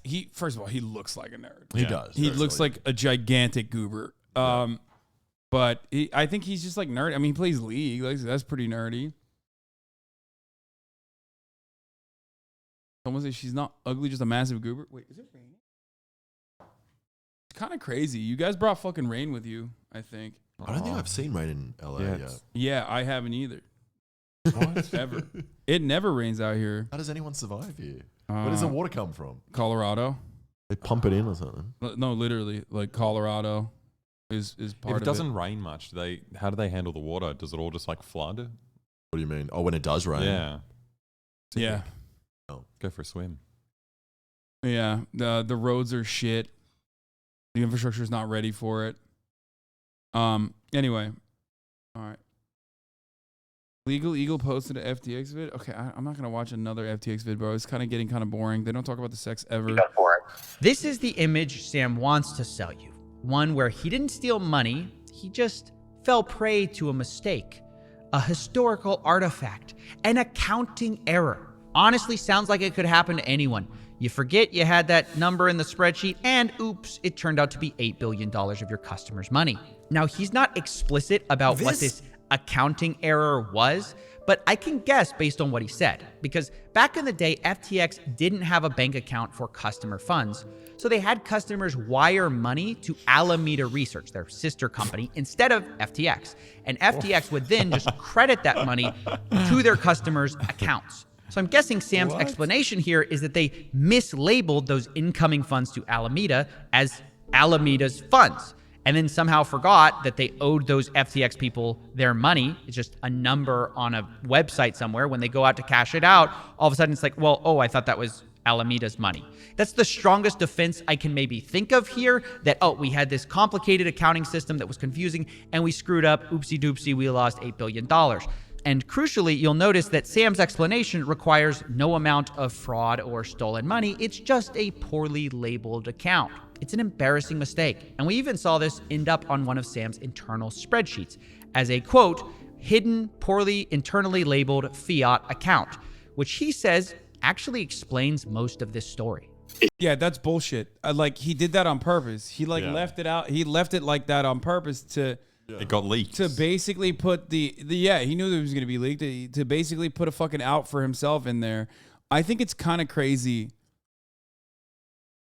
Wait, what? Court filing claims Bahamas government ordered SBF, FTX, and Gary Wang to transfer assets to a Bahama government-controlled wallet while 2 executives were in custody of the Bahama authorities. This occurred after FTX had already filed for bankruptcy. That's awesome. I'm glad the Bahamas are getting in on it. Bombshell court filing claims Bahamas government ordered fallen crypto CEO Sam Bankman-Fried to hack FTX systems and transfer assets to the island nation after he filed for bankruptcy. Well, that's the best case scenario. Yeah, they should get some. Yeah. I don't want that motherfucker to have like jet money. Like no. I want, give it to the fucking Bahamian government. Yeah. FTX management accuses Bahamas of disrupting the firm's U.S. bankruptcy. In connection with investigating a hack on Sunday. I mean, I'm sure that they're not there's a reason why a lot of these motherfuckers are in the Bahamas. Like, it's probably very corrupt. But, you know. Maybe some of that money will filter down and we'll get a new Who Let the Dogs Out. That'd be sick. That's the national economy. That's what they're doing over there. No, like, maybe build some housing. Who knows? They don't have a tax rate there, do they? It's like 5% or something. I have no idea. I have no fucking idea. I've looked into this. That's very suspicious. Very suspicious that big YouTuber has looked into tax havens. Okay, Logan Paul. Yeah, because of Logan Paul. That's why. Logan Paul got you learning about different islands, dude. Yeah, I did a thing. It's called I did a tax fraud. I did a tax shelter. Most of the taxes in the Bahamas are optional. What? That's cool. You can opt in. I feel like paying tax today. I don't. Yeah, what the fuck does that mean, dude? It's effective altruism. You just choose when your tax money will be most effective. I love that. Today, Forbes posted a tweet with an article referring to Caroline Capital as Queen Caroline. They deflected from the true political motives by calling the criminal a darling of the alt-right. Alt-right in the past, Forbes and SBF on cover with, quote, admitting no knowledge of crypto. These are like the maximalists who hate them, is it? Or yeah, I think so. There are like crypto maximalists and crypto evangelists that like hate these guys too because they wanted to like regulate crypto marketplaces, but they wanted to regulate it, in their favor. They wanted to do regulatory capture, but they were like a lot of the crypto, like the true loyalists of crypto, who are like the real libertarians. You know what I mean? Who ride or die for abolishing age of consent laws and stuff. Like those were the guys that were really mad at Sam Bankman-Fried. You know? Anyway, let's continue with this video. This whole long saga. Also, you guys don't have to sit here for as long as you... I mean, you can leave whenever you want. If you're fucking bored or whatever. 4 years ago. And that was like 2/3 of the whole saga. Now, this has to be one of the most transparent dog Greetings eat my and salutations. Excuse, just in the world of high finance. You know, I mislabeled an account. I just accidentally labeled your money as my money. Oops. Sorry, guys. Lost $8 billion there. Didn't mean to do that. I mean, again, this is me reading into what he's said here about why he lost it. We still don't know exactly what this internally labeled account is. I'm just trying to give the best explanation from the available evidence. But either way, Sam claims that even despite all of this, the real mistake was actually declaring bankruptcy in the first place. Because without it, well, things would kind of be fine. And like, then the saga ends, and I honest to God believe if I hadn't filed for bankruptcy, all users would be whole and withdrawals would... I told you, at the half of the hour, I'm running a 1-minute ad without fucking doing a segue. Shut the fuck up. Be on that jet right Not that you can hear me. You can't hear me because... What does that sound? Sound like a trumpet. Yeah, it's my family probably. I told you 3 minutes in the beginning and then a 1 minute in the middle of the hour. Also, a lot of you motherfuckers now are begging for the fucking segues. It's weird. Some of you motherfuckers used to talk shit about the segues, and now that I'm running ads with a segue and then some without, interesting that all the motherfuckers who were talking shit about the segues are no longer. What is this? I did a thing needs to explain this before he leaves. Oh, that was this morning. Yeah. Yeah, I mean, that shit, LA is cold, though. You're right. Real cold. I could have told you. No one told me LA gets cold. I didn't pack a single pair of long pants. Dude, you were... Every time we've been here, it's been so warm. Yeah. Yeah, at and night. It's always sunny. It doesn't rain. I thought it's just nice the whole At night. time. I need segues so I know you're a real one. I mean, listen, dude. The quiet majority loves the ads of the hour debate, even from you. Yeah. Forgive them. It's summer in Australia right now. Oh yeah. I forgot. You guys have a weird situation down there. Yeah, we're working on it. We're trying to bring it back into the global warming, standard. baby. Yeah. And not just U.S., international as well. And I might still get there. We'll see. I don't know. It might happen. It might not. But 8 minutes after I filed for bankruptcy, $4 billion more came in of liquidity. Are you able to add it to the estate? I'm working on it, but the current trustees of the estate would rather burn it all to the ground out of shame and attempt to find a way to bring more value to customers. So right now I'm stuck in a jurisdictional battle between countries over the bankruptcies. All right, a lot more to unpack here. Sam claims that FTX and FTX US would have basically been fine had he not filed for bankruptcy because he got... That lovely singing. Huh? No way. She's not singing. She's just watching something incredibly loudly. I thought maybe she could be a great singer. Yeah. No, that's insane. That's okay, really that's good. like world class. What the fuck? $4 billion in liquidity minutes after filing. Now, the problem with this is that we just have no evidence any of this is true. And given all the past claims of Sam that have proved to be wrong, like his solvency, I find this very uncredible. It's very convenient when you think about it that, oh, we got a bailout right after I can't help anything anymore. And that those darn bankruptcy lawyers just want to burn it all down. Somehow I doubt that anybody would turn down $4 billion for customers. But that appears to be... Given what his solution was to fix the fucking problem of liquidity because of the fake tokens that he like internally created, that he wasted away, was to further engage in, trading, like incredibly risky trading that Alameda had already lost all the money with.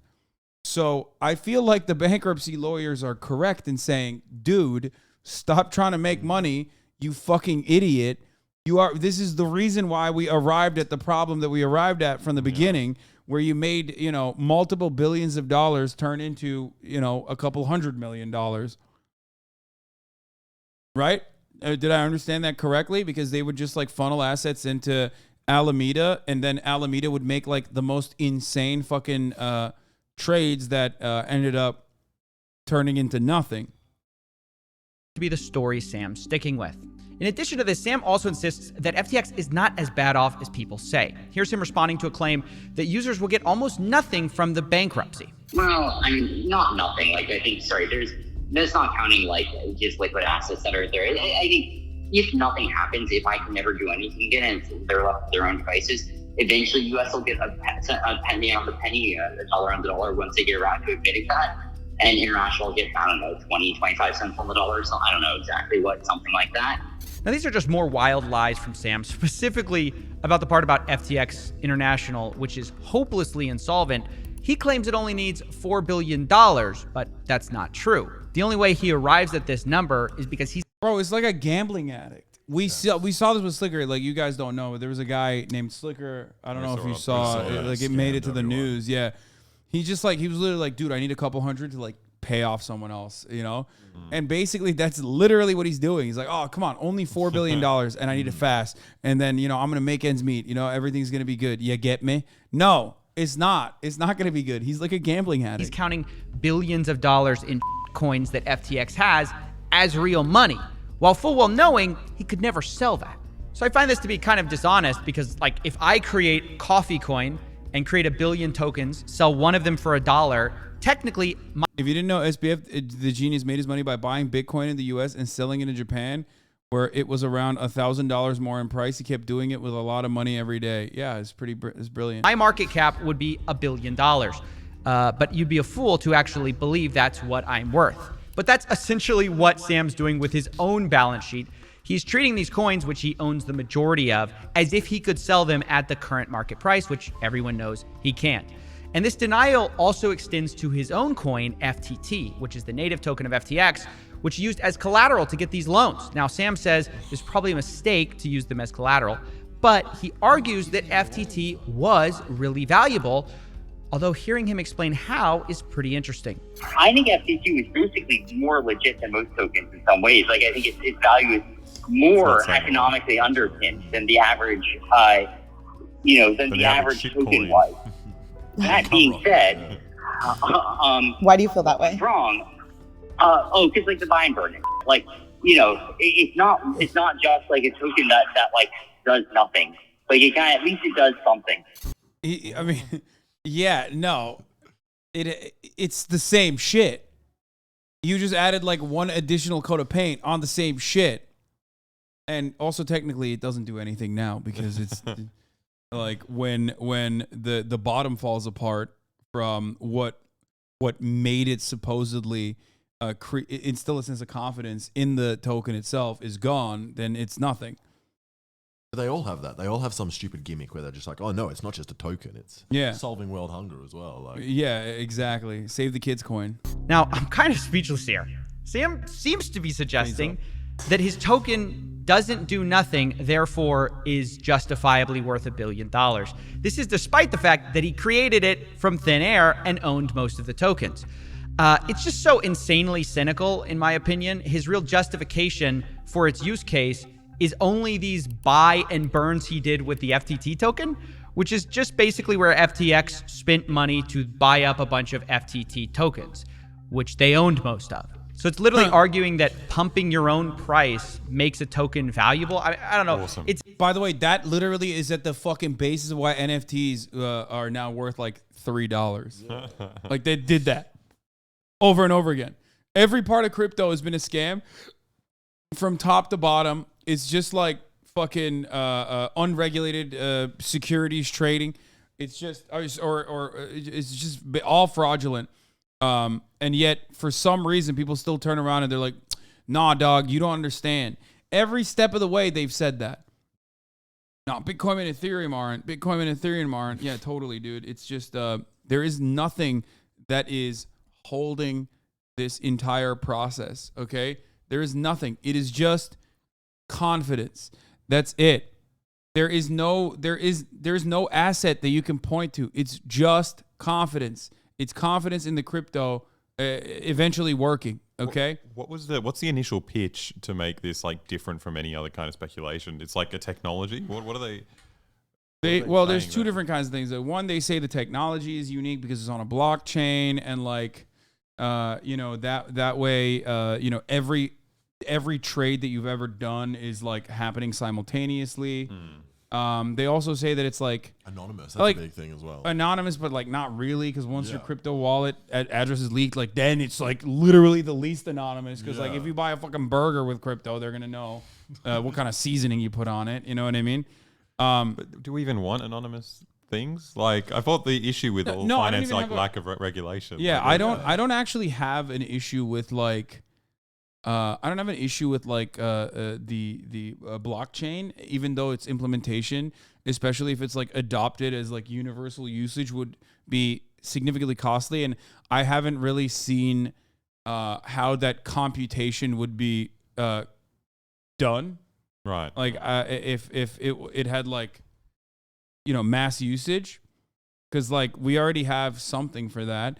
But I also don't have an issue with avoiding SWIFT and avoiding like fiat currency. If you want to like, I don't know, if you want to fund like a Palestinian children's fund, like you can't fucking do that through PayPal. Yeah. You know what I mean? You just can't. Buying drugs online. Yeah, or that, or buying steroids, or buying drugs. Exactly. So there is like usage of that sort, which I think is fine. But ultimately, people that claim that it's going to be shitting on blockchain but can't even explain what it is. Okay, see, this is what I mean. First of all, that's not even the case. I've talked about this a million times over. You can go find any number of different instances where I've explained the blockchain or explained cryptocurrency in general. But even if I was a fucking complete dumbass who doesn't know anything about cryptocurrency, I'm still in a better position than you because I didn't fucking buy in to something that I don't understand hypothetically. Whereas you did, and you lost your money, and you're still fucking talking shit. That's the difference, dog. Anyway, having said that though, no, like I said, blockchain, like having every single fucking transaction appear simultaneously all around the planet it seems like a good idea. I don't have an issue with that, even though there are privacy concerns there, I think. But they tried to argue that the blockchain is secure. It can't be overwhelmed, but it's been overwhelmed. Of course it has. I like you, but maybe don't speak about something you don't understand. Maybe get educated before having a take. I'm saying this having never owned crypto before. I got you there. Wait, what? I don't understand. Like, what more would you like to know about this? Also, this guy's saying you don't understand crypto or he doesn't own crypto. I'm willing to bet he definitely does. Crypto is basically just a bunch of computers telling each other how much fossil fuel they have burned. Humans saw this and thought it was kind of a flex to brag about how much money we were setting on fire, and then economic bro science took over. If your wallet gets doxxed, you're fucked for privacy. Yeah. That's what I mean. If your crypto wallet is leaked, you're done. Like they can know everything. They know everything you've ever purchased. They know all your other side wallets. Like one of the only ways to get out of cryptocurrency without having it be traced is like what was it? Like there's like an Eastern European or I think a Russian service where they literally fucking plant money inside of a forest. Like they just dig a hole inside of a forest and put like actual cash in that hole, and the expectation is like hopefully you'll be able to access it, and hopefully it's there. You know what I mean? That's just a lucky dip. Do they give you the location? Or it's just like they give you a location for it. You get a cold wallet and store it in a bunker. No, I'm not even talking about that shit. I'm talking about like how you flip your cryptocurrency back into cash without like having it be traceable. You can't track the one who sent the crypto. That's why it's powerful. People can avoid taxes. Well, there's that too. People already avoid taxes. Like, yeah. They need crypto to do that. Oh, yeah. There's something called coin tumbling, which sends your money through random other wallets, so it's harder to track. Still not impossible, though. It still enters your bank account at the end of the day. Track it. So. Well, yeah, I mean, unless you get it in cash from the Russian forest, where it has hopefully, fingers crossed, been buried like they claimed it was. Anyway.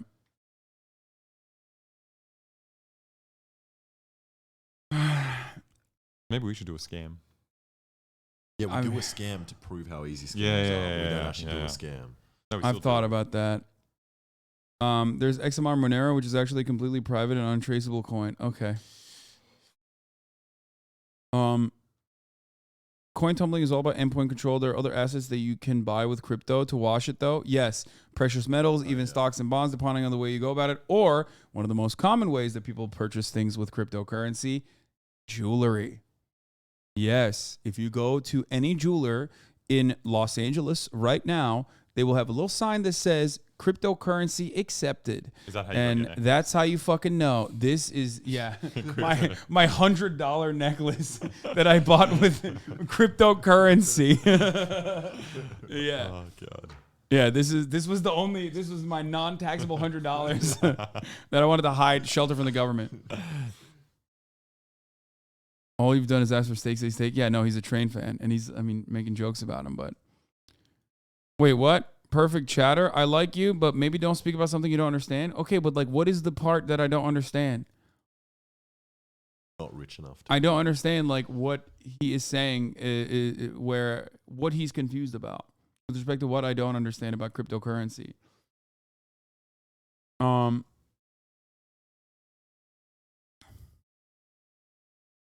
Anyway, regardless, why do we care about this one chatter? I don't know. I just landed on it for no reason. I have always been a crypto hater, and I will probably continue to be a crypto hater. I think it's just bullshit, and don't get destroyed. You are always going to be the one holding the bag, okay? Yeah.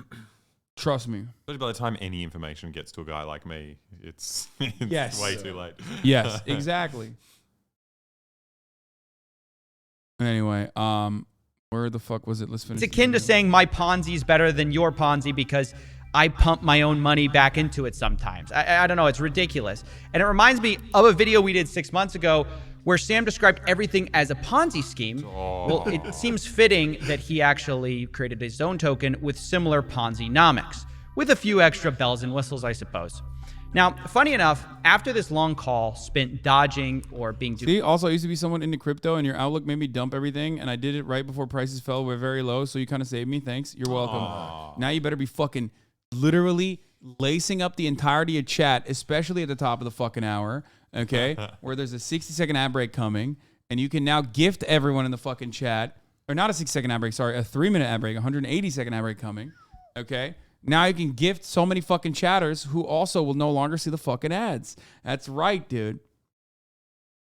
That's right. Okay, listen, I'm 10 minutes early. Shut the fuck up. That's not that early, okay? Hasan's Femboy Masseuse, thank you for the 5 gifted subs, allowing 5 people to no longer see the ads. There's a 3-minute ad break now. Bam. I had the funniest thing that saved me because I bought a bit into crypto when there was all the hype. I was like, oh, I'll just do it because everyone's doing it. I put a fairly small amount in. Then, like a couple $1 million. Yeah, a couple mil. Yeah. But then my dad, who I don't speak to at all, called me up and started talking to me about crypto. And it suddenly hit me. I was like, oh, I should sell my crypto. Yeah, I was like, so I sold it, made like a $50 loss. And then literally 2 days later was when that big 40% crash happened. I was like, damn, nice, dude. My you dad got out. Saved me accidentally. Yeah, a litmus test for what not to do. Yeah. I like that. Yeah, if you have someone in your life like that, you can use yourself as an example. Like as BoyBoy just correctly mentioned, it's like by the time I hear about it, you know that shit's it's over, right? It's a scam. Who's pumping this up? Yeah. It's like the Super Bowl ads, dude. It was so fucking obvious that it was just going to crash and burn. I don't know. Well, they still got crypto ads on the World Cup now, like all over the stadium. Crypto.com. Yeah. Just like how does it still exist? Yeah. They're still trying to like, I mean, I even made the argument back then, like all these shit coins and these rug pulls are so easy to fucking pull off. And it is going to undermine the confidence that people have in cryptocurrency in general. And then you have one of these like most established, most legitimate exchanges that is supposed to be the legitimizing force for crypto turning into like, another Ponzi scheme. Yeah. It's like, how are you going to fucking sit there and be like, no, trust me though. This time it's different. Like, no. Bitcoin, totally different. Ethereum, totally different. It's going to work. It's going to work. Maybe eventually, guys. Duplicitous about his responsibility of fraud here. Sam complained about reporters not being interested. What's the difference between coins and stock? Both are Ponzi's. Both can work. The confidence, the centralization, and the fundamentals, I guess, to a certain degree, with one over the other, makes one at least less legitimate than the other. Okay, also, a lot of stock is tied to actual things. Like, I mean, I don't know. Not a lot. Well, yeah. No, if that was the case, then like stock buybacks would not be artificially pumping the stock prices. No, I do agree. Like I'm anti stock market. Like, it's not an accident. I've talked about this plenty of fucking times. I'm so anti crypto that I love the stock market now. Yeah. Yeah. Like, I just I've told you that. It's just that like there is still. A stock is a little asset that's tied with a business, yes, but it does have the capacity to be overvalued for no fucking reason whatsoever. Literally, look at Tesla. Oh my God, there's no better example of, there's no better example of like stocks not being tied to something super tangible is Tesla. Okay, it's the best example you can use. It's technically a technology company, and therefore it's very different. That's why it has like. The 10x devaluation that Volkswagen has, even though like they put out so much more, they create so much more value. They make more cars, they sell more cars. 98% of their fucking fleet has not been recalled. For example. Fucking insane. It's also funny that it's kind of the same nerds that are buying the Tesla stock, the crypto people that are overinflating it because it's just all hype. They like Elon, yeah. Crypto was in its best place without it being co-opted by influencers and startups when I could send dollars to my friends in Vietnam and shit in places that didn't have Western Union. That's the most useful shit ever, in my opinion. Yeah, to buy drugs. Yeah. That was when crypto had that was peak utility. Yeah, it only works if it's like illegitimate. Yeah. And not many people are doing it. But it is funny whenever people come up to me and say, well, stocks are arbitrary. I'm like, I agree with you. Well, it's the same Biden thing. It's like, you don't like Republicans? Well. FDIC insures up to $250K in an exchange. BTC doesn't have those protections. Normies get fucked less in stock trading. Well, yeah. That's why I said there's like rules and regulations that at least to a certain degree protect consumers. And also if the stock market falls apart, everything falls apart. If Bitcoin falls apart, then, some of the early adopters made money and you got fucked. I've said this, all the good use cases for crypto do not involve a speculative asset. Yeah.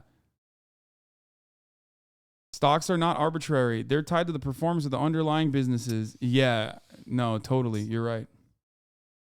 You're right. That's why fucking stocks are not arbitrary. They're totally about the performance of the business. That's why Eli Lilly's stock tanked like $8 billion in fucking one day when a fake account was like, insulin is free now,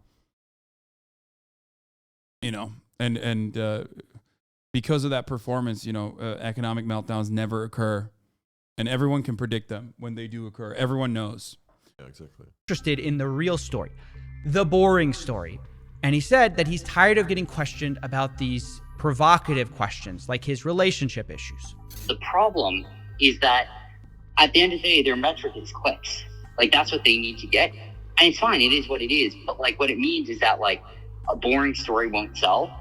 And so they're going to be trying to ask me like the most provocative possible questions. I kind of felt like, all right, like we as a society have, in my humble opinion, spent about enough time this week trying to figure out whether anyone living in Albany was polyamorous. I found this answer really amusing since he's the one who's been dodging hard questions this entire time and then says no one wants to hear the real story, and also then brings up his personal life and says, why do people keep asking about my personal life? Like, wait a second. Dog, because I want to know if you guys are fucking bumping uglies, okay? That's why I want to know. I want to know. And now it's in like the public's interest to know as well. Now that he's like did fraudulent activity, that fucked over like millions of people potentially. Like now it's in the public interest. So like I want to know what kind of weird, gross, nerdy sex stuff you guys did in the fucking polycule. I want to see photos. I want to see That messages. is the most annoying thing about the lack of accountability is that we can't get any of this footage or photos. Yeah, I just want to know what kind of weird shit that they were into. You know what I mean? Like what they were doing weird stuff. They were, milk pumps probably, I assume. Milk pumps on your titties. Oh, yeah. Milk pumps on the titties, milk pumps on the cock. Sick. That sort of thing. That's what I want to know. You just brought that up. So I find it really weird to be complaining about nobody wanting the real story. And Mastodon 94, all of your easy generalization just proves how ignorant you are. You don't understand the first thing about polycules in the Bahamas. Okay? Wow. Milk pumps? That's elementary. Okay? Nobody uses milk pumps anymore. This is not 1998. Okay, what's next? Are you going to talk about, shocking people's nipples or wax play? We don't do that anymore. The polycules have advanced, okay? We're talking about Chinese harem shit, okay? Chinese water torture, as a matter of fact, in the polycule. And then not answering hard questions about backdoors and instead talking about your relationship. I just thought that was really funny. Now, so far, I've spent a lot of time talking about Sam's credibility or lack thereof. But to me, this all begs the question. What can we learn from Sam, who's so calculated, who's so intent on building this reputation or this image of himself? And he just isn't a reliable narrator. And I think the only honest answer is that we can see how flawed and warped his reality really is. Because in Sam's world, he's still the good guy. He just made an honest mistake, an embarrassing mistake, sure, but an honest one. It's the lawyers who screwed him, who want to burn things to the ground. He's standing on the sidelines with $4 billion that no one's seen, ready to put it all in to save everyone. If you only let him sell you his Ponzi tokens on the way out, it'll all be fine. But we know the truth. Things are not fine at FTX. Reality has finally barged its way into the Bahamas, and it's taking hold. So I want to wrap this up by speaking to the person who's responsible for this interview, Tiffany Fong. I wanted to ask how she even got this interview, since so few people have been able to speak to Sam.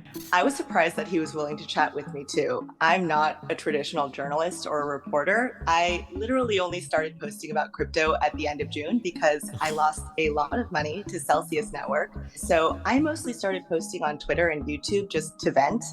But a few months into posting, I mean, yeah, I was going to say, I can guess why. Celsius employees started sending me leaked information, like leaked files and leaked audio. One of which was a leaked internal all-hands meeting that I posted on September 13th to the public.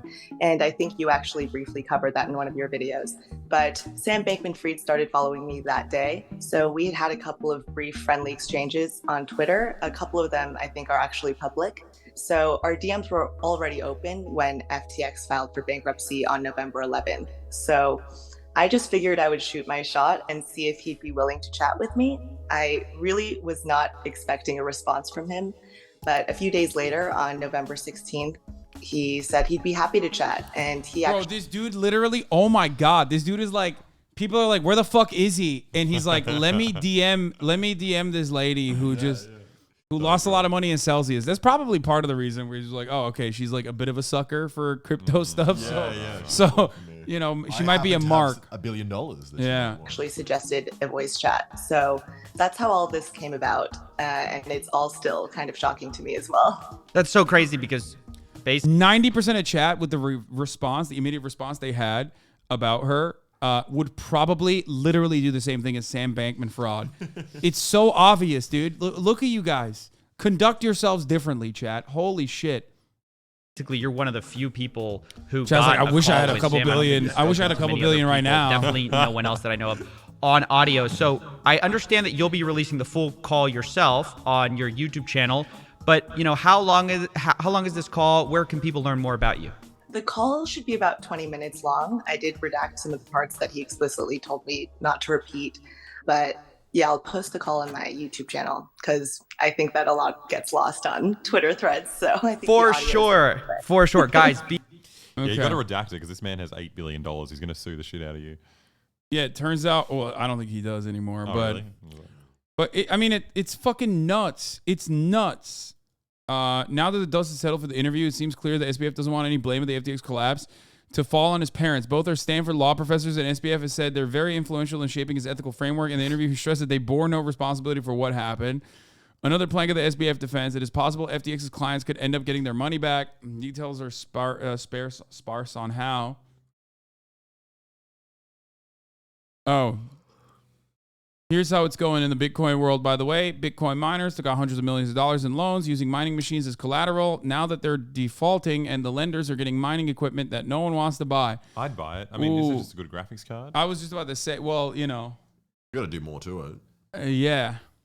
What? No, I just want it for my editing. Let's flood the market with some fucking 3080s. You know what I mean? Let's go. But those cards are fucking busted. Probably they're constantly mining.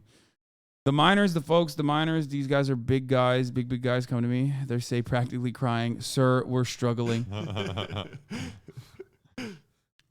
From Texas, Denton's environmentally friendly future that has to be fueled in part by cryptocurrency seems to be growing dimmer with Core Scientific's recent filing with the U.S. Securities and Exchange Commission about defaulting on creditors. What is this? For everyone reading this, just buy a new graphics card that is LHR, low hash rate. They are like 300 less than regular cards, specifically because they are great graphics, but terrible at crypto mining. That's not true anymore. One, miners found a way around that and brought the cards back, nearly 90% of their hashing potential, and two, ETH is no longer mined by GPUs. People read this article and they're still super keen on mining. Yeah. They're just like, oh, well, here's my expert knowledge on this. Yeah. No, I think he was just saying that you could get a cheaper one to overcome the GPU marketplace, which was busted because of mining. Yeah, right. Which miners literally said that it's not like that, actually. Everyone kept telling me, but I guess it doesn't even matter because they found a way around that low hash rate anyway. So bros are horny as fuck too. Wait, what? If y'all keep sending me dick pics, I have a moral obligation to dox you. Do you get any dick pics? No, and I hope to never change that reality. We get a lot of them. Really? Yeah. The fuck? Yeah. Really? Yeah. Oh, Facebook I don't fucking go on Facebook. That's probably why. I make sure to respond to all of them. Yeah. What do you say? Like nice cock? Yeah. There are some really impressive ones there. Tell me, you need to stop. I mean, I feel like it's, if it's not impressive, it's like weird. Like, why are you fucking sending an unimpressive penis? Oh, by the way, we started off because we were going to watch True Jordies here. Stigma around journalism, but there are great journalists my out ADHD is crazy, bro. there. And the one I want to talk about today is a journalist who is legitimately putting his life on the line in order to deliver extremely important stories to the public. And he's actually a YouTuber. His name is Friendlyjordies. He's a comedian who has, for the last couple of years, been very much delivering some of the hardest-hitting journalism in all of Australia. And the price he's paid for this is a huge one. He's been threatened more times than Bugs Bunny by Elmer Fudd. He is constantly getting threats from powerful people. He's been sued. Even very recently, he was involved in a defamation case that resulted in Google, YouTube having to pay $715,000 over this defamation case. He was labeled racist or abusive for a series of videos he made talking about a person in power. He's done so many stories about corruption at even the highest level, and most recently, the scariest thing has happened to him. His life was put in jeopardy. His house was firebombed. He made a video going over the situation, but it's also been reported by so many Australian news outlets as well. The situation is as follows. His neighbor's house was firebombed on the 17th of November. It was luckily put out pretty quickly, and then shortly after that, his house was firebombed, and a lot of it was damaged, obviously. Now, this appears to be a deliberate attack. The fact that his neighbors got firebombed and then he did makes it seem like they originally went for him to begin with, but were too fucking stupid to figure out which one was his residence, so they gambled on a 50-50 and lost. Kind of like when you gamble on a fart and shit your pants, but then they came back and tried to finish the job. It's fucking terrifying stuff. I'm going to play you a bit of his interview with the media here when they were waiting for him outside of his house.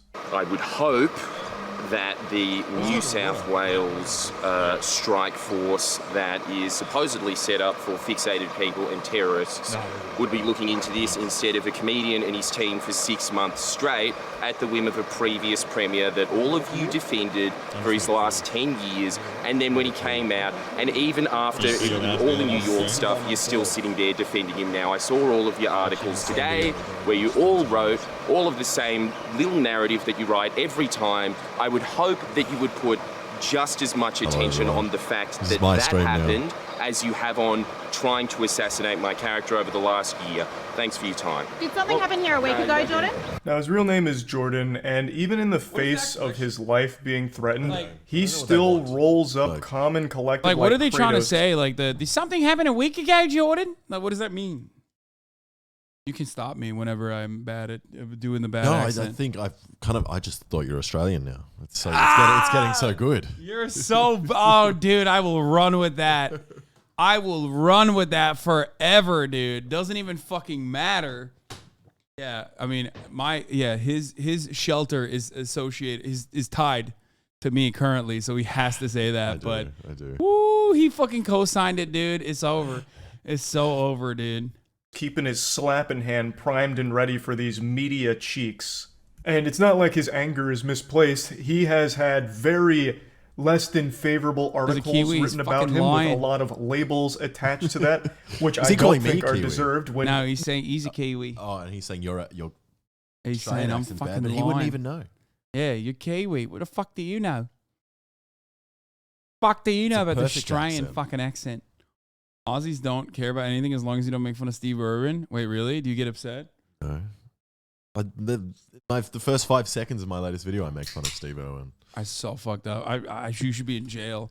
Why did they firebomb your house for that? I think it's coming. It's coming. What the fuck? The entire purpose of Jordy's content recently has been exposing corruption at the highest level, which is an extremely important thing to be doing, where I feel he should be rewarded instead of vilified. But, that's just me. I don't live in Australia here, but he has been treated very poorly by the people that are now standing outside of his home, showing no empathy at all. No sympathy at all, just trying to circle around like vultures on roadkill to get their scoop for their clicks. And he rightfully is upset at them and points out a bit of the hypocrisy surrounding it. I'd also like to add a bit of context surrounding Jordy's statement about the fixated people and terrorists statement he made in that clip. Well, it's because one of his producers was... Jordan actually called you out in a recent video, Hasan. I heard some people saying that, but I have no idea what you're talking about. I don't know, maybe. I think he probably was like, he probably wanted like my coverage on a particular issue or something. But like, it's Australia related, so I probably didn't cover it. What? Someone just said that's what he said. He called me out or something in a video. Someone held you accountable for your Australian accent. I mean, dude, honestly, he probably called me out to be like, dude, your accent is so good. It is very good. Yeah. Two in a row. It's over. 2 in a row. He was probably in chat asking about Australian news and you told him to fuck off. Yeah, that could happen. He didn't call you out. He just made a joke and you were in it. What did he say? It was you and Pokey for a joke? Oh, he said he was going to start drama with famous people for views and called you and Pokimane on nothing? Oh, that's not calling me out. That's like more so calling train wrecks out, probably. Was arrested by the unit that's supposed to be monitoring and stopping yeah, guess what, bitch? He didn't call me out. Yeah, you fucking call me out, dude. Oh, yeah. Exactly. That's what I fucking thought. Terrorists, I guess. It's the fixated persons unit. His producer was arrested. It is really for fucked up stalking. what happened to him, though. What a remarkable joke. Yeah. It would almost be laughable insane. if it wasn't so goddamn scary. He was arrested for stalking and intimidating when doing their reporting on the person that they were talking about. By the goddamn department. The thing is, like, I didn't think Australia was that metal. No, it's weird. Like, it is weird. I thought they were, like, kind of pussies about stuff like this. Yeah. Like, that seems like America shit. Like, that happens in America. I'm like, yeah, of course. Does that even happen in America, though? Like, yes. Well, like terrorism police just chasing down a random but YouTuber. This was so strange, though, because the producer, Christo, he wasn't even attempting to do a piece on the premiere. Oh, he was giving him... He actually just walked past him, and he went and he spoke to him, and then later, they arrested him for that. Yeah, it's just next level, like. Does that happen? I mean, it happens at like a higher level. I think they do that regularly for. I mean, Edward Snowden's a good example of this. You know what I mean? Like they do it if you like really. I mean, Chelsea Manning, who's a community member, is another prominent example of this, right? Like they will fucking torture you in jail if you actually whistleblow and like leak documents and stuff that they consider to be really bad. But as far as like lower level corruption stuff, oftentimes like I don't know. I mean, yeah, Steven Donziger, famous example. The Amazon guy. No, Chevron. No, Rainforest. that's Chris Smalls. Yeah, he's the rainforest guy. Yeah, that's what I meant. That Amazon. he was literally indefinitely like jailed in his home for fucking straight up successfully suing a major oil company by American courts. So I think that's how they do it. There is examples of this. But as far as like firebombing, I think that happened to like Amaranth. Like it even happens to like lower, like non-political people. You know what I mean? Right. Yeah. That's supposed to be about like, threats, like terrorist threats. Like, holy shit. Yeah, that is a good point, mind blowing. So Jordies really does have every right to, of course, be a crime or a crazy fan. Yeah. But considering how many people he's done, or if it's is that public? Yes, dude. You don't remember when someone fucking threw a Molotov cocktail into her trash or something? You guys don't remember that? Yes, someone did that. She tweeted about it. Upset. And obviously after his house being firebombed like this, it's a fucking terrifying situation.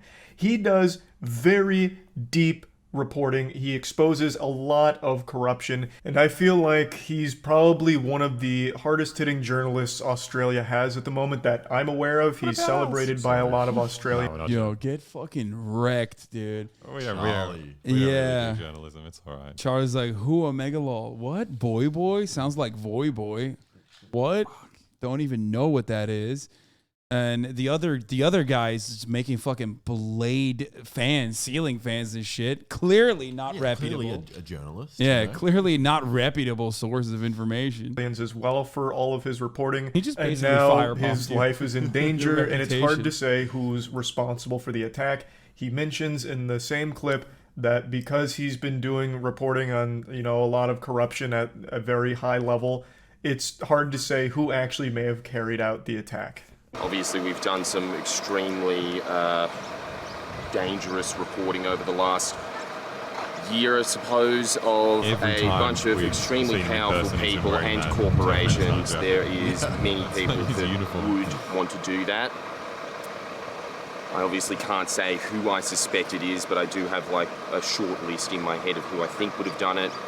What a fucking horrifying situation for anyone to be in, and yet somehow Jordies maintains a very composed demeanor. He continues joking throughout the rest of the video, even joking about the situation, and somehow staying, like, calm and collected, which is fucking baffling. The man is just built different. He's got tungsten throughout his body. It's fucking wild. Now, it doesn't matter how you feel about political opinions or whatever. I think everyone should be able to agree that his house being firebombed is outrageous. That's a huge problem, and it should result in a very thorough investigation that leads to people being arrested for this act. I think everyone should agree with that. But yeah, I want to mention that Jordies also does have a Patreon if you want to directly support his content beyond just watching the videos. I'll go ahead and link that in the description below. And yeah, I think this is just terrible that it happened, and hoping for his safety in the future, and hoping... I don't know if he's a fucking massive Jordan Peterson fan, chat, but like, I don't care, okay? Like, I don't know why you're so caught up on that. Like, I don't know. I don't care. His house got fucking firebombed. Who gives a shit? I told you, like, he has... like Jordan Peterson. What? I remember those videos now. Yeah. I didn't know. He likes the self-help stuff. It's all about self-help. Classic. Okay, let's look at this instead. The Japanese Communist Party. Oh, nice. Real? Yeah.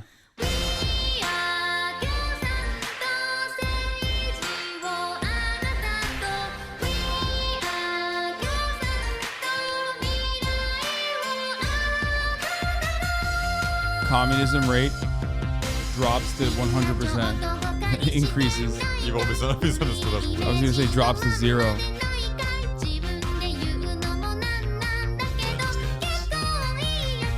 Listen, at least it's not lolly. You know what I mean? I got to ask. Yeah, that is good. I got to ask Ludwig if it's too late to change the walkout dance for the walkout to the communist, to the Japanese Communist Party.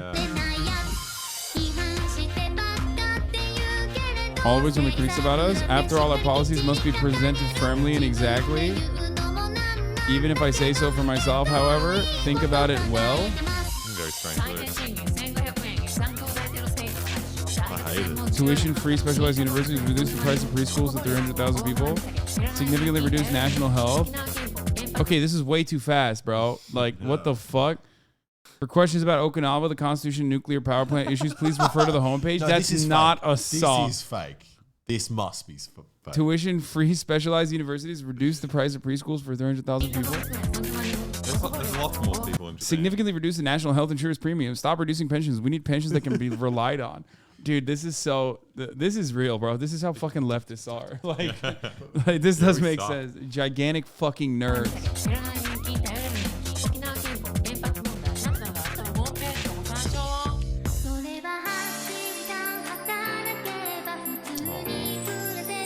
I love that the Japanese Communist Party is like, come on, let's just lower just 8 hours. Come on, please. Like, that's communism in Japan. I mean, obviously, the Communist parties are never fucking, like, actually, like the actual active Communist parties are just, they're socialist, or maybe in this case, democratic social. I mean, social democratic,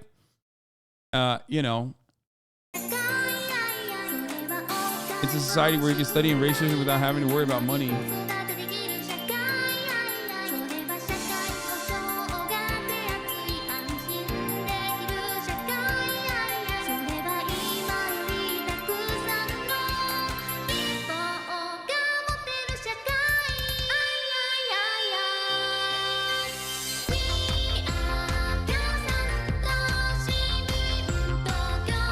Okay, this is fire.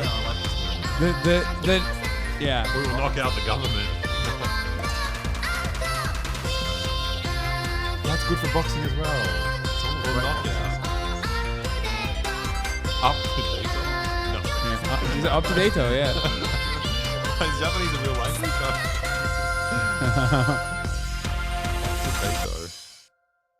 Mix the English words in there sometimes. Yeah. Make it funky. I'm getting some Yes We Can vibes out of this. I mean, I'm on board. I like it. It's cool. Good for them. Good for the Japanese Communist Party. When they're not getting executed on live television, which is something that happened, they're doing this stuff. So that's cool. I wonder how much they paid for this. I don't know. Probably not that much, though. The Fiverr thing, probably. Yeah. Yeah, that is what happened. What was the Japanese communist that got executed with a katana on live television by a fucking fascist? Oh, that's right. Just insane that their assassins are able to get that close. Like, even with the fucking Shinzo Abe. Abe, he was like... Wait, didn't you guys make his gun? Yeah, for Halloween costume. So not a functioning gun, but we made the costume. Yeah. Yeah. No one at the party got who we were. That was depressing. They were just like, why are you carrying around a pipe bomb? I'm like, no. Yeah, I feel like if we tried to make the costumes more obvious, we would have looked racist. Yeah, that's the big issue. What is this? Speaking of Shinzo Abe, a gift from Shinzo Abe to George W. Bush in 2007, a photo of their grandfathers, Nobusuke Kishi, Japanese prime minister and war criminal, Prescott Bush, U.S. senator and business partner of Nazi Germany, playing golf with Dwight Eisenhower in 1957. Our family friendship from past to the future. Isn't that so nice?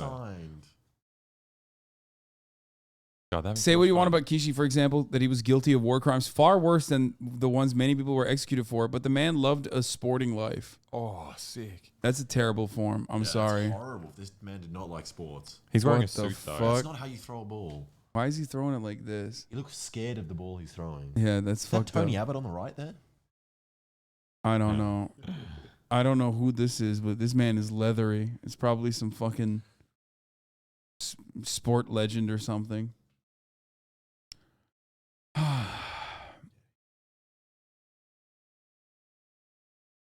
Who's the dude melting on the right? Dude, I have no idea. He's only 30. Oh, I'm sorry. What else? There was something else I was gonna look at. Oh, we got the new Idubbbz. We got why Florida is so weird. I don't care about Tim Pool's sister. Oh, the San Francisco Police Department will now be able to use robots to kill people. Yeah, we saw this today. Yeah. Do you actually hear that they use C4 to kill someone? A robot holding C4? Yeah. Yeah. Yeah, they've done it multiple times. Is that on purpose? Yeah. I think isn't that how they killed the Las Vegas shooter too? Robot with C4? Yeah, they do it. They use sometimes. Wait, Stephen Paddock. The big one. Yeah, I think that's how they killed him. I think the Dallas one. Oh, the Dallas cop killer. Think he killed himself. Oh, the Vegas shooter killed himself. Okay. Yeah, it's they do like they'll strap like a bomb to like a bomb diffusing robot, and then just roll it over. Why not just use an RC car or something if you're gonna do that? Don't give them ideas. I mean, they've done it before. Drones. The move bombing in 1985 is when they when they blew up an entire fucking city block in Philadelphia. Was that with the where helicopter? They put a bag full of fucking C4 and dropped it on top of this fucking city block. Because of the black, they thought the Black Panthers. I think that's what they did to Friendlyjordies. The as Africa well. family. Yeah, they did that. Well, a Friendlyjordies, no, they didn't. Yeah. That's fucked up. But this is what the robots look like. Oh, they're so much better than your dog. A San Francisco supervisor saw this and said, yes, I want to have these things roaming around the city killing people. They're going to put it on like hobo mode and just like literally fucking every time you see someone that like is homeless, they're just, this is going to fucking evaporate every homeless person in San Francisco. We got a question about homelessness in LA. All right, let's hear it. Last time we came, it was so hectic, like a couple of months ago. Now, I haven't seen any. What's happened? Is it winter different? What happens? We voted to eliminate kill crime. Oh, yeah. Finally. Yeah, Los Angeles voted to finally eradicate the homeless, literally. Damn. I guess the liberals lost. I don't know. I mean, I still see plenty of, you'll see plenty of homeless people. I was scared. I was like, where'd they go? That is the first time I've heard someone say that LA...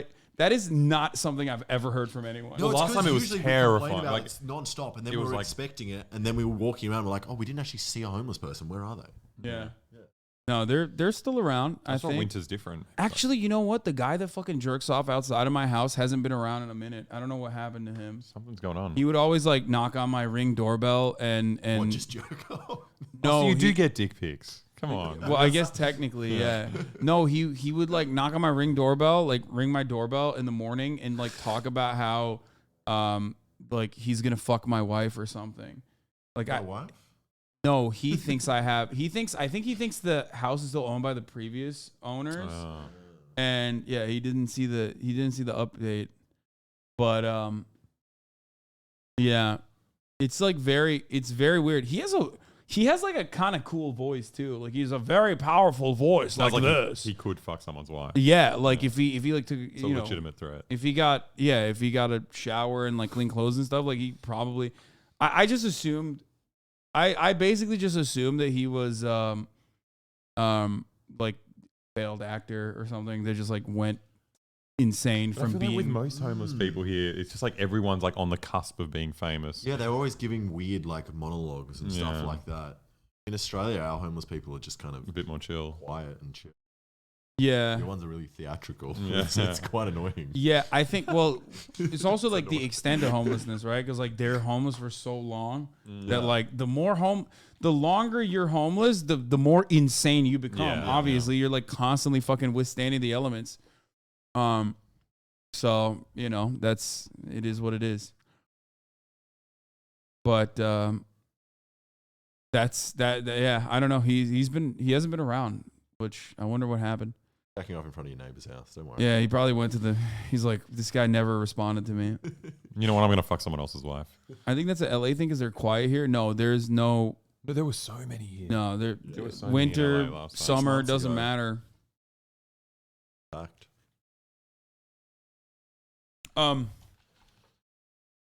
It's people's indifference that changes you to their plight, to their situation. I mean, like, what's the expectation? Like, I've talked about this before. Like, there is definitely a selfish argument that you can make from a leftist perspective on, like, making sure the homeless people are not fucking out in the streets. Like, the expectation that, like, every random person is going to be a social worker is crazy. Like, that's insane. Like, that's not going to happen. That's why we pay taxes. That's why we expect the government to do the right thing and also set up housing for everyone, you know? That's the point. You know, the new BoyBoy video, I'm homeless in LA for a day. It's just BoyBoy beating his meat in front of random houses. We don't have to pay royalties to the chat if we steal their ideas. No, you don't. I steal their jokes all the time. Yeah, nice. Oh my God. No, it's just, yeah. If he did that though, that would just literally be every other fucking like financial guru YouTube video, and they're like, "Oh, I went homeless for a day, and then I made $1 million." It's not that bad. Yeah, It's you so can easy. do it too. It's like, why don't these homeless people pick themselves up by their bootstraps? I love watching those videos. They're so fucking unhinged. We had a great series in Australia called, I think it was Riches to Rags or Rags to Riches. There was people on the like rich people that agreed to be homeless for a week. But I think it was legitimate because everyone dropped out immediately and everyone was crying and it was amazing to watch. Yeah, I mean, of course, it's all. It would just been horrible. Wait, what is this? If you love those videos, watch this thread. Oh, this is them talking about the armed robots. Often is the suicide to do that, and the scenario I didn't bring up, the SWAT team talks about often is the suicide bomber. Like we don't want, they have a suicide vest. We don't want to get close to that person. We'd rather send a robot in closer to that person so we don't get detonated when they pull the string. I made a video on how they can do this. Dude, you did.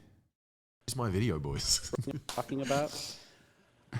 For me personally, the response to this policy is troubling because I rely on the ACLU. Dude, that's fine. That's wonderful. Like, how many times do cops in San Francisco deal with suicide vests, dude? The fuck are you talking about?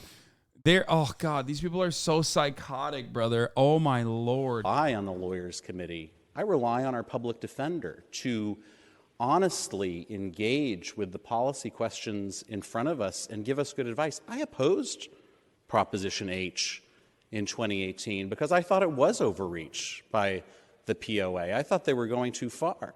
But some of the rhetoric that has been used about this policy and that has generated this debate here leads me to feel like I'm not sure these organizations are trustworthy folks for me to rely on as I think about criminal justice policy and the path that San Francisco should be taking. It starts feeling like they're just anti-police. Yeah, you're just anti-police. We don't think that they should have autonomous blow-up robots, dude. What the fuck? God, it's so nasty. These liberals have they've gone too far. Why can't we have RoboCop? The funny thing is, I reckon that would probably kill less people though, because the police will be like, "Oh, we don't want to blow up our expensive robot." No, they killing people. No, like dude, they love wasting shit like that. They don't give a fuck. They would get they're excited. gonna, They're like, no, yeah, they're gonna fucking send it into a homeless encampment and blow it up just to be like, oh, oops, like just to test it out. Yeah. They love that shit. They always have that attitude where it's like, we spent billions of dollars on these toys, I get to use them, right? Like, you know, that's what it is. But in general terms, I think there should be guardrails on the use of robotic technologies and surveillance technologies, and I'm all for that. Right. But I will tell you, as an elected official in San Francisco, I'm not comfortable making my city a softer target relative to other targets. I don't want San Francisco. Oh, is this like an international crime syndicate that's like, do I want to go to San Francisco? How fucking nuts is that? Like, this is San Francisco. These guys are supposed to all be like gay Marxists, dude. What the fuck? They sound like the most unhinged guy from Arkansas. You know what I mean? Like, yeah, brother, the Islamic terrorists are up our asses, brother. Like, it's fucking 2002, and you know, you have to get your 13-person deputy brigade to get training from the IDF to do to make sure you have like counterterrorism. RoboCop is pretty gay though. That's probably what they want. No, but that's yeah. Well, you want a sexy robot? Yeah. Big ass pectorals on that robot. No restriction on the deadly force used by a robotic implement that is unique or at least rare. I might, but in general terms. He's saying your city, San Francisco, will become a soft target without robotic murder machines. But it's like in relation to other cities. So there's just like some like criminal who's traveling around, and he's like, "Oh, yeah, got to go for San Francisco." Yeah, in the arms race, dude, they're always like, yeah, like the Taliban or fucking ISIS-K, which is like, I mean, it's just like CIA's, Afghanistan ISIS operation. They were like, oh, should we blow up something in Kabul or should we go to San Francisco? See, Kabul has the robot dogs, and that's why. Yeah, that's what it is. That's crazy, dude. I do think that in San Francisco, we are in a place where people are looking at us, wanting to harm us. We had. I mean, I want to harm them right now, but that's armed separate. people. Bro, watch out! They're gonna send the robot to my house, bro. Chill. What the fuck? Stage a coup or attempt a coup in our nation's capital. Bro, this is like when you're reactionary, but from a liberal perspective. Like, oh, what about right-wingers might want to do an armed coup d'etat here in San Francisco? It's like, to what, dude? To fucking cruise on the whatever the neighborhood is? Golden Gate Bridge? No, there's like a, God damn it. I'm forgetting the Gaslamp District or something? And all kinds of hate thrown our Castro way District. and to our elected officials from people all over the country because of who we are. So, I am under no illusion Gaslamp's in San Diego, I know. that we will never, be able to use this. I know for a fact that... She said, I know for a fact we will, dude. Yeah. She said they need it because, right-wingers might come and do a coup d'etat in San Francisco. The seat of American power. The robot's not even going to help with that. This just seems like it's on purpose a gateway to allow other robots. A slow-moving robot dog with C4 is not going to help anyone. The fact that they're fucking pushing this hard on this robot makes me feel like there's one like major donor that makes the robot or something that like greased every single one of these monkeys, dude. No shot at all. It is really impressive how well oiled it is. Like, I didn't realize it was this easy. Just everyone has to come out. They all have like their own unique, like the Green Party adjacent fucking person, if there was one in local office, would be like, well, this robot is going to be environmentally protecting. The, like cops actually have a lot of carbon emissions. This robot is green, and therefore we need the murder robot in order to do the murder expediently in a way that is environmentally conscious. And it has sticky tires, so it picks up rubbish when it's rolling around. Like everyone is like promoting the robot but from their own unique sliver of reactionary politics. That is wild. Let's see what this lady has to say. God forbid we ever get there. And thank you for, in the last 11 years, having restraint. And thank God we've never had to use this type of weaponry. But you know what? As Supervisor Dorsey said, I'm really glad we have it. Thank you. It's so bizarre. She's like, the whole time she's saying we shouldn't use this. And then they say but at the end. Thank you, President Walton. I honestly can't believe what I'm hearing in these chambers and what's in this proposal. I will associate myself with a lot of Supervisor Ronan's comments. And in some ways, I had concerns when I saw this in the first place.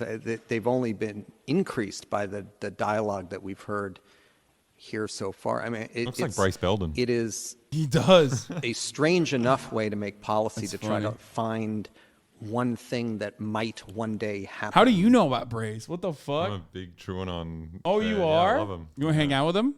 Yes, please. Oh, Yeah, fuck yeah, dude. Yeah, we'll do that. You mean with this And guy? then Yeah, with him, yeah. Yeah, Brace, famous journalist Brace Belden. and then arm us to assuming there's no other way to deal with it other than killer robot. But what I'm hearing here, I mean, just what's being Shut up, libtard! is really, I want to talk about this. I mean, we are, I was very surprised to hear the assistant chief invoking Mandalay Bay. I mean, we're talking about a sniper in a fully occupied hotel. And the proposal is that the discretion granted here, even with sign off by the assistant chief, I'm would almost be certain to, they sent in a robot in Mandalay Bay too, but he might have killed himself beforehand. Did they use the robot in Mandalay Bay? Why am I thinking that they did? Feels like you have to climb a lot of stairs with that thing. It doesn't look like the. Oh no, they've got. No, I they've got remember seeing elevators. footage of them outside the door, not wanting to go in. Yeah, there were people there. Yeah, so Yeah, cops. And he had a good little setup, like with his turrets and shit. Not turrets. I think he killed himself, but I do think that he wasn't there like a robot that they used in Mandalay Bay? Yeah, used a police robot to kill Dallas shooting suspect believed to be first in U.S. history, but that was 6 years ago, brother. Mandalay Bay happened after that, I believe. Oh, I don't know when it happened. We saw no other option but to use our bomb robot and place a device on its extension for it to detonate where the suspect was.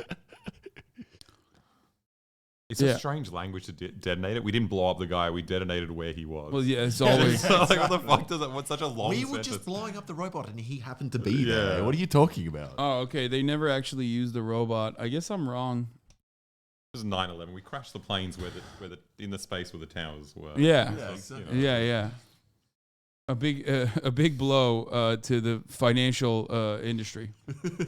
Just put a bomb-bearing robot to blow up that hotel? I mean, I just cannot believe that is seriously being suggested as an example. Or a sniper on an apartment building. We're going to blow up the apartment building with a robot? or the last one. This man's a suicide bomber. We're going to use a robot with a bomb to subdue a suicide bomber. Like, that's what was just said, in all seriousness. Just giving the man 2 balls. A robot with a bomb. Yeah, it's a more effective suicide bomber. This is great. To subdue I was trying to... a suicide bomber. What's the threat that the suicide bomber poses? That they might detonate their bomb. So we're going to send a robot with a bomb to detonate a bomb. Yeah. I see nothing wrong with this. Why are you guys laughing? Double the bomb. How come this guy gets to talk like that? Who is he? That's crazy that this is like a petition. You know what I mean? The Electronic Frontier Foundation is like, let them know San Francisco shouldn't arm robots. What the fuck, dude? Hey, brother, the only thing stopping bad guys with bombs is a good guy with a bomb. A good robot with a bomb. You know what I'm saying? It feels like San Francisco's been on the forefront of this stuff for ages. I remember last time we were here, all the news was coming out about police departments using self-driving cars for surveillance. Like San Francisco. Yeah. I don't know. But wait, hold on. These are tools that require humans to operate. The proposed policy he's concerned about is them. Oh, they're mad at the one guy. They're mad at Dean Preston, not related to Brace Belden, but kind of looks like him. Well. But he is a Democratic Socialist tenant attorney. Pretty sure it's the same guy. Dean Preston had the opportunity to send a robot in a Mandalay Bay hotel in Las Vegas in 2017 to stop the slaughter of 60 people and wounding of over 400. Would he choose not to so he could look cool on Twitter? Oh my God. I love the framing of this. Yeah. Yeah, dude, that's how this works. Unrelated events didn't exist then. So what is this weird hypothetical? But also, it's not like the people were under resourced. They were like, if only we had the weapons to stop this man. It's like, I don't know. If only they gave Dan Bilzerian the gun when he was like, "Give me the gun, give me a gun right now. I'm a cop," and everyone's like, "Dude, shut the fuck up. What are you doing? Aren't you that 5'4" Instagram guy? Chill out." Is he brother. short? Yeah. Oh no. Nice. Oh, you couldn't tell? Come on. No, I couldn't tell. I mean, his attitude. Oh, yeah. His personality is like that. He hires all short friends as well. Yeah, you know what would have stopped Mandalay Bay shooter? A tactical nuke. Yeah. Okay. Yeah, nuclear first strike. Why wouldn't you? Wow, you're not going to advocate for a nuclear first strike? It's kind of fucked up, bro. Maybe if a robot delivered it. Yeah. I mean, these people are so crazy, dude. What the fuck? Wait, what? Oh, this is from a year ago. I mean, this is... It's like a good version of mine, though. Yeah, it's like the actual This one. company showed off its sniper rifle-equipped Robo-Dog at the Association of the U.S. Army's annual convention in Washington, D.C. Sure, the quadruped robot might resemble a good boy, These things are so cute. but it's packing a built-in sniper rifle I think they're capable of ugly as engaging fuck. targets Have you hung around with from any 3/4 of a mile away. No. The Dude, service could messes operate with this your head. robotic Like, weapon it system feels like remotely. a dog. Like I look at it and I want to pat it. It looks like a headless dog, bro. I think it's terrifying. The one we were playing with It has little eyes, yeah. Oh, really? No, I it want had to kick spider it. eyes. No, Yeah. it had like 8 Spiders eyes. are cute too. Only engage targets with permission from a human being. No, I feel Oh, okay. Never This mind then. Robo-Dog, known as Vision 60, Like it's comes got a from stop button on Philadelphia-based its Ghost Robotics, Run around a it. startup focused on legged robots. Previously, we spotted Vision 60 robots in U.S. military service during a 2020 U.S. Air Force exercise at Nellis Air Force Base in Nevada. There, the machines helped to establish a Yeah, remember when Boston Dynamics was like, I promise this is not going to be used for ill-gotten gains. I promise that, like, we will not be using this to murder people. And then Everyone was like, yeah, sure, dude. Except the company next door is going to look at your schematics and like build a comparable version and put a fucking nuclear weapon on it. And you can't do anything to stop it. So People good saying luck. Build one. I already did build one. Yeah, he built one. You guys, we watched it here. Also, I ran a fucking 1 minute ad, baby. Okay, I did. So get fucked, adders, people who are complaining about ads. Where was it? Hold on. What is right? I don't even know what this is. What was I searching for? What the fuck is this? Oh, that's definitely my dad. Oh, this is what they were saying. Yeah. Bro, I was like, what the fuck is this? Whoa, that's sick. Is that a wood? Oh, it's on a banjo. How could she get up every morning? Oh yeah, this is what you thought my mom was singing. That's not your mom? You're saying your mom can't sing like this? Yes, no, she can't. I feel so bad for eating her sushi now. Amazing stuff. No, they didn't even finish it. I saw. They were my parents were listening to this in the living room, and like I was like, "What the fuck is that noise? Like, what's happening?" And they thought my mom was singing. Okay. Anyway, what was I gonna look up? God, my ADHD's fucking crazy, bro. Oh, your video. I was gonna show them. And no, people didn't see it. Oh, fucking crazy. There you go. Wait, hold on. Look at that. I put a gun on a robot. HasanAbi reacts.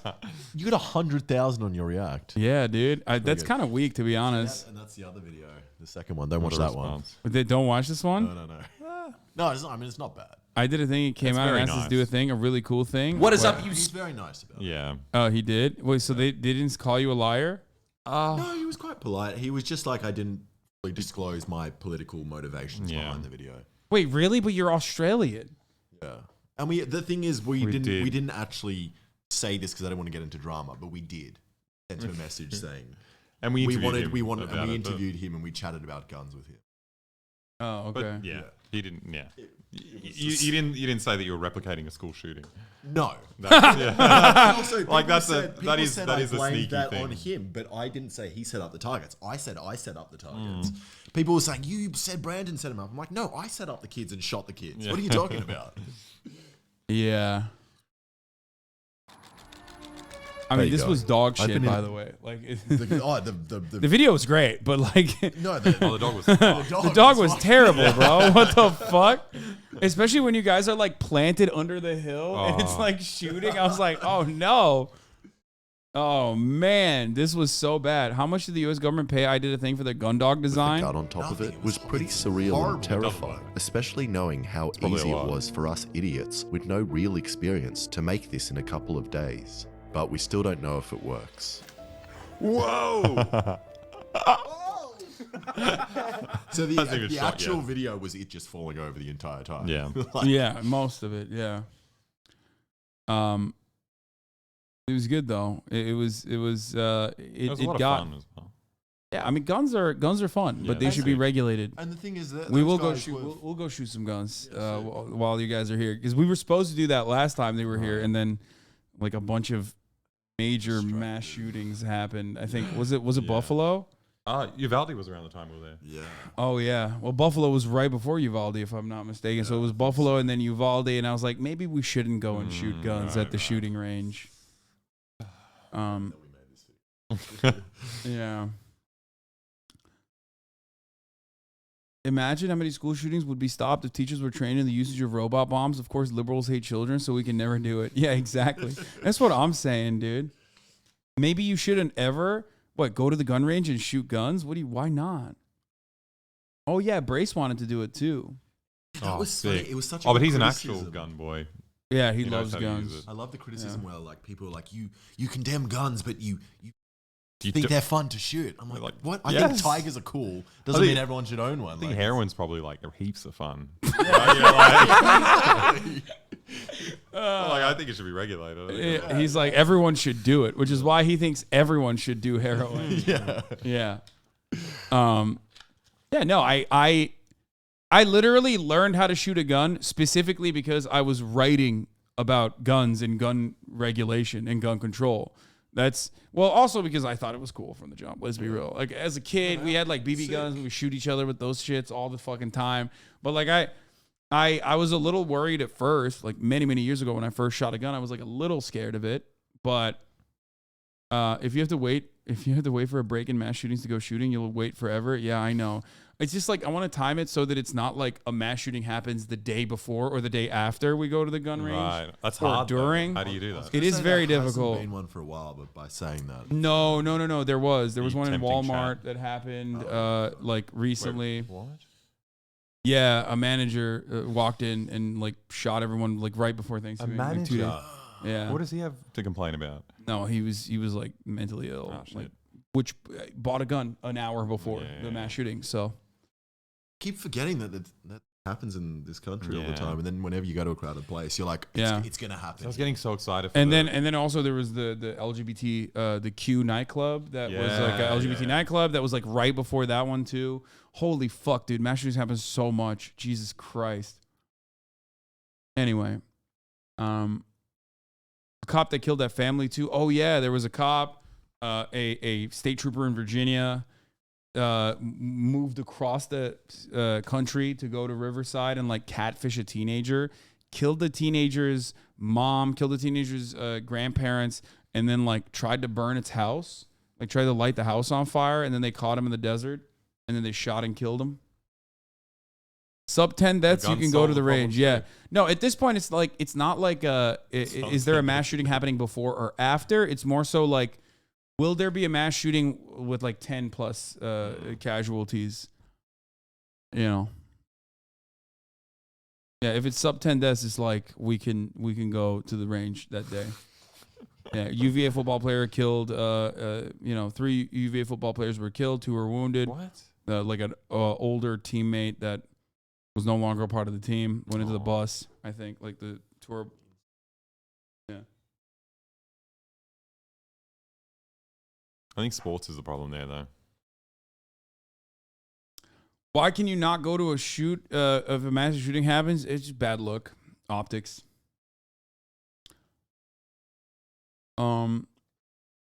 Anyway, it's fucking insane. So, yeah, it is how it works. Unfortunately, that's just how it is.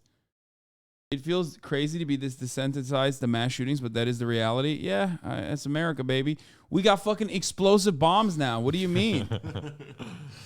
We got robots that will blow up people on command. The fuck? What are you talking about? You know, that's just how it is now. My goblin army. Welcome back to another episode of Idubbbz Complains. Today we're talking about preppers, and I can talk about preppers because I kind of am one. I'm a cool redneck. Wow, Idubbbz has just went way up my book. I thought he was a useless little nerd, but he's a cool redneck. I didn't know he still existed. I'm going to try to be reasonable when talking about... Why is Gavin McInnes like stealing his like charity boxing event, by the way? That was fucking odd. Funny. Yeah, he's just like live reacting to his fucking charity boxing event. That's kind of fucked up. Why he was probably watching it was probably because of Sam Hyde, maybe. Oh, right. That was probably why. No, he wasn't in this. Oh, I think it was meant to come in the crowd or something. Oh, he was? Yeah. Oh, nice. He looks so much like Colonel Sanders. He does. He's like got identical. Or maybe a lot of dudes in America look like that. He just like, he has that Alec Baldwin alcoholic bloat now, aggressively. I find it wild that he was one of the founders of Vice.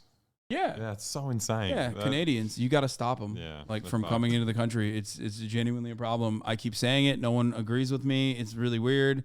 Yeah. Crazy that he went and made something worse. Yeah. Yeah. It's just like, yeah. He is, keeps topping himself. Yep. Little nerd, but he's a... No, I want to be respectful, but at the same time, it's going to be very hard to be reasonable because there's videos that cover the topics of interrogation. Think of the best salesman you've ever bought something from. Now double his skills. Marauders. What are you going to do? Why am I not worried about marauders? Did that video have 300,000 viewers? What? 300,000 views? Oh my God! Marauders will kill most preppers if you don't do this. Well, 300,000. Very good title. 320. We are fucked. I'm not even, yeah. 300,000 people have seen this information. Yeah, fuck, dude. I was gonna do marauding right as everything went shit. You know, fuck. What are you gonna do? Why am I not worried about marauders right now? And KFC using cabbage. They've got a lettuce shortage.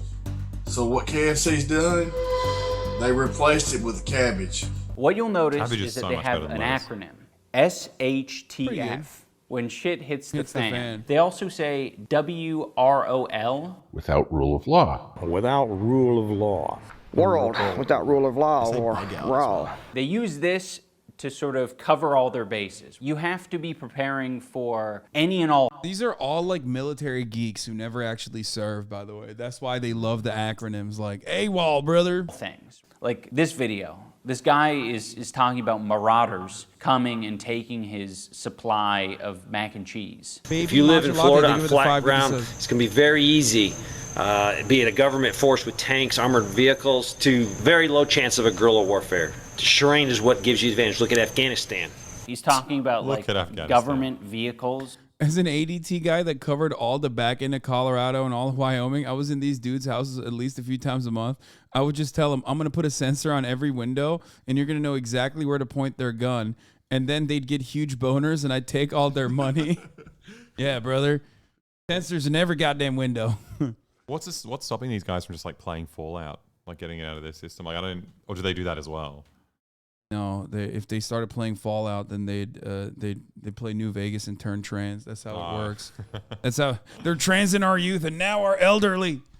What's stopping? I mean, dude, it's just they want to play Fallout in real life. That's what it is. They love LARPing. It's like analog. They have to do it analog. They don't know how to do fucking And like tanks trying to get into his area. So what? You know, okay, that's sick. He has an American flag tank, dude. trying to get into Is that real? No, it's the New Jersey Army National his Guard. area. So no. he, you know, when he says SHTF, he's not really talking about, you know, a volcano eruption or a tsunami.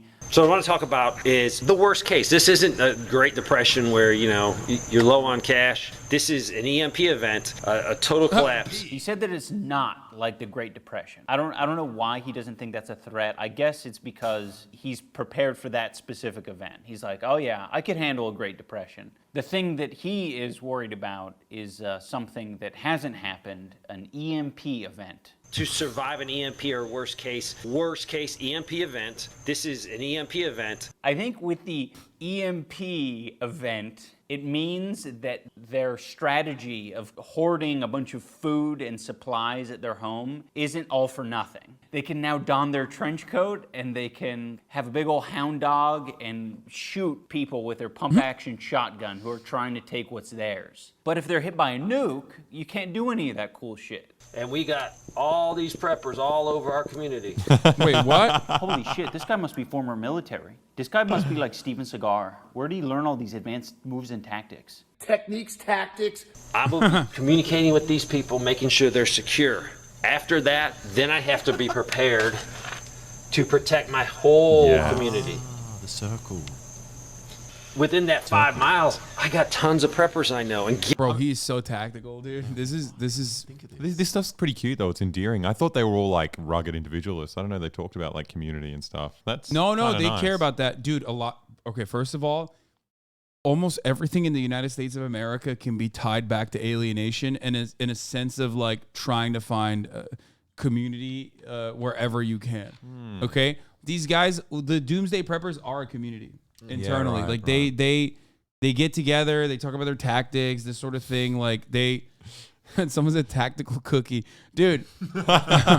He wants just a nuclear holocaust so he can talk to his neighbors, basically. You know what I mean? He wants all of his neighbors to rely on him So he can eat that jam. Yeah,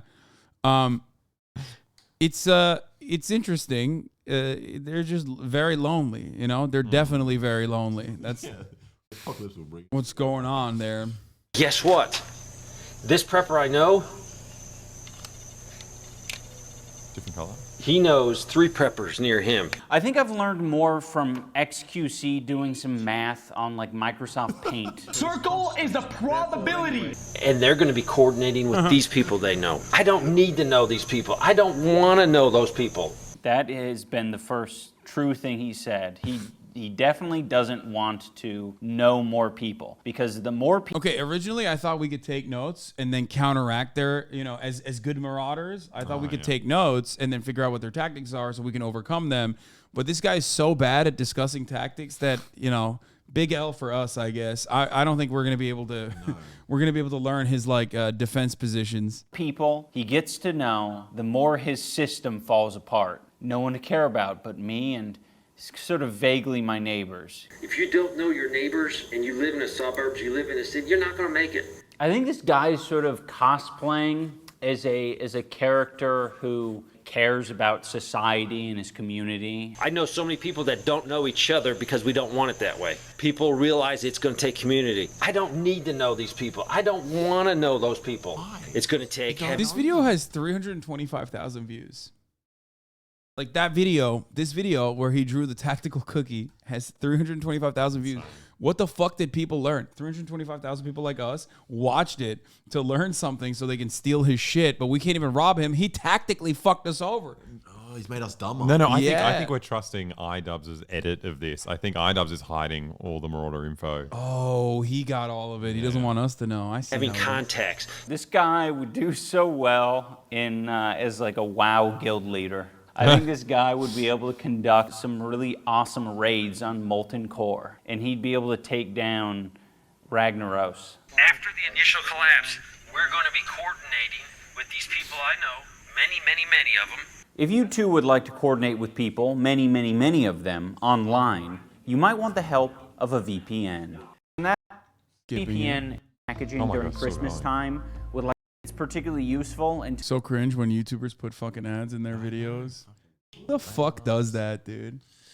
Lame. Yeah, disgusting. So lame. So-called leftists as well. Scams like established titles. Unlike Twitch streamers who serve you 3 minutes of ads at the top of the fucking hour. You know what I'm saying? And then they tell you can avoid those ads by subscribing for $5 or for free with a Twitch Prime or by getting gifted a sub.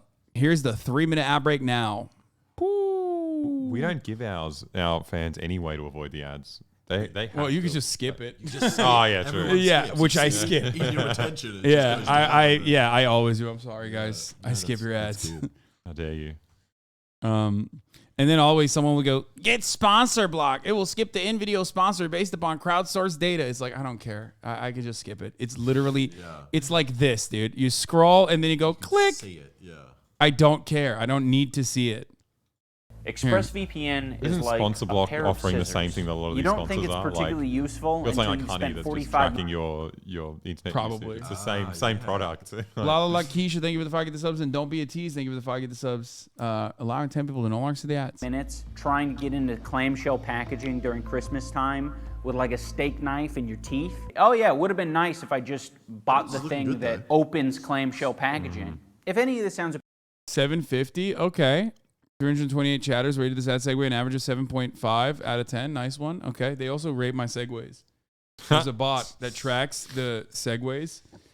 Yeah, that's ratings. That's a good rating. It's pretty good. I was gonna ask what's your lowest. It's usually the highest if it's like a chatter catches me and I accidentally read their message, and then it's like a literal fucking 9.76 out of 10. Yeah. That was yesterday. If it's chat, they try to give it a 10-10. They're fucking annoying. appealing to you, I will have a link down in the description, expressvpn.com/idubbbz. That will get you in. Much for watching. Back to the regularly scheduled complaint. We're upping our game on food storage. We're upping our game on everything that we use at the house, at the homestead. I think this is one of those guys who, to be honest, if he felt like he could pull it off, he'd be wearing one of those old-timey hats. You know those guys, those types of guys who wear those old-timey hats, but they yearn for an earlier... I feel like you would wear those hats. That's really mean. in front of all these people. Jesus Christ. Be honest, you have a newsboy cap? You own one of these hats. I do not. Oh, that's the lie. Oh, shit. You know his ass got one. Like Jacksepticeye. Jacksepticeye definitely has one, but he's Irish, so he's allowed. Time for some reason. This is how I do it. Let's just say tea. I discovered that I can put an extra one right here. All right, these are nuts. I could still put a few in here. Really, I could fit a few more in here. I'm at the point now where the relish and the pickles need to go. My man was like, I need to have relish in the doomsday bunker. What a strange thing, dude. He's like, I gotta have me some relish, dog. You fucking crazy. I think they just like things that exist in cans more. They're just like, oh yeah, can, I'm having it. Yeah, I don't know. I mean, their this own is fire drawer. though. While you're starving, this huge dude is going to sized be peanut eating hot butter is dogs so inconvenient. with relish. You can have a knife and he's long going to be enough. making people. You have to get it all over your hands to get to the bottom. Yeah, you could cut it at that point. You can cut the can. You know, B&J's while you're starving. Clearly, you don't even need to do that though because he has so much. Yeah, you just throw it out. He will die before the fucking, before he runs out of all this PB&J. You're going to die because you didn't prep. Yeah. Good luck talking to your neighbors. They're going to be just as stupid and hungry as you. So have fun dying. Right now, this is my favorite prepper. His name is Bama. Bama Prepper. That's not short for Obama or Obama. It's short for Alabama. So if you're a marauder looking for a place to maraud, they're laughing with you, but they'd be packing a drawer with Marmite, with Vegemite. Yeah. Oh my God. Yeah, Totally not, would, yeah. not Marmite. Bro, you don't have any fucking, you don't have access to clean water. You're going to be eating Vegemite? I feel like that's B12. like sucking your inside.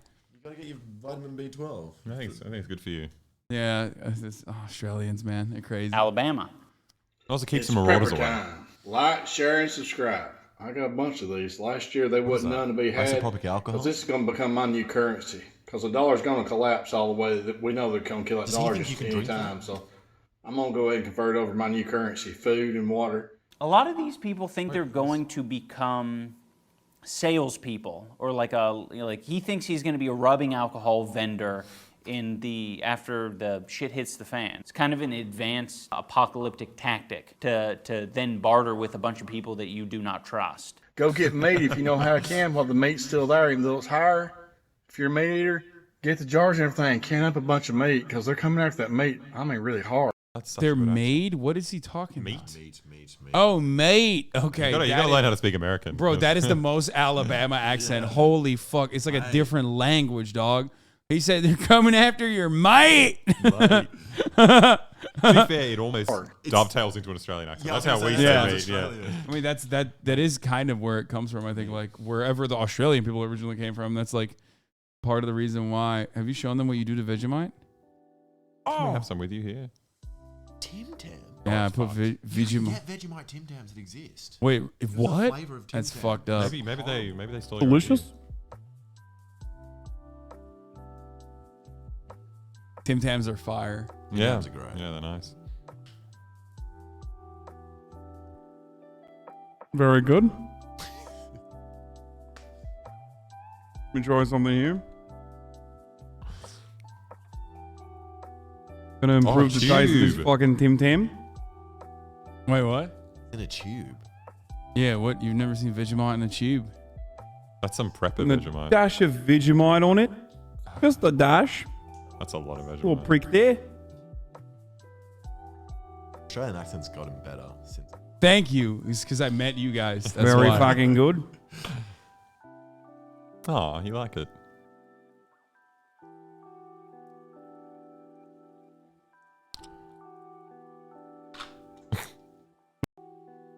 Not bad. Not bad. It's good. You just sound posh. Just eat Nutella. Vegemite is so far from Nutella. Chatter. Vegemite is the exact opposite of Nutella, okay? It's just salt, okay? It's just fermented salt. Harder than I've ever seen them. They don't want us to eat meat. They want to take that off to go ahead and feed us that other. Dog, it doesn't seem like you want to eat meat too. Look at all the chocolate fudge brownie cookies and Brownies shit. for survival. Dog, you're not trying to survive. You're trying to thrive, okay? Himalayan pink rock salt. Yeah. Crap. The fake meat. I think we can all admit that we love our modern amenities, and it hurts us to think about them disappearing. You got Nerdbox, you got Hulu, mattress delivery, but there's some things that are like even more like critically important to people. like our healthcare services. So this idea of like people with like disabilities or medical problems kind of stuck with me, and Wait, it got who me is that? thinking like, are there Australian gaming YouTuber from when I was a child? What the What fuck? an odd reference. Wait, really? Yeah. What happened to him? I don't know. But I've forgotten his name. But I He used was to on watch the him when I dole was- for too long. when I was like in year 10. Champ Chong is his name. Do you watch him? No. I don't know why I know this. Yeah, Champ Chong. Wait, did someone say he died? What? Really? Did he die? Don't a lot of those provisions also have a shelf life of like 10 years or something, so they can actually refresh their supplies and eat all that crap every 10 years to throw it out? I don't know.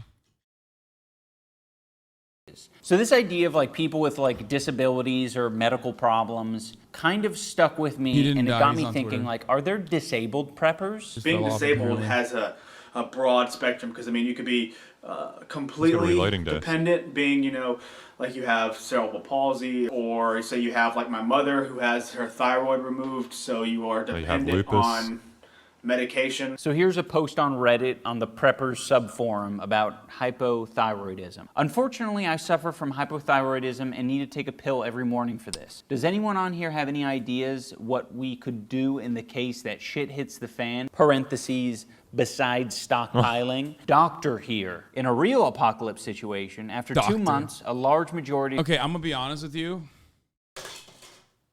I don't think that guy's a real doctor.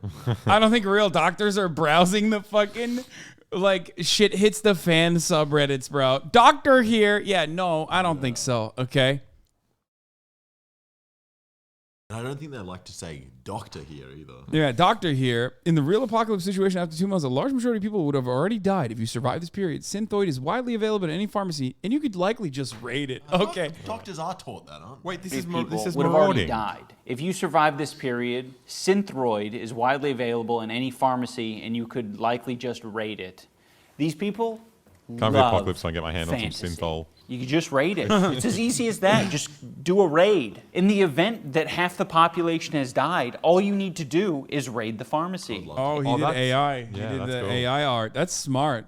Yeah, And then you too can be a winner. Isn't it awesome to be one of the last people alive? It's awesome. It means that you have won at life. You have literally won at life. If for whatever reason you don't have access to a pharmacy, a natural alternative is to eat another mammal's thyroid. That is so cool. Easy. You just have a farm of pigs, and you cut them up. You kill them, and you cut out their Doctor thyroid, here. and you dry it, turn it into like a soluble pill form, and you eat it. Yeah, well, I guess it sucks for everyone who needs modern services to take care of them. I'm not going to be participating in making sure that they have their modern services because I'm taken care of. Maybe don't be disabled, losers. Maybe don't have a condition. That's what they taught me in the military, is to not have conditions. This prepper has a daily report that he calls Boots on the Ground. Hey YouTube, this is Other Prepper 1 and welcome to Boots on the Ground. Anything is a bullet point. Doesn't matter if it's bad news, good news. It just lets us figure out what's going on inside the United States. Spoiler alert, it's mostly bad news.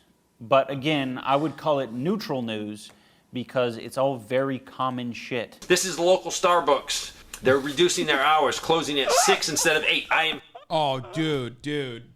That's a prepper's nightmare, okay? Fuck. Yeah, I'm going to survive the apocalypse, but also Starbucks cut its hours down by by an hour, and that's because of unions, okay? And honestly, I'll fucking die. I'd rather die than not be able to get my Starbies at 8 p.m. hearing this unbelievable amount. Oh, holy shit. Starbucks isn't going to be open till 8 p.m.? That's insane. Shit is hitting the fan. Also, for the first time, a homeless tent is being set up on Southern Broadway, a Denver neighborhood. Apocalypse. So people are losing their homes, losing their jobs. They're poor, and they're pitching their tents wherever they can. And they can't get Starbucks after 8 p.m., which is, equally as bad, I think. This man saw a single homeless person. Yeah. Pitch them. Well, that's a lot of assumptions to make. They're losing their jobs, they're losing their homes, and they're just pitching their tents wherever. Like, we don't know if that person lost their job. They could just be pitching a tent. We don't know who the fuck that person is. That's just some random story that some some old fuck like sent in to your stupid Yahoo mail address. There's literally no details. It's just meant to scare you. Last week, the trains have all of a sudden become very short, so not as long. So they used to be long. The trains are becoming shorter. Men's taints are becoming smaller. Penises are shrinking, taints are shrinking. Also hard to get Milo Sweet Tea, another brand. Dollar Tree has no bleach. And it's hard to find large things of water. You might say, Dave, why are you even reporting these little things? Because it's tons and tons of little things I'm getting from people. Oh my God. It's hard to find large things of water. It's because Hasan has been stockpiling it. Look how big this thing is. Yeah, that's not that big, bro. That's crazy. This is the smallest type of water I have. No, it's a liter, I think. And this is usually most of them I have is like a liter and a half. But yeah, it's because we've been stockpiling. Hydrate everybody. Big surprise. You have a bunch of paranoid freaks emailing you every time they've made the smallest observation. They were out of pita bread at the grocery store. And the pita bread that we did buy, it was moldy. Uh-oh. Economic collapse, anyone? For all the preppers out there, join. He is the most prepper looking motherfucker. So it's kind of funny that he's doing this. A D&D group or start playing a video game. I think that's the best thing that you can do for yourself. There's a lot of interesting survival games that you guys could just go off on your own, not play the team game or the team objective, and you could be the last one who dies. And you could simulate this fantasy of yours like continuously in the game world. Thank you so much for watching, everyone. If you want to see more content, we have started a series called The Hot Seat with Dax Flame. See, I don't know people. He's hot. Who is this? I don't know. He's cute. Yeah, he's attractive. I think I like darker, like, complexion guys. A cartoon character? No. No. Do you know who it is? His forehead's very big. Who is that? Ian. Shut up! That does not look anything like you! Our first episode went out last week, and we also have a test interview with me on the Patreon. This Patreon is going to allow us to continue to make more episodes of The Hot Seat, so long as you guys like it, more documentaries and more little projects that you guys might find titillating. So thank you. Toodles. That girl's literally nuts, dude. Watch her videos. I have no idea who that is. Liver King is here. Look at that. We're waiting for the new the Neuralink YouTube video, the Neuralink show and tell. Wait, is that Elon it's Musk Elon as well? Musk's monkey murdering project where he murders every monkey he can get his hands on. What I find so confusing about him is he always talks about like people don't care enough about AI taking over the world, and he's like single-handedly giving AI these capabilities. Like yeah, he's the one pushing it. Yeah, it's weird how they pick and choose, because like nobody like all the fucking weirdest nerds that are like right wing love Elon Musk because he's like Epic Chungus guy who's like owning the libs, but he literally wants to chip people's brains. Those are the same people who are like, Bill Gates wants to microchip you. Like, it's like, dude, but there's a guy who's like straight up like, I'm gonna chip your brains. Also, it's such an awful process that like monkeys are fucking literally murdering themselves in the pain and anxiety, and yet, people are like, oh no, Elon Musk chips, it's whatever, don't focus on that. Anyway, let's see what Nigel Farage is saying. The Office of National Statistics figures are out today showing that London, Birmingham and Manchester are all now minority white cities. Massive demographic changes taking place in our country. More significantly for the country as a whole, it shows that only 46% now identify as Christian. So there is a massive change in the identity of this country that is taking place through immigration. You may think it's... Bro, this camera, like, so close to his face makes it seem like it's probably good that the British gene pool is, like, changing all over. Like, the most inbred, the least inbred British man, dude. Holy fuck. Good thing. I think he looks good. I think he's actually got a point. He looks more tanned than usual. I think it is taking over. This man does not look good. He's getting less white, He does though. not look good. He does not You do not have to lie like this. Yeah. Nigel Farage looks like he fell in a vat of toxic waste. Like, why the fuck are his eyes so far apart? I don't know. I think it's the fisheye Looks like effect. Sid from Ice Age. He's going to get the zoomer vote with his 0.5 shot. Yeah, that's what he's doing. You may think All it's the a bad Zoomers are doing thing, it. but here's the real point of this. The ONS now say in future, They will not ask of the nationality or birthplace of those taking part in this census. 1 in 6 in England and Wales already born outside the UK. In future, they want to hide the true figures from you. That's the real standout from these numbers today. It's a scandal. I don't understand it, but I guess it's like racist people want to maintain relevancy this way or something. Either Frogface has lifted the other people's error-filled conclusions or saw a headline and was just invented this from scratch. I mean, let's see what people are saying. I don't know what demographics are like in the UK. I mean, you got people repeating this stuff in Australia, and it's definitely not true. Even if it was true, I don't know. It doesn't matter. Why does anyone care? There was like that. There was this like I think he's half black or maybe he's black, like a preacher, reverend guy, British reverend guy, who had, who like posted a video of Albanians, you know, celebrating Independence Day. And he was like, oh, not an invasion, by the way. I'm like, first of all, you're black. Okay. So literally every single person that agrees with you also thinks you're invading. Okay. So that's number one. And secondly, like, if that's a fucking invasion, then everything is an invasion. Like it's insane. I don't know. He wasn't black, just had an afro. No, I think he is. No, he is. He's like Malcolm Gladwell, I think, like type. Claims about ONS addressed it. Claims about white ethnic groups being in the minority in London and Manchester are also untrue. The claim confuses responses identifying with white British ethnic group with responses identifying with a white ethnic group. All right. Not that it fucking matters. No. Oh my God. It's literally white Brits that aren't Christian anymore, not because more colored people live in the UK like POC. This man wrote colored with a OU. You know his ass. Australia. You know his ass is not American, okay? We don't even say that. We don't even say that here, okay? That's like inappropriate. Colored, he said. Like POC Christian migrants have actually helped up the Christian rate. He's such a dweeb. Yeah, that's the other thing is like they're all Christian. The no longer Christian crowd is literally the fucking like British born white Englishmen that are like, yeah, fuck this Christianity shit. You know what I'm saying? Anyway. Man, this was a fucking long ass day. Canadians also say OU. I'm gonna end it. I'm tired. Little cheeky little 6-hour one, ladies and gentlemen. I apologize we've for been awake for like 32 hours or something. Yeah, ages. Yeah, that's crazy. I'm gonna show these lads around, you know. And I guess it's partially because it's dark early. No Neuralink React, unfortunately. If it came out you know, on time, like it said that it would, then we would have done it. But yeah, that's it. I started really early this morning. I started at fucking I started like 9:30, and then we did the podcast and shit. So that's probably why I'm tired. Tomorrow I'm doing leftovers, and then I'll be live after leftovers, and I'll see you then. Okay. Oh, thank you for coming, guys. Where can people find you?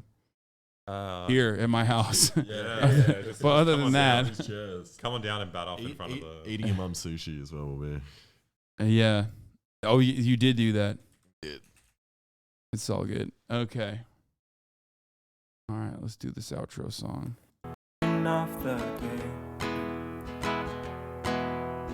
All the chatter's trickling in. All right, everybody. Bye.